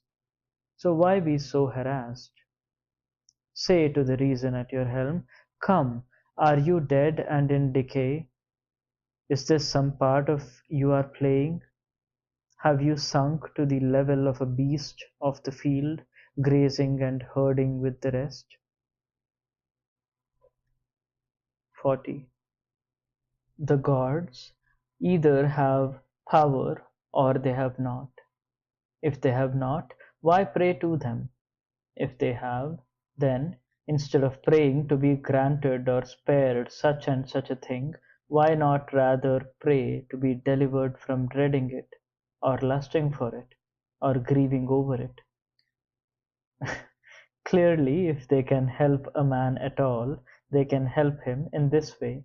You will say, perhaps, but all that is something they have put in my own power. Then surely it were better to use your power and be a free man than to hanker like a slave and a beggar for something that is not in your power. Besides, who told you the gods never lend their aid even towards things that do lie in our own power? Begin praying in this way, and you will see. Where another man prays, grant that I may possess this woman, let your own prayer be, grant that I may not lust to possess her. Where he prays, grant me to be rid of such and such a one, you pray, take from me my desire to be rid of him. Where he begs, spare me the loss of my precious child, beg rather to be delivered from the terror of losing him. In short, give your petitions a turn in this direction, and see what comes. 41. When I was sick, says Epicurus, I never used to talk about my bodily ailments. I did not, he says, discuss any topics of that kind with my visitors. I went on dealing with the principles of natural philosophy, and the point I particularly dwelt on was how the mind, while having its part in all these commotions of the flesh, can still remain unruffled and pursue its own proper good. Nor, he adds, did I give the doctors a chance to brag of their own triumphs. My life merely went on its normal way, smoothly and happily. In sickness, then, if you are sick, or in trouble of any other kind, be like Epicurus. Never let go of your hold on philosophy for anything that may befall, and never take part in the nonsense that is talked by the ignorant and uninstructed. This is a maxim on which all schools agree. Concentrate wholly on the task before you and on the instrument you possess for its accomplishment. 42. When you are outraged by somebody's impudence, ask yourself at once, can the world exist without impudent people? It cannot. So do not ask for impossibilities. That man is simply one of the impudent whose existence is necessary to the world. Keep the same thought present whenever you come across roguery, double-dealing, or any other form of obliquity. You have only to remind yourself that the type is indispensable, and at once you will feel kindlier towards the individual. It is also helpful if you promptly recall what special quality nature has given us to counter such particular faults. For there are antidotes with which she has provided us. Gentleness to meet brutality, for example, and other correctives for other ills. Generally speaking, too, you have the opportunity of showing the culprit his blunder, for everyone who does wrong is failing of his proper objective, and is thereby a blunderer. Besides, what harm have you suffered? Nothing has been done by any of these victims of your irritation that could hurtfully affect your own mind. And it is in the mind alone that anything evil or damaging to the self can have reality. What is there wrong or surprising, after all, in a boor behaving boorishly?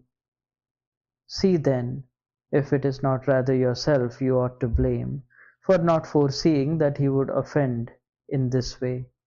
You, in virtue of your reason, had every means for thinking it probable that he would do so. You forget this, and now his offence takes you by surprise. When you are indignant with anyone for his perfidy or ingratitude, turn your thoughts first and foremost upon yourself, for the error is clearly in your own. If you have put any faith in the good faith of a man of that stamp, or when you have done him a kindness, if it was not done unreservedly, and in the belief that the action would be its own full reward. Once you have done a man a service, what more would you have? Is it not enough to have obeyed the laws of your own nature without expecting to be paid for it? That is like the eye demanding a reward for seeing or the feet for walking. It is for that very purpose that they exist, and they have their due in doing what they were created to do. Similarly, man is born for deeds of kindness, and when he has done a kindly action, or otherwise served the common welfare, he has done what he was made for, and has received his quittance. Book 10. 1.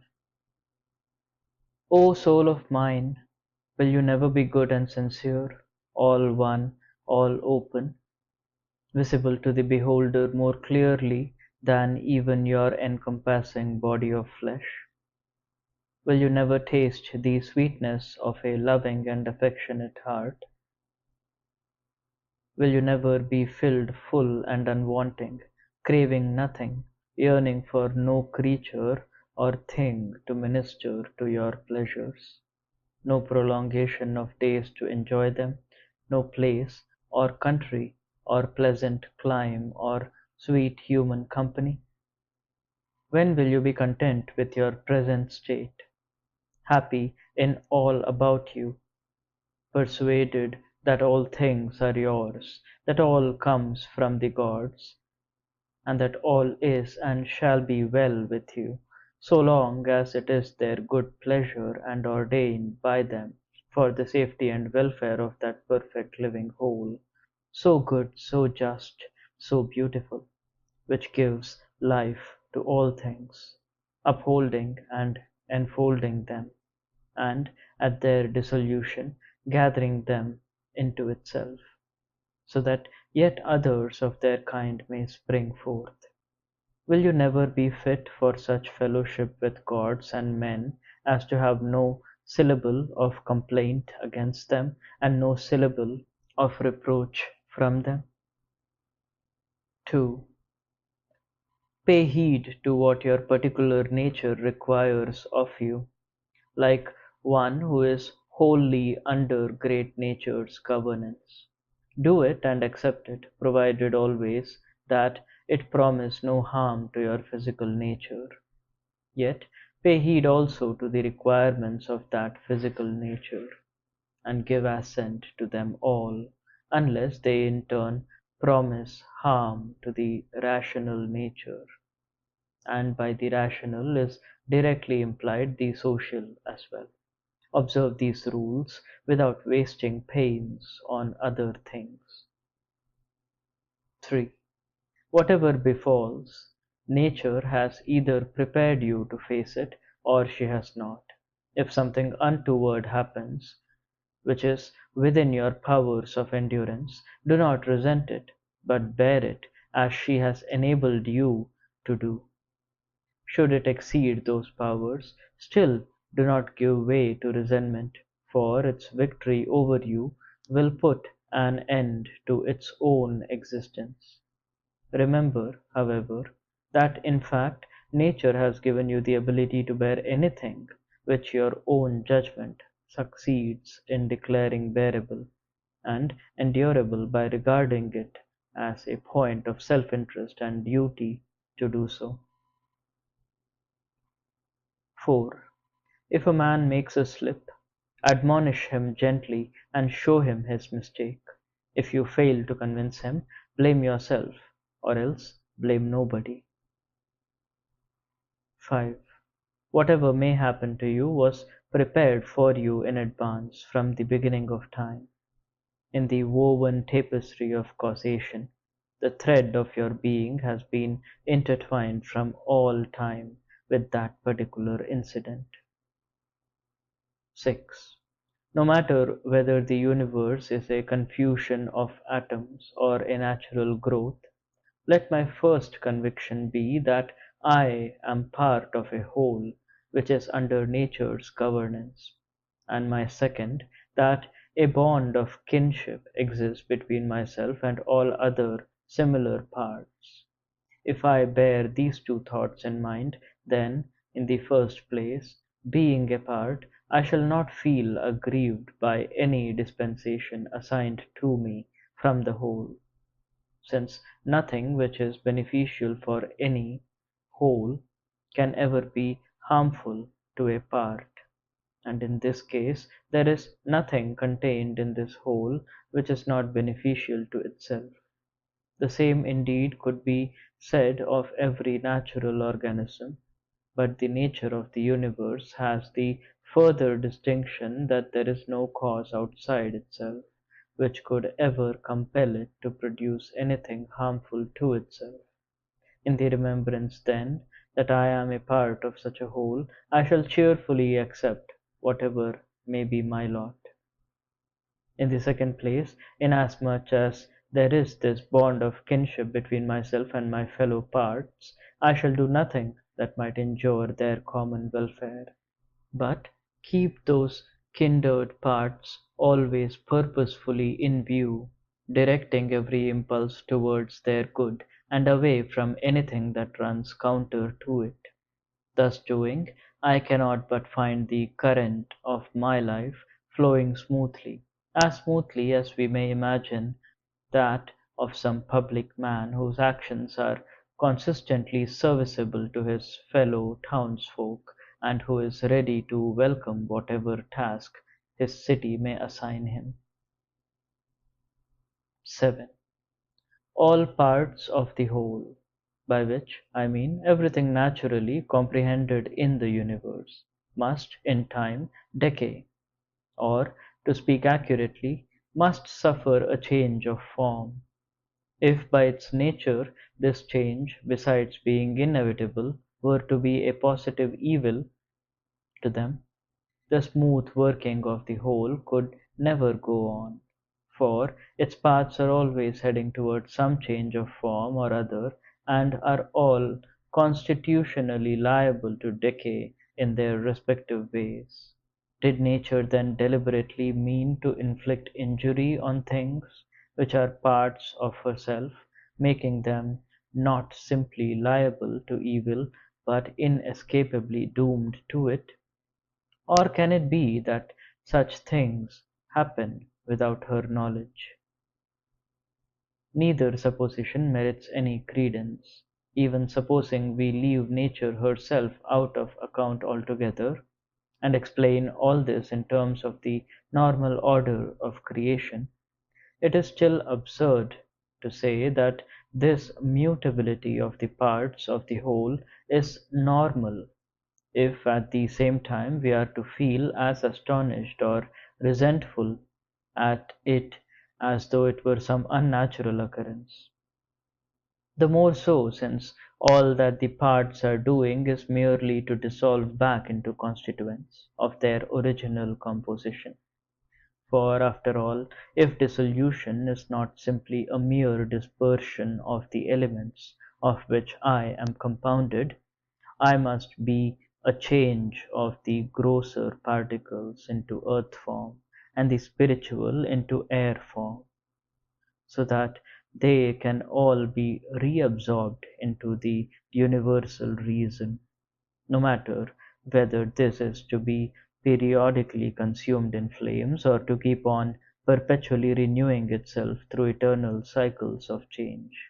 Observe, however, that these particles, gross and spiritual, must not be imagined to be those which we received at birth, seeing that our entire present structure has derived its increment from meats eaten and air breathed no longer ago than yesterday or the day before.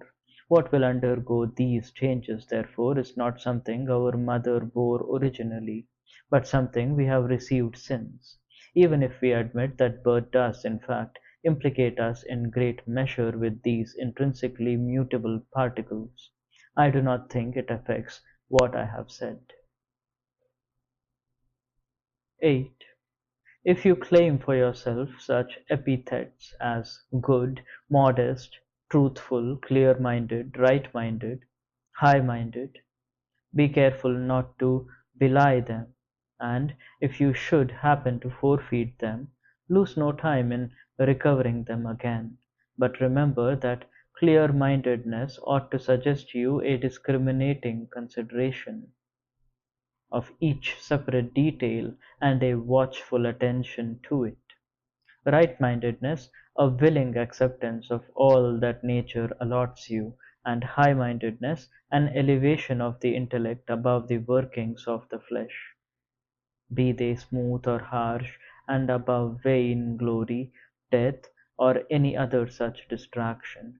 Live up to these designations, though, without craving to have them applied to you by others, and you will be a different man and enter upon a different life. To go on in your present state, continuing to be torn and soiled by an existence like this, is the way of a fool and a faint heart. It smacks of the horseman who has been mangled by beasts in the arena and covered with blood and bruises, and yet still pleads to be kept till the morrow, when he will only be flung again, wounds and all, to the same teeth and claws. So step on board this little raft of attributes, and if you can contrive it, stay there as though transported to the Isles of the Blessed. But if you feel yourself drifting and unable to hold your course, pluck up heart and make for some quiet haven where you will be able to hold your own, or even bid farewell to life altogether, not in a passion, but simply, freely, and unassumingly, with at least this one success in life to your credit, a seemly departure from it. In order to keep those attributes ever in mind, it will be helpful greatly not to forget the gods, to remember that what they desire is not to be flattered, but that everything which has reason should become like themselves, and also to recollect that a fig tree is that which does a fig tree's work, a dog that which does a dog's, a bee a bee's, and a man a man's. 9. Day by day, the buffoonery, quarreling, timidity, slothfulness, and servility that surround you will conspire to efface from your mind those hallowed maxims it apprehends so unphilosophically and dismisses so carelessly. What duty requires of you is to observe each single thing, and perform each action in such a manner that, while the practical demands of the situation are fully met, the powers of thought are at the same time fully exercised, and also to maintain in reserve, but never lost to sight, the self-confidence of one who has mastered every relevant detail. Are you never going to attain to the happiness of a real integrity and dignity, of an understanding which comprehends the inmost being of each thing, its place in the world order, the term of its natural existence, the structure of its composition, and to whom it belongs, or who has the power of bestowing or withdrawing it? 10. A spider is proud of catching a fly, so is one man of trapping a hare, or another of netting a sprat, or a third of capturing boars, or bears, or Sarmatians. If you go into the question of principles, are these anything but robbers, one and all? 11. Make a habit of regularly observing the universal process of change. Be assiduous in your attention to it, and school yourself thoroughly in this branch of study. There is nothing more elevating to the mind.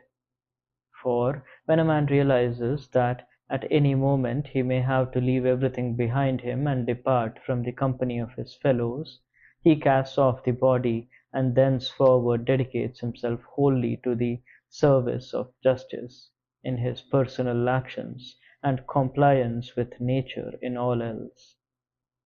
No thought is wasted on what others may say or think of him or practice against him. Two things alone suffice him: justice in his daily doings, and contentment with all fate's apportionings. Every care, every distraction is laid aside. His only ambition is to walk in the straight paths of law, and by doing so to become a follower of God. 12.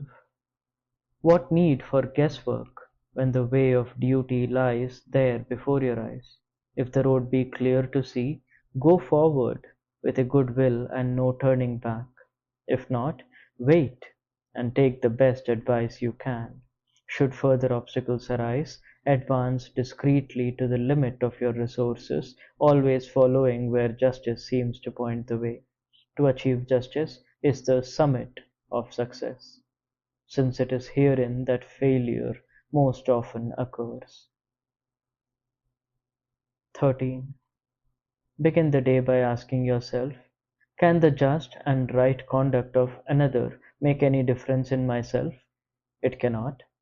Men who are arrogantly ready with their praise or censure, remember, are the same in their private lives, in bed and at board. Recall the things they do, the things they avoid or run after, and the thieveries and depredations they commit, not indeed with hands and feet, but with that most precious of all their possessions, which, if a man but will it so, is the source of faith, modesty, truth, law, and the good estate of the divinity within him. 14.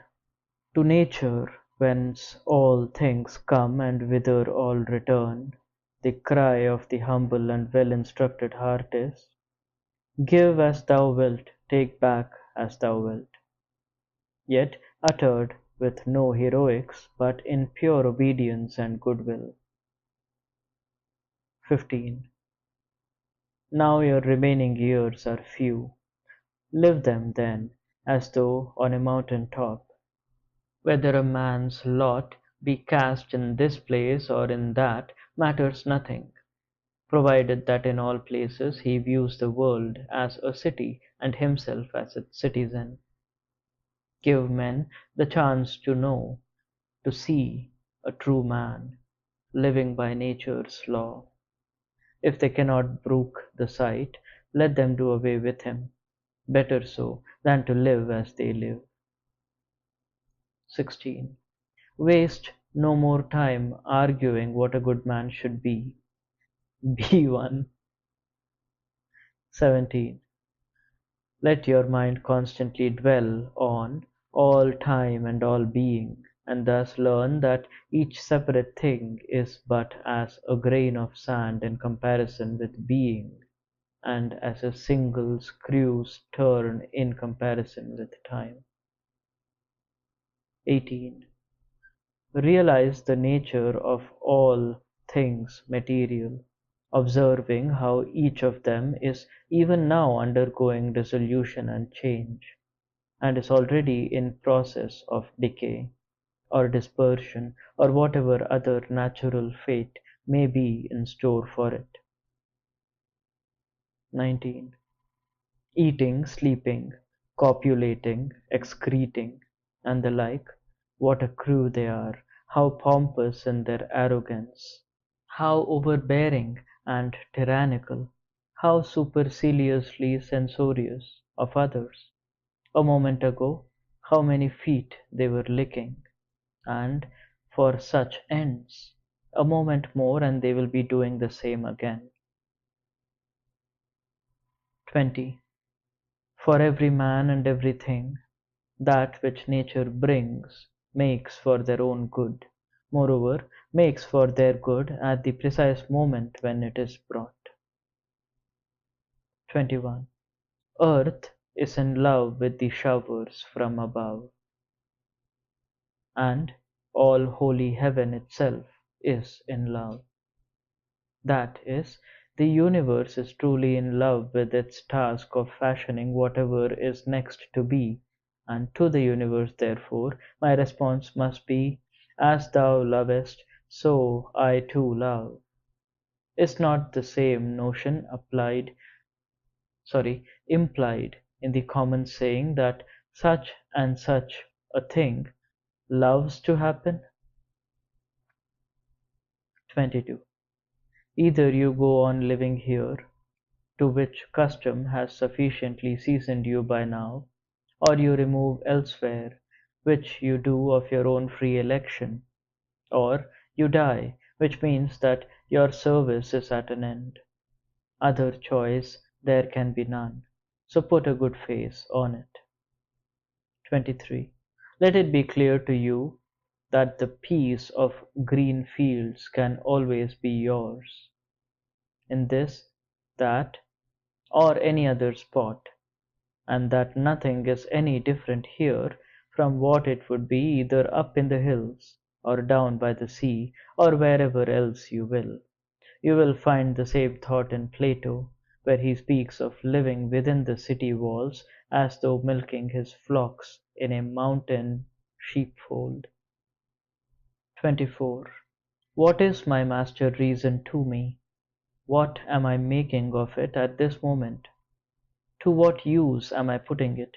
Is it showing itself devoid of sense? Is it becoming divorced and dissevered from the ties of fellowship? Has it grown so involved and so identified with the flesh as to reflect that flesh's veerings and vacillations? 25. A servant who breaks loose from his master is a runaway. For us, our master is law, and consequently any lawbreaker must be a runaway. But grief, anger, or fear are all of them rejections of something which, in the past or the present or the future, has been decreed by the power that directs the universe, in other words by law, which allots to every creature its due. To give way to fear or grief or anger, therefore, is to be a runaway. 26. A man drops seed into the womb and passes on. Thereafter another cause takes it up, sets to work, and begins to perfection a baby. What a transformation! The same man puts food down his throat, and once more some other cause takes it over and converts it into sensation and motion, and in short into life, vigour, and other products, both many and various. Consider these processes which are wrought out in such mysterious ways, and discern the power at work there, in the same way as we discern the forces which attract objects earthwards or upwards, not with the eye, that is, and yet no less clearly. 27. Reflect often how all the life of today is a repetition of the past, and observe that it also presages what is to come. Review the many complete dramas and their settings, all so similar, which you have known in your own existence, or from bygone history, the whole court circle of Hadrian, for example, or the court of Antoninus, or the courts of Philip, Alexander, and Croesus.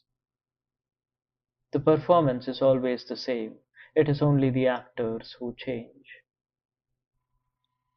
28. When you see a man showing annoyance or resentment at anything, think of a pig kicking and squealing under the sacrificial knife. Another who takes to his couch in solitude, silently lamenting over our thraldom, is in no better case. Reasonable beings alone are granted the power of a willing conformity with circumstance. The bare conformity by itself, stern necessity exacts from every creating thing. 29. Whatever you take in hand, pause at every step to ask yourself, is it the thought of forfeiting that this makes me dread death? 30. When another's fault offends you, turn to yourself and consider what similar shortcomings are found in you.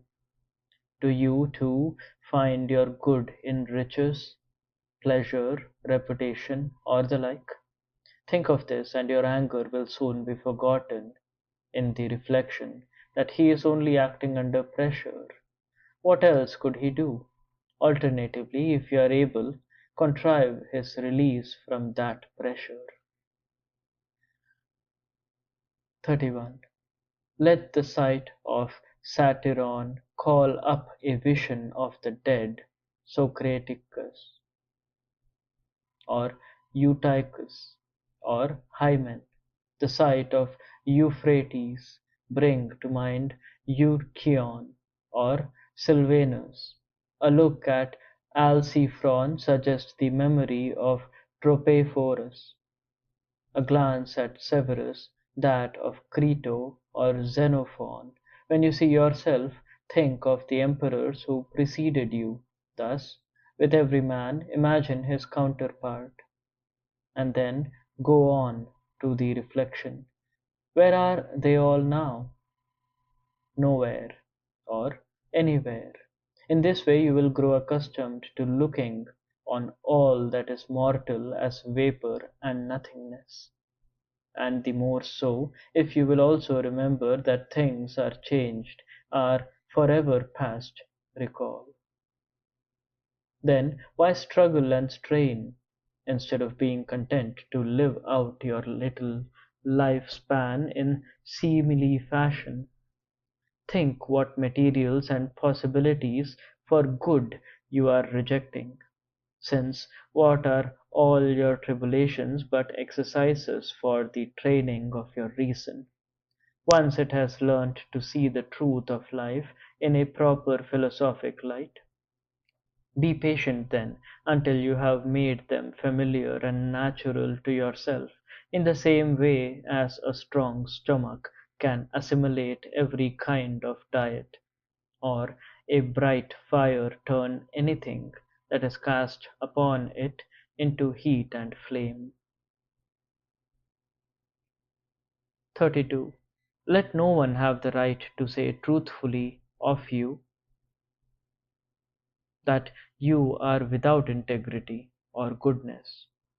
Should any think such thoughts, see that they are without foundation. This all depends upon yourself, for who else can hinder you from attaining goodness and integrity?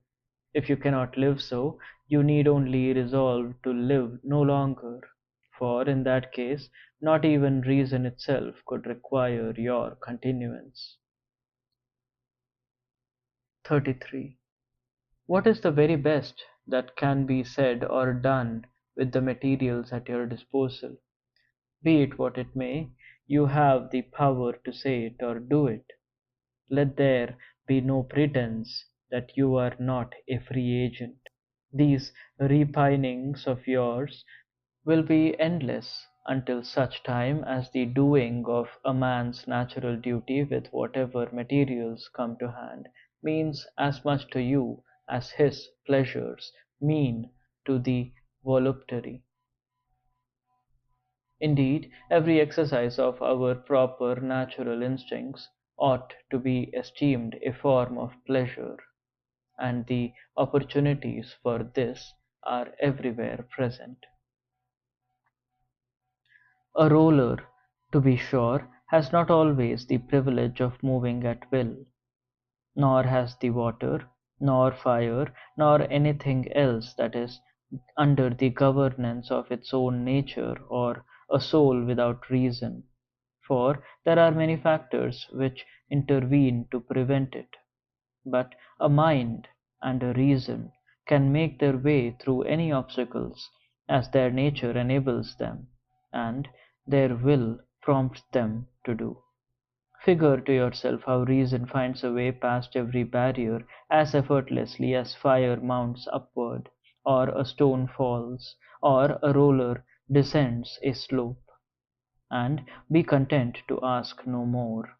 Interferences in any case must either affect the body alone, which is but an inanimate thing, or else be impotent to crush or injure us, unless assisted by our own preconceptions and the surrender of reason itself. If it were otherwise, their effect on the subject would be harmful, and though we know that throughout the rest of creation the occurrence of any mishap involves some worsening of its victim, yet in the case of a man we may say even that he becomes better and more praiseworthy by the right uses which he makes of adversity. In short, never forget that nothing can injure the true citizen if it does not injure the city itself, and nothing can injure the city unless it injures law. What we call mischances do no injury to law, and therefore cannot harm either city or citizen. 34. When true principles have once been etched into the mind, even the briefest commonplace will suffice to recall the futility of regrets or fears, such as, for example, what are the children of men but as leaves that drop at the wind's breath? Just such leaves were those beloved children of yours. Leaves, too, are the multitudes, those who would be convincing voices that scream their plaudits, hurl their curses, or sneer and scoff in secret. Leaves, again, are all they into whose hands your fame shall fall hereafter. One and all, they flower in the season of springtime. The gales lay them low, and anon the forest puts forth new verdure in their room. Impermanence is the badge of each and every one, and yet you chase after them, or flee from them, as though they were to endure for all eternity. A short time, and your eyes will close, and for the man who bears you to your grave, too, the tears will soon enough be falling. 35. The business of a healthy eye is to see everything that is visible, not to demand no color but green, for that merely marks a disordered vision. Likewise, hearing and scent, if healthy, should be alert for all kinds of sounds and odors, and a healthy stomach for all manner of meats, like a mill which accepts whatever grist it was fashioned to grind. In the same way, then, a healthy mind ought to be prepared for anything that may befall. A mind crying, "Oh, that my children be spared!" or "Oh, that the world might ring with praises of my every act!" is an eye craving for greenery, or a tooth craving for softness. 36. No man is so fortunate but that some who stand beside his deathbed will be hailing the coming loss with delight. He was virtuous, let us say, and wise. Even so, will there not be one at the end who murmurs under his breath, "At last we can breathe freely again without our master"? To be sure, he was never harsh with any of us, but I always felt that he had a silent contempt for us. Such is the fate of the virtuous. As for the rest of us, what a host of other good reasons there are to make not a few of our friends glad to be rid of us. Think of this when you come to die. It will ease your passing to reflect, I am leaving a world in which the very companions I have so toiled for, prayed for, and thought for, themselves wish me gone, and hope to win some relief thereby. Then how can any man cling to a lengthening of his days therein? Yet do not on that account leave with any diminished kindness for them. Maintain your own accustomed friendliness, goodwill, and charity, and do not feel the departure to be a wrench, but let your leave-taking be like those painless deaths in which the soul glides easily forth from the body. Before, nature had joined you to these men, and made you one with them. Now she looses the tie. I am loosed, then, as from my own kinsfolk, yet all unresisting and all unforced. It is simply one more of nature's ways. 37. At every action, no matter by whom performed, make it a practice to ask yourself, what is his object in doing this? But begin with yourself. Put this question to yourself first of all. 38. Remember, it is the secret force hidden deep within us that manipulates our strings. There lies the voice of persuasion, there the very life, there, we might even say, is the man himself. Never confuse it in your imagination with its surrounding case of flesh or the organs adhering thereto.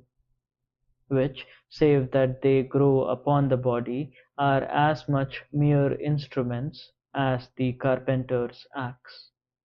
Without the agency that prompts or restrains their motions, the parts themselves are of no more service than her shuttle to the weaver, his pen to the writer, or his whip to the waggoner.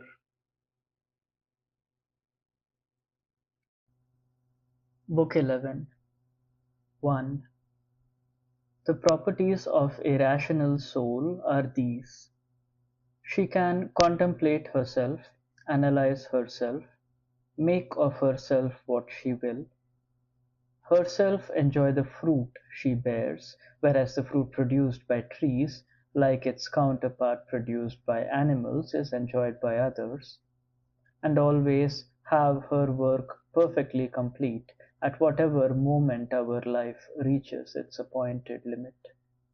For, unlike dances or plays or such like, where if they are suddenly cut short, the performance as a whole is left imperfect, the soul, no matter at what stage arrested, will have her task complete to her own satisfaction, and be able to say, I am in the fullest possession of mine own. Moreover, she can encompass the whole universe at will, both its own structure and the void surrounding it, and can reach out into eternity, embracing and comprehending the great cyclic renewals of creation, and thereby perceiving that future generations will have nothing new to witness, even as our forefathers beheld nothing more than we of today, but that if a man comes to his 40th year, and has an understanding at all, he has virtually seen, thanks to their similarity, all possible happenings, both past and to come. Finally, the qualities of the rational soul include love of neighbors, truthfulness, modesty, and a reverence for herself before all else. And since this last is one of the qualities of law also, it follows that the principle of rationality is one and the same as the principle of justice. 2. You can soon become indifferent to the seductions of song or dance, or athletic displays, if you resolve the melody into its several notes and ask yourself of each one in turn, is it this that I cannot resist?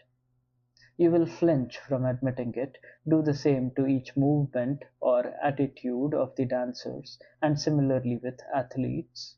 In short, save in the case of virtue and its implications, always remember to go straight for the parts themselves, and by dissecting these achieve your disenchantment. And now transfer this method to life as a whole. 3. Happy the soul which, at whatever moment the call comes for a release from the body, is equally ready to face extinction, dispersion, or survival. Such preparedness, however, must be the outcome of its own decision, a decision not prompted by mere contumacy, as with the Christians, but formed with deliberation and gravity, and, if it is to be convincing to others, with an absence of all heroics. 4. Have I done an unselfish thing? Well then, I have my reward. Keep this thought ever present, and persevere. 5. What is your trade? Goodness. But how are you to make a success of it, unless you have a philosopher's insight into the nature of the universe and into the particular constitution of man? 6. Drama in its earliest phase took the form of tragedy, which by its presentation of the vicissitudes of life reminds us how naturally things of that kind can happen, and that since they move us to pleasure on the stage, we have no right to be aggrieved by their occurrence on the larger stage of reality. For in these plays we are shown that, though actions must have their inevitable consequences, men can still endure them, despite the anguished "Ah, Cythereon" that breaks from their lips. Moreover, there are helpful sayings to be found here and there in the tragic writers, notably, "If heaven care not for me and my two boys, there must be some good reason even for this." Or again, "Vex not thy spirit at the course of things." Or, "Like ears of corn the lives of men are reaped," and many another of the kind. After tragedy came the old comedy, with a tongue unsparing as a schoolmaster's, but administering a wholesale rebuke to pride by its very outspokenness, which to some extent was adopted by Diogenes for the same purpose. But later, look at the aims of the middle comedy, and eventually of the new comedy, which was so soon to decline into the mere artificiality of the mime. To be sure, even these later writers have a few good things to say, as we all know, but what does the whole scope and intention of all their output of poetry and drama amount to? 7. Manifestly, no condition of life could be so well adapted for the practice of philosophy as this in which chance finds you today. 8. A branch severed from an adjoining branch necessarily becomes severed from the whole tree. A man likewise who has been divided from any of his fellows has thereby fallen away from the whole community. But, whereas the branch is lopped by some other hand, the man, by his feelings of hatred or aversion, brings about his own estrangement from his neighbour, and does not see that at the same time he has cut himself off from the whole framework of society. Nevertheless, it is in our power, by the grace of Zeus, the author of all fellowship, to grow back and become one with our neighbour again, so playing our part once more in the integration of the whole. Yet, if such acts of secession are repeated frequently, they make it difficult for the recusant to achieve his reunion and restitution. A branch which has been partner of the tree's growth since the beginning, and has never ceased to share its life, is a different thing from one that has been grafted in again after a severance. As the gardeners say, it is of the same tree, but not of the same mind. 9. Though men may hinder you from following the paths of reason, they can never succeed in deflecting you from the sound action, but make sure that they are equally unsuccessful in destroying your charitable feelings towards them. You must defend both positions alike, your firmness in decision and action, and at the same time your gentleness to those who try to obstruct or otherwise molest you. It would be as great a weakness to give way to your exasperation with them as it would be to abandon your course of action and be browbeaten into surrender. In either event, the post of duty is deserted, in the one case through lack of courage, and in the other through alienation from men who are your natural brothers and friends. 10. Any form of nature always outrivals art, since every art is no more than an imitation of the natural. This being so, that supreme nature which is more perfect and all-inclusive than any other cannot fail to be preeminent in the artist's craft. Furthermore, it is only with an eye on something higher that the arts produce their inferior works, and this is what nature herself also does. Here then we find the origins of justice, for all the other virtues depend on this. We can never achieve true justice while we set our hearts on lesser things of lesser value, and are content and remain credulous, headstrong, and inconstant. 11. It may be that the things you fret and fume to pursue or avoid do not come to you, but rather you go to them. Let your judgments of them then remain in suppression. They, for their part, will make no move, and so you will not be seen pursuing or avoiding them. 12. The soul attains her perfectly rounded form when she is neither straining out after something, nor shrinking back into herself, neither disseminating herself piecemeal, nor yet sinking down in collapse, but is bathed in a radiance which reveals to her the world and herself in their true colors. 13. Will anyone sneer at me? That will be his concern. Mine will be to ensure that nothing I do or say shall deserve the sneer. Will he perhaps hate me? Again, his concern.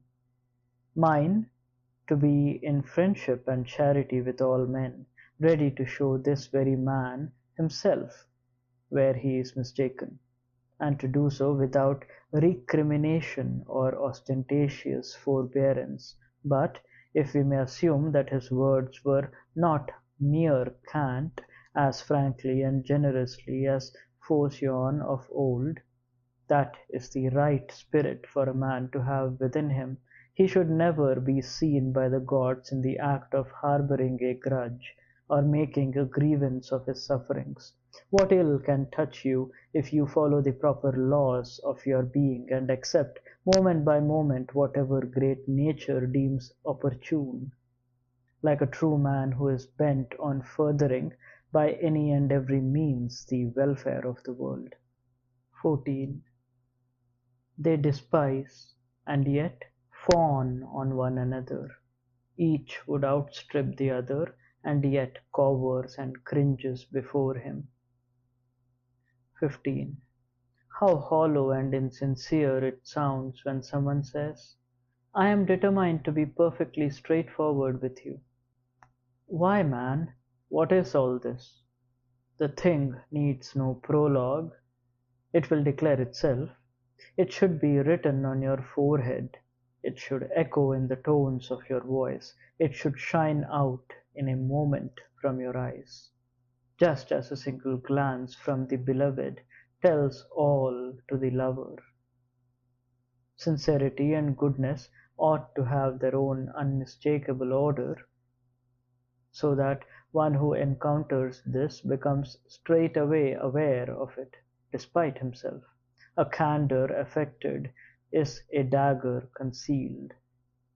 The feigned friendship of the wolf is the most contemptible of all, and to be shunned beyond everything. A man who is truly good and sincere and well-meaning will show it by his looks, and no one can fail to see it. 16. The good life can be achieved to perfection by any soul capable of showing indifference to the things that are themselves indifferent. This can be done by giving careful scrutiny first to the elements that compose them, and then to the things themselves, bearing also in mind that none of them is responsible for the opinion we form of it. They make no approaches to us, they remain stationary. It is we who produce judgments about them, and proceed to inscribe these, so to speak, in our minds, despite the fact that it is perfectly in our power either to inscribe nothing at all, or at least to delete promptly anything that may have inscribed itself unawares. Moreover, you must remember that there will not be much more time in which to give heed to these matters, and that our race will soon be run. Do not be aggrieved then if things are not always to your liking. As long as they are in accord with nature, be glad of them and do not make difficulties.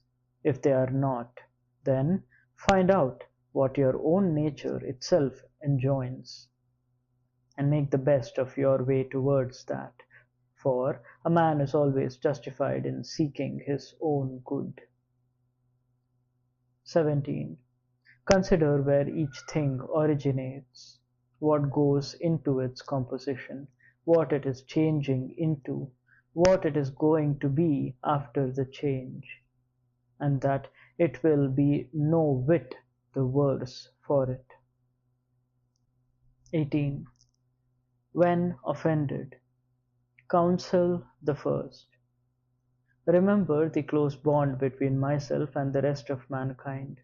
This obtains because all of us were born for one another, or to give a different reason, because I was born to be their leader, as the ram is made to lead the flock, or the bull the herd, or again, to go back to the first principles, because the world, if it is not mere atoms, must be governed by nature, and in that case the lower orders of creation must exist for the higher, and the higher must exist for one another. A second, think of their characters, at board and in bed and so forth, and in particular of the pressure which their own ways of thinking exert upon them, and the consequent self-assurance with which they commit these acts of theirs. A third, if what they are doing is right, you have no claim to be annoyed. If it is not, it can only be unintentional and unwitting. For just as no soul ever wilfully foregoes truth, so no one ever wilfully denies another the treatment he is entitled to. Witness their indignation if anyone accuses them of injustice, ingratitude, meanness, or any other sort of misdemeanor towards their neighbors. A fourth, you yourself offend in various ways, and are no different from them. You may indeed avoid certain faults, yet the inclination is there nevertheless, even if cowardice or a regard for your reputation or some such ignoble motive has restrained you from imitating their misdeeds. A fifth, you have no assurance that they are doing wrong at all, for the motives of men's actions are not always what they seem. There is generally much to learn before any judgment can be pronounced with certainty on another's doings. A sixth, tell yourself when you feel exasperated and out of all patience that this mortal life endures but a moment. It will not be long before we shall one and all have been laid to rest. A seventh, it is not the deeds of these men which are the concern of their own directing reason, that are the source of our annoyance, but the color we ourselves put upon them. Eliminate this, consent to withdraw all thoughts of their heinousness, and anger disappears at once. How effect such erasure? By the reflection that you, at least, have been left undisgraced. For were it not that nothing is bad but moral disgrace, you would be guilty of a host of malpractices yourself, robbery and every other sort of villainy. An eighth, our anger and annoyance are more detrimental to us than the things themselves which anger or annoy us. A ninth, kindness is irresistible, so long as it is to be genuine and without false smiles or duplicity. The most consummate impudence can do nothing if you remain persistently kind to the offender. Give him a gentle word of admonition when opportunity offers, and at the moment when he is about to vent his malice upon you, bring him round quietly with, "No, my son, it was not for this that we were made. I shall not be hurt. It is yourself you are hurting." Point out courteously and in general terms how this is so, and how even bees and other gregarious animals do not behave as he does, but do it without any sarcasm or fault-finding, in real affection and with a heart free from rancour, not in the manner of a schoolmaster, nor yet for the admiration of the bystanders, but, even though others may be present, as if you and he were alone in private.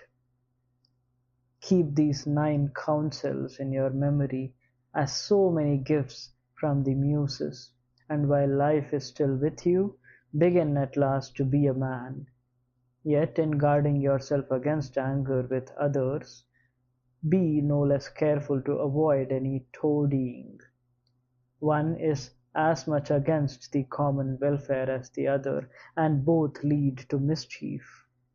In moments of anger, let the thought always be present that loss of temper is no sign of manliness, but that there is more virility as well as more natural humanity in one who shows himself gentle and peaceable. He it is who gives proof of strength and nerve and manliness, not his angry and discontented fellow. Anger is as much a mark of weakness as is grief. In both of them, men receive a wound and submit to a defeat.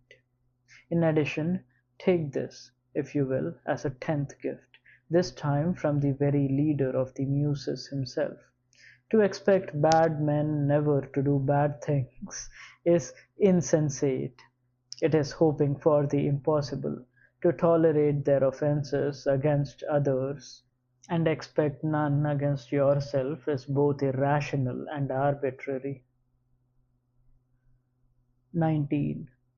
There are 4 aberrations of your soul's helmsman, which you must certainly guard against, and suppress whenever detected.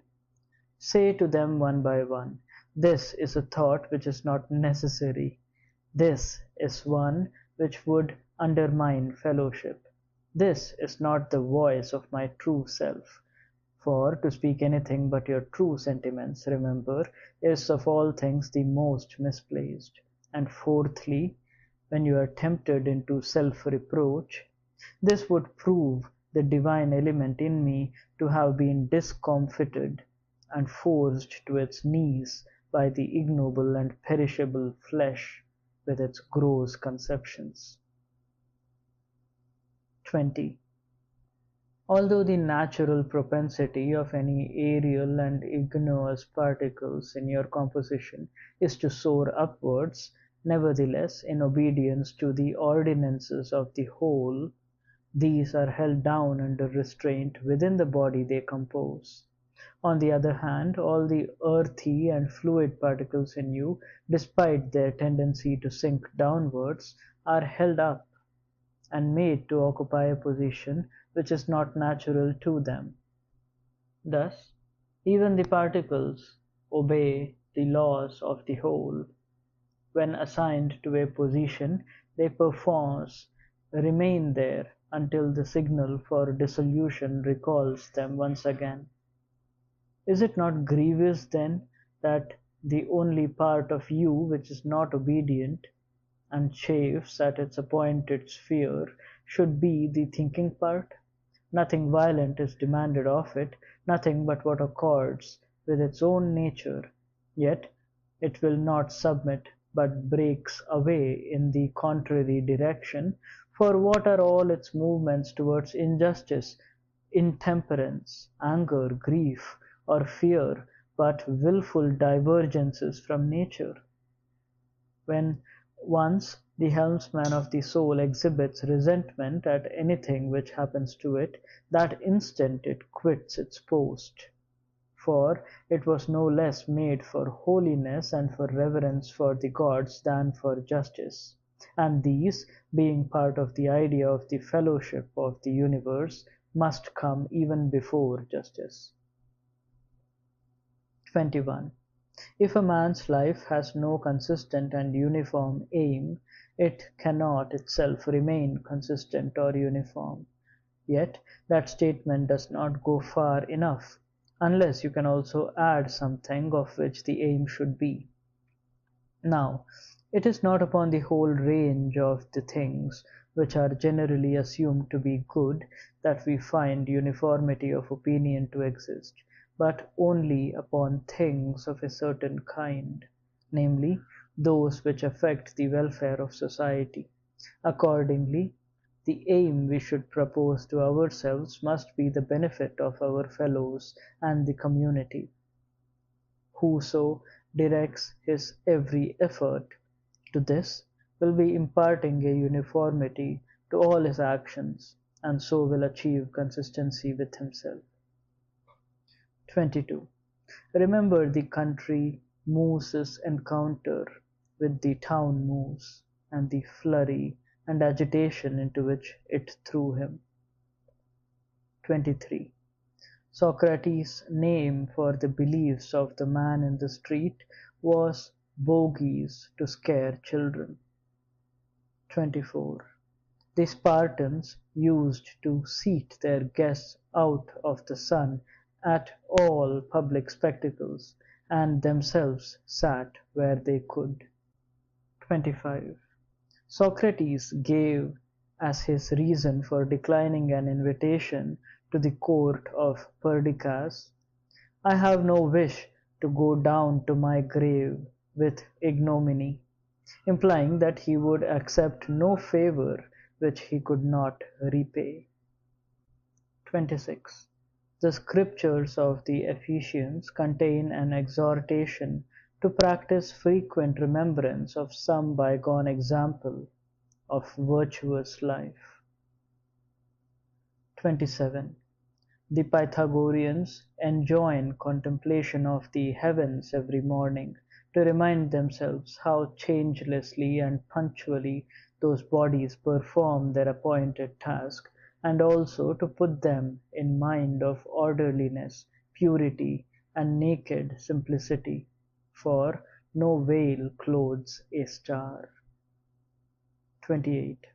Think of Socrates, wrapped in the sheepskin after Xanthippe had walked off with his cloak, and what he said to his friends when they recoiled in embarrassment at seeing him so arrayed. 29. In reading and writing, you cannot lay down rules until you have learnt to obey them. Much more so in life. 30. Slavish by nature, reason is not for thee. 31. Then laughed my heart within me. 32. Virtue they will but abuse, and taunt her with bitter reviling. 33. The fool looks for figs in winter, so is he who looks for children when the season is past. 34. While you are kissing your child, Epictetus once said, murmur under your breath, tomorrow it may be dead. Ominous words, they told him. Not at all, he said, but only signifying an act of nature. Would it be ominous to speak of the gathering of ripe corn? 35. Green grape, ripe cluster, raisin. Every step a change, not into what is not, but what is yet to be. 36. The robber of your free will, writes Epictetus, does not exist. 37. He says, too, that we ought to evolve some proper system for our use of the assent. In regard to the impulses, we must take care to keep them always subject to modification, free from self-interest, and duly proportioned to the merits of the case. Desires also should be restrained to the utmost, and aversions confined to matters under our own control. 38.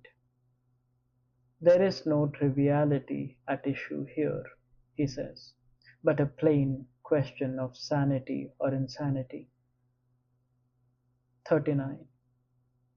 Which is it your will to have, Socrates would ask, souls of reasonable or unreasonable men? Reasonable. Reasonable men who are sound or sick? Sound. Then why not go seek for them? Because we already have them. In that case, then, why all your strife and contention?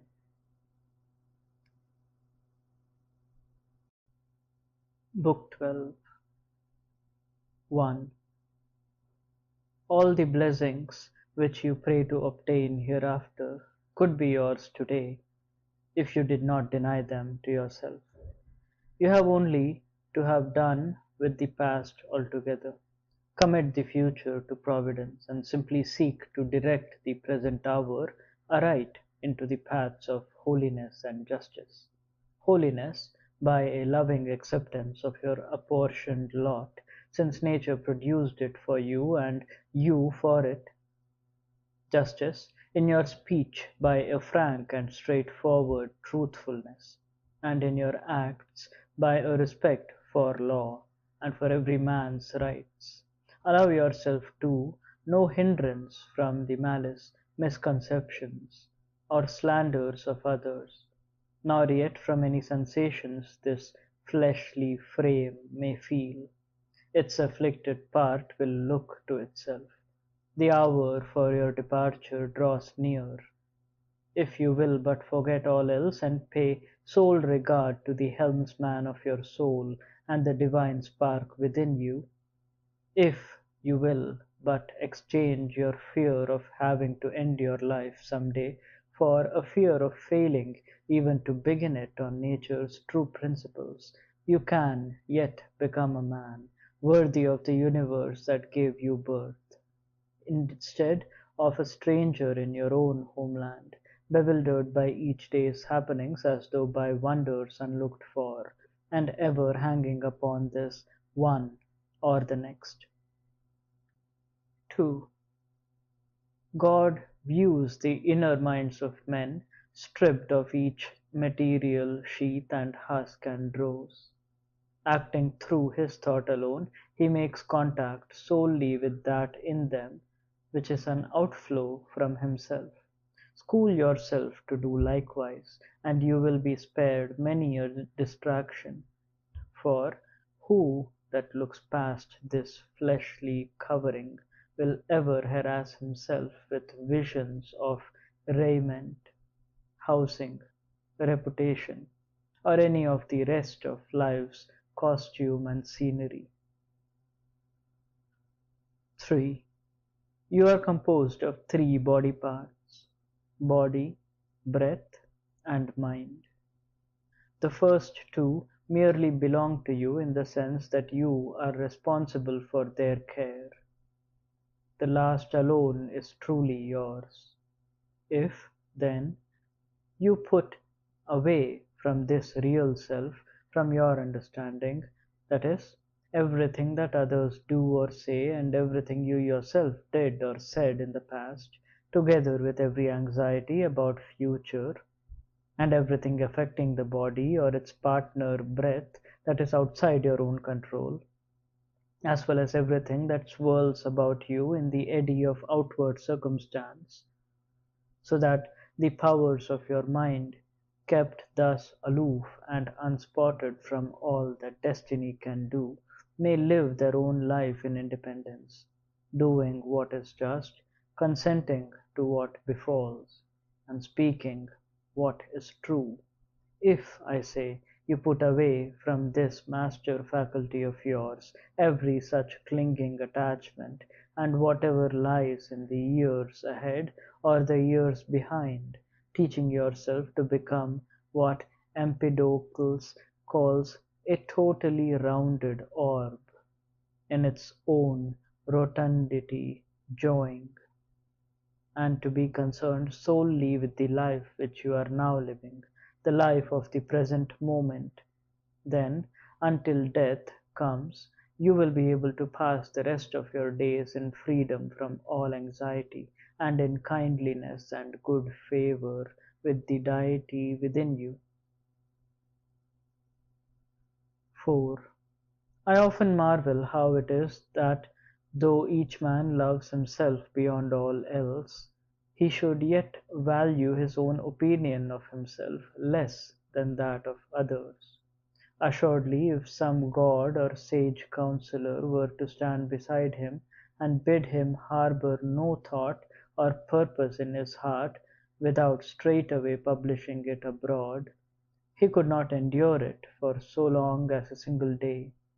So much more regard have we for our neighbour's judgment of us than for our own. 5. Can the gods, who have contrived all else so well and so benevolently, have overlooked this one thing, that even eminently virtuous men, men in the closest correspondence with the divine and living in the intimate union with it through their good works and devotion, should know no rebirth after their death, but be doomed to utter extinction? However, should this indeed be their lot, rest assured that if there had been need for some different plan, it would have been so ordained. Had it accorded with nature, nature would have brought it to pass. Therefore, from its not being so, if in truth it is not, you may have all confidence that it ought not to be. Surely you can see that in raising idle questions like this you are indicting the deity, for should we even be joining issue with the gods in this way, unless they were supremely good and just? And if they are, how could they ever have permitted anything to be unfairly or unreasonably neglected in their dispositions for the universe? 6. Practice, even when success looks hopeless. The left hand, inept in other respects for lack of practice, can grasp the reins more firmly than the right, because here it has had practice. 7.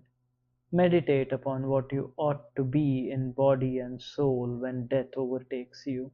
Meditate upon the brevity of life and the measureless gulfs of eternity behind it and before, and upon the frailty of everything material. 8.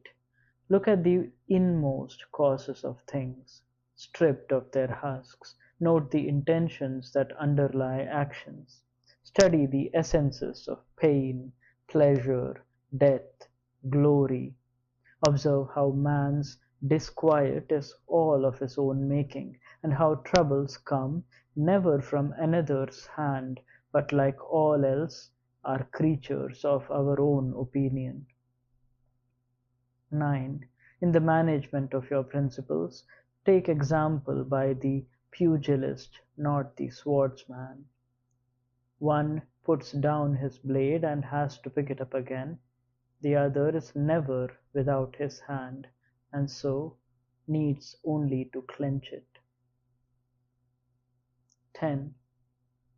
See what things consist of. Resolve them into their matter, form, and purpose.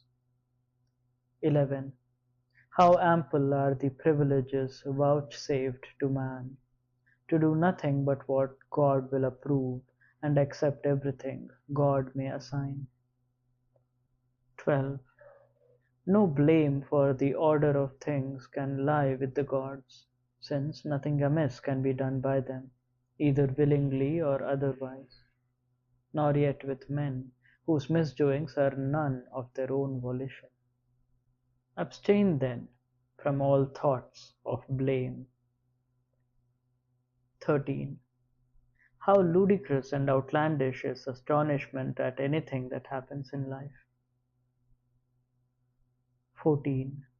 There is a doom inexorable and a law inviolable, or there is a providence that can be merciful, or else there is chaos that is purposeless and ungoverned. If a resistless fate, why try to struggle against it? If a providence willing to show mercy, do your best to deserve its divine succor.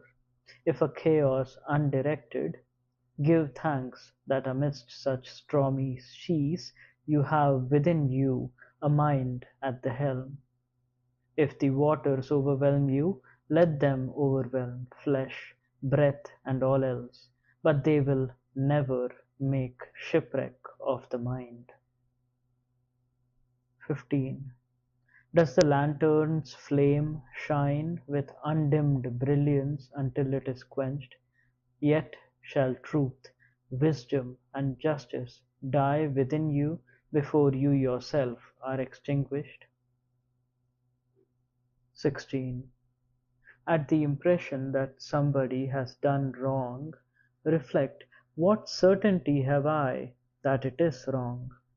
Furthermore, even if it is, may he not already have reproached himself for it, fully as much as though his nails had visibly rent his features? To wish that a rogue would never do wrong is like wishing that fig trees would never have any sour juice in their fruit, infants never cry, horses never neigh, or any other of life's inevitabilities never come to pass. How, pray, could he act otherwise with the character he has? If you find it so vexatious, then reform it. 17. If it is not the right thing to do, never do it. If it is not the truth, never say it. Keep your impulses in hand. 18. Always look at the whole of a thing.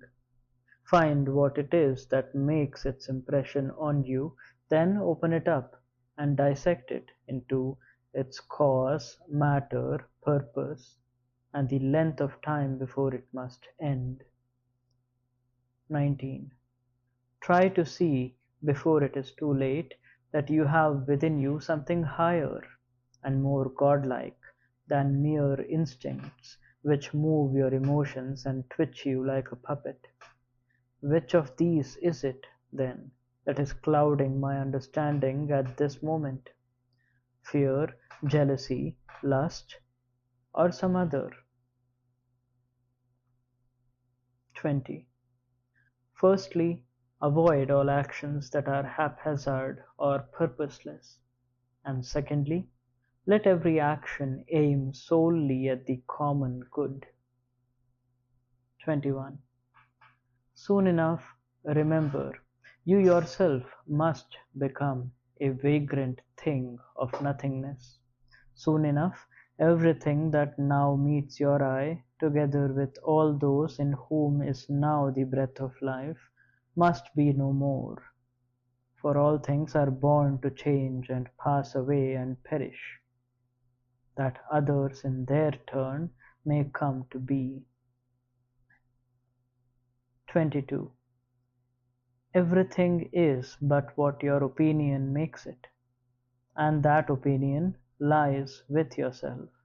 Renounce it, and when you will, and at once, you have rounded the foreland, and all its calm, a tranquil sea, a tideless haven. 23. When an operation, no matter of what sort, is brought to a close at the right moment, the stoppage does it no harm, and the agent himself is no worse for discontinuing his action.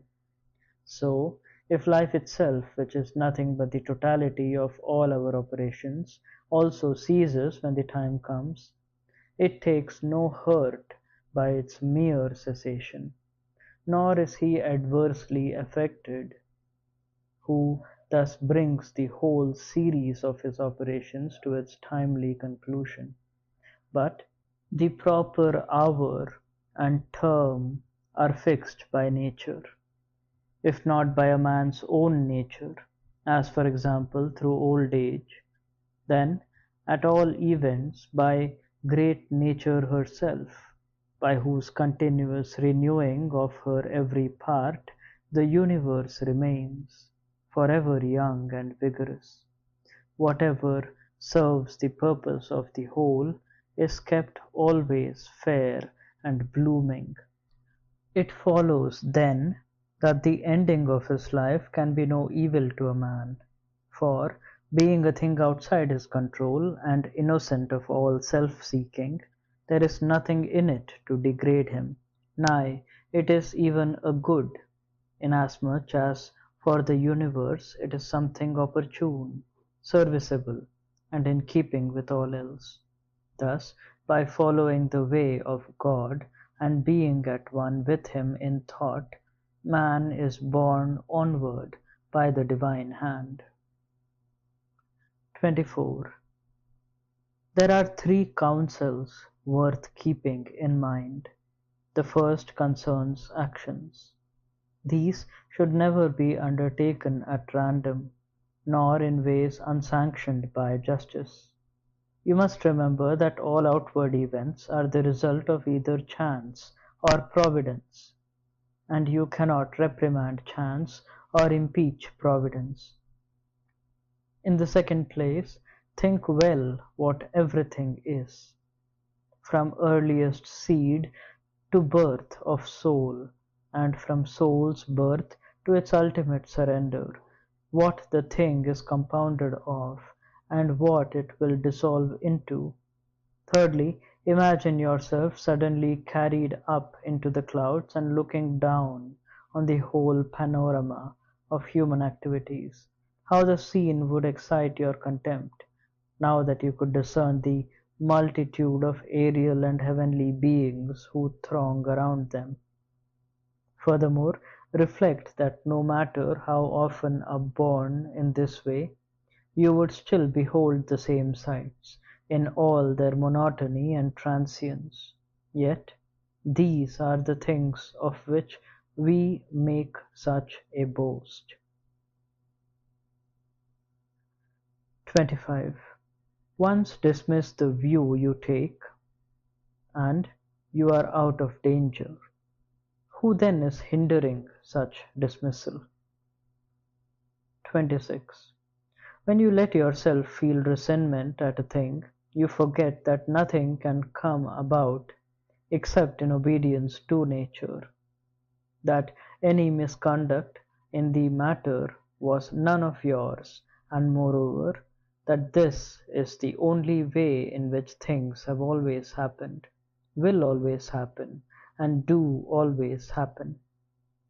You are forgetting, too, the closeness of man's brotherhood with his kind, a brotherhood not of blood or human seed, but of a common intelligence, and that this intelligence in every man is God, an emanation from the Deity. You forget that nothing is properly a man's own, for even his child, his body, his soul itself, all come from this same God. Also, that all things depend upon opinion. Also, that the passing moment is all that a man can ever live or lose. 27. Ponder the lives of men who have set no bounds to their passions, the men who have reached the very summits of glory, disaster, odium, or any other of the peaks of chance, and then consider, where are they now all? Vapor, ashes, a tale, perhaps not even a tale.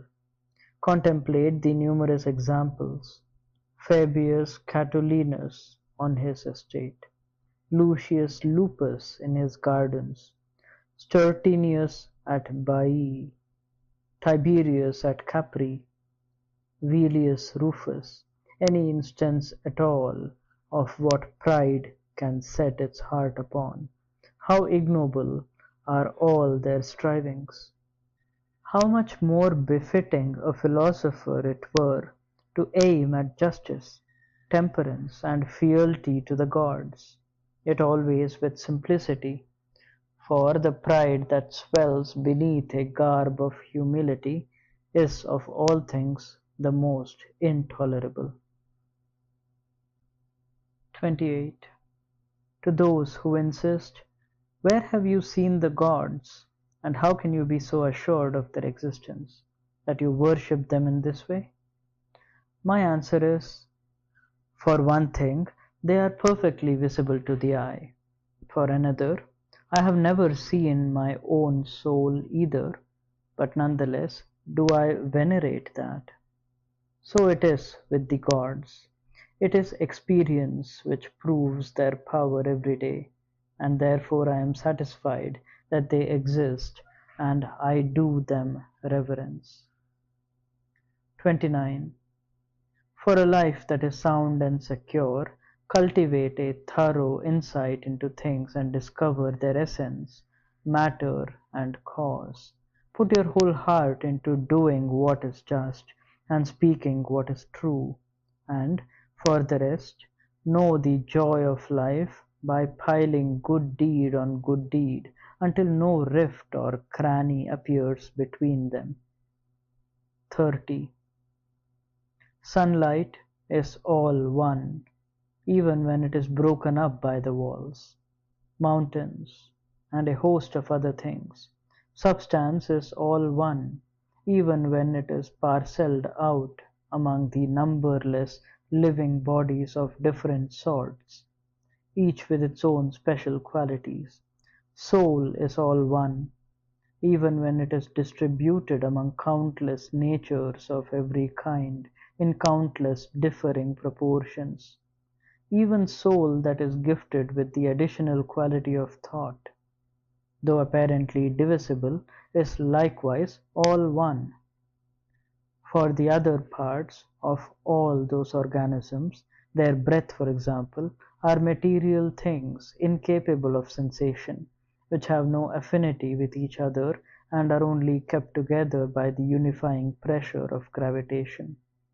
By thought, by its very nature, tends spontaneously towards anything of its own kind and mingles with it, so that the instinct for unity is not frustrated. 31. Why do you hunger for length of days? Is it to experience sensations and desires, or increase or cessation of growth? Is it to make use of the powers of speech or thought? Does any of these things seem really worth coveting? Then, if you think them beneath your notice, press on towards the final goal of all, which is the following of reason and of God. But to prize this, you must remember, is incompatible with any feelings of resentment that death will rob you of the others. 32. How small a fraction of all the measureless infinity of time is allotted to each one of us! An instant and it vanishes into eternity. How puny too is your portion of all the world's substance! How insignificant your share of all the world's soul! On how minute a speck of the whole earth do you creep! As you ponder these things, make up your mind that nothing is of any import, save to do what your own nature directs, and to bear what the world's nature sends you. 33. How is my soul's helmsman going about his task? For in that lies everything. All else within my control or beyond it is dead bones and vapor. 34. Nothing will more encourage a contempt for death than the reflection that even men who accounted pleasure a good and pain and evil have nevertheless been able to despise it. 35. When a man finds his sole good in that which the appointed hour brings him, when he cares not if his actions be many or few, so they accord with strict reason, when it matters not to him whether his glimpse of this world be long or fleeting, not death itself can be a thing of terror to him. 36. O man, citizenship of this great world city has been yours. Whether for 5 years or 5 score, what is that to you? Whatever the law of that city decrees is fair to one and all alike. Wherein then is your grievance? You are not ejected from the city by any unjust judge or tyrant, but by the selfsame nature which brought you into it. Just as when an actor is dismissed by the manager who engaged him. But I have played no more than 3 of the 5 acts. Just so, in your drama of life, 3 acts are all the play. Its point of completeness is determined by him who formerly sanctioned your creation and today sanctions your dissolution. Neither of those decisions lay within yourself. Pass on your way then, with a smiling face, under the smile of him who bids you go.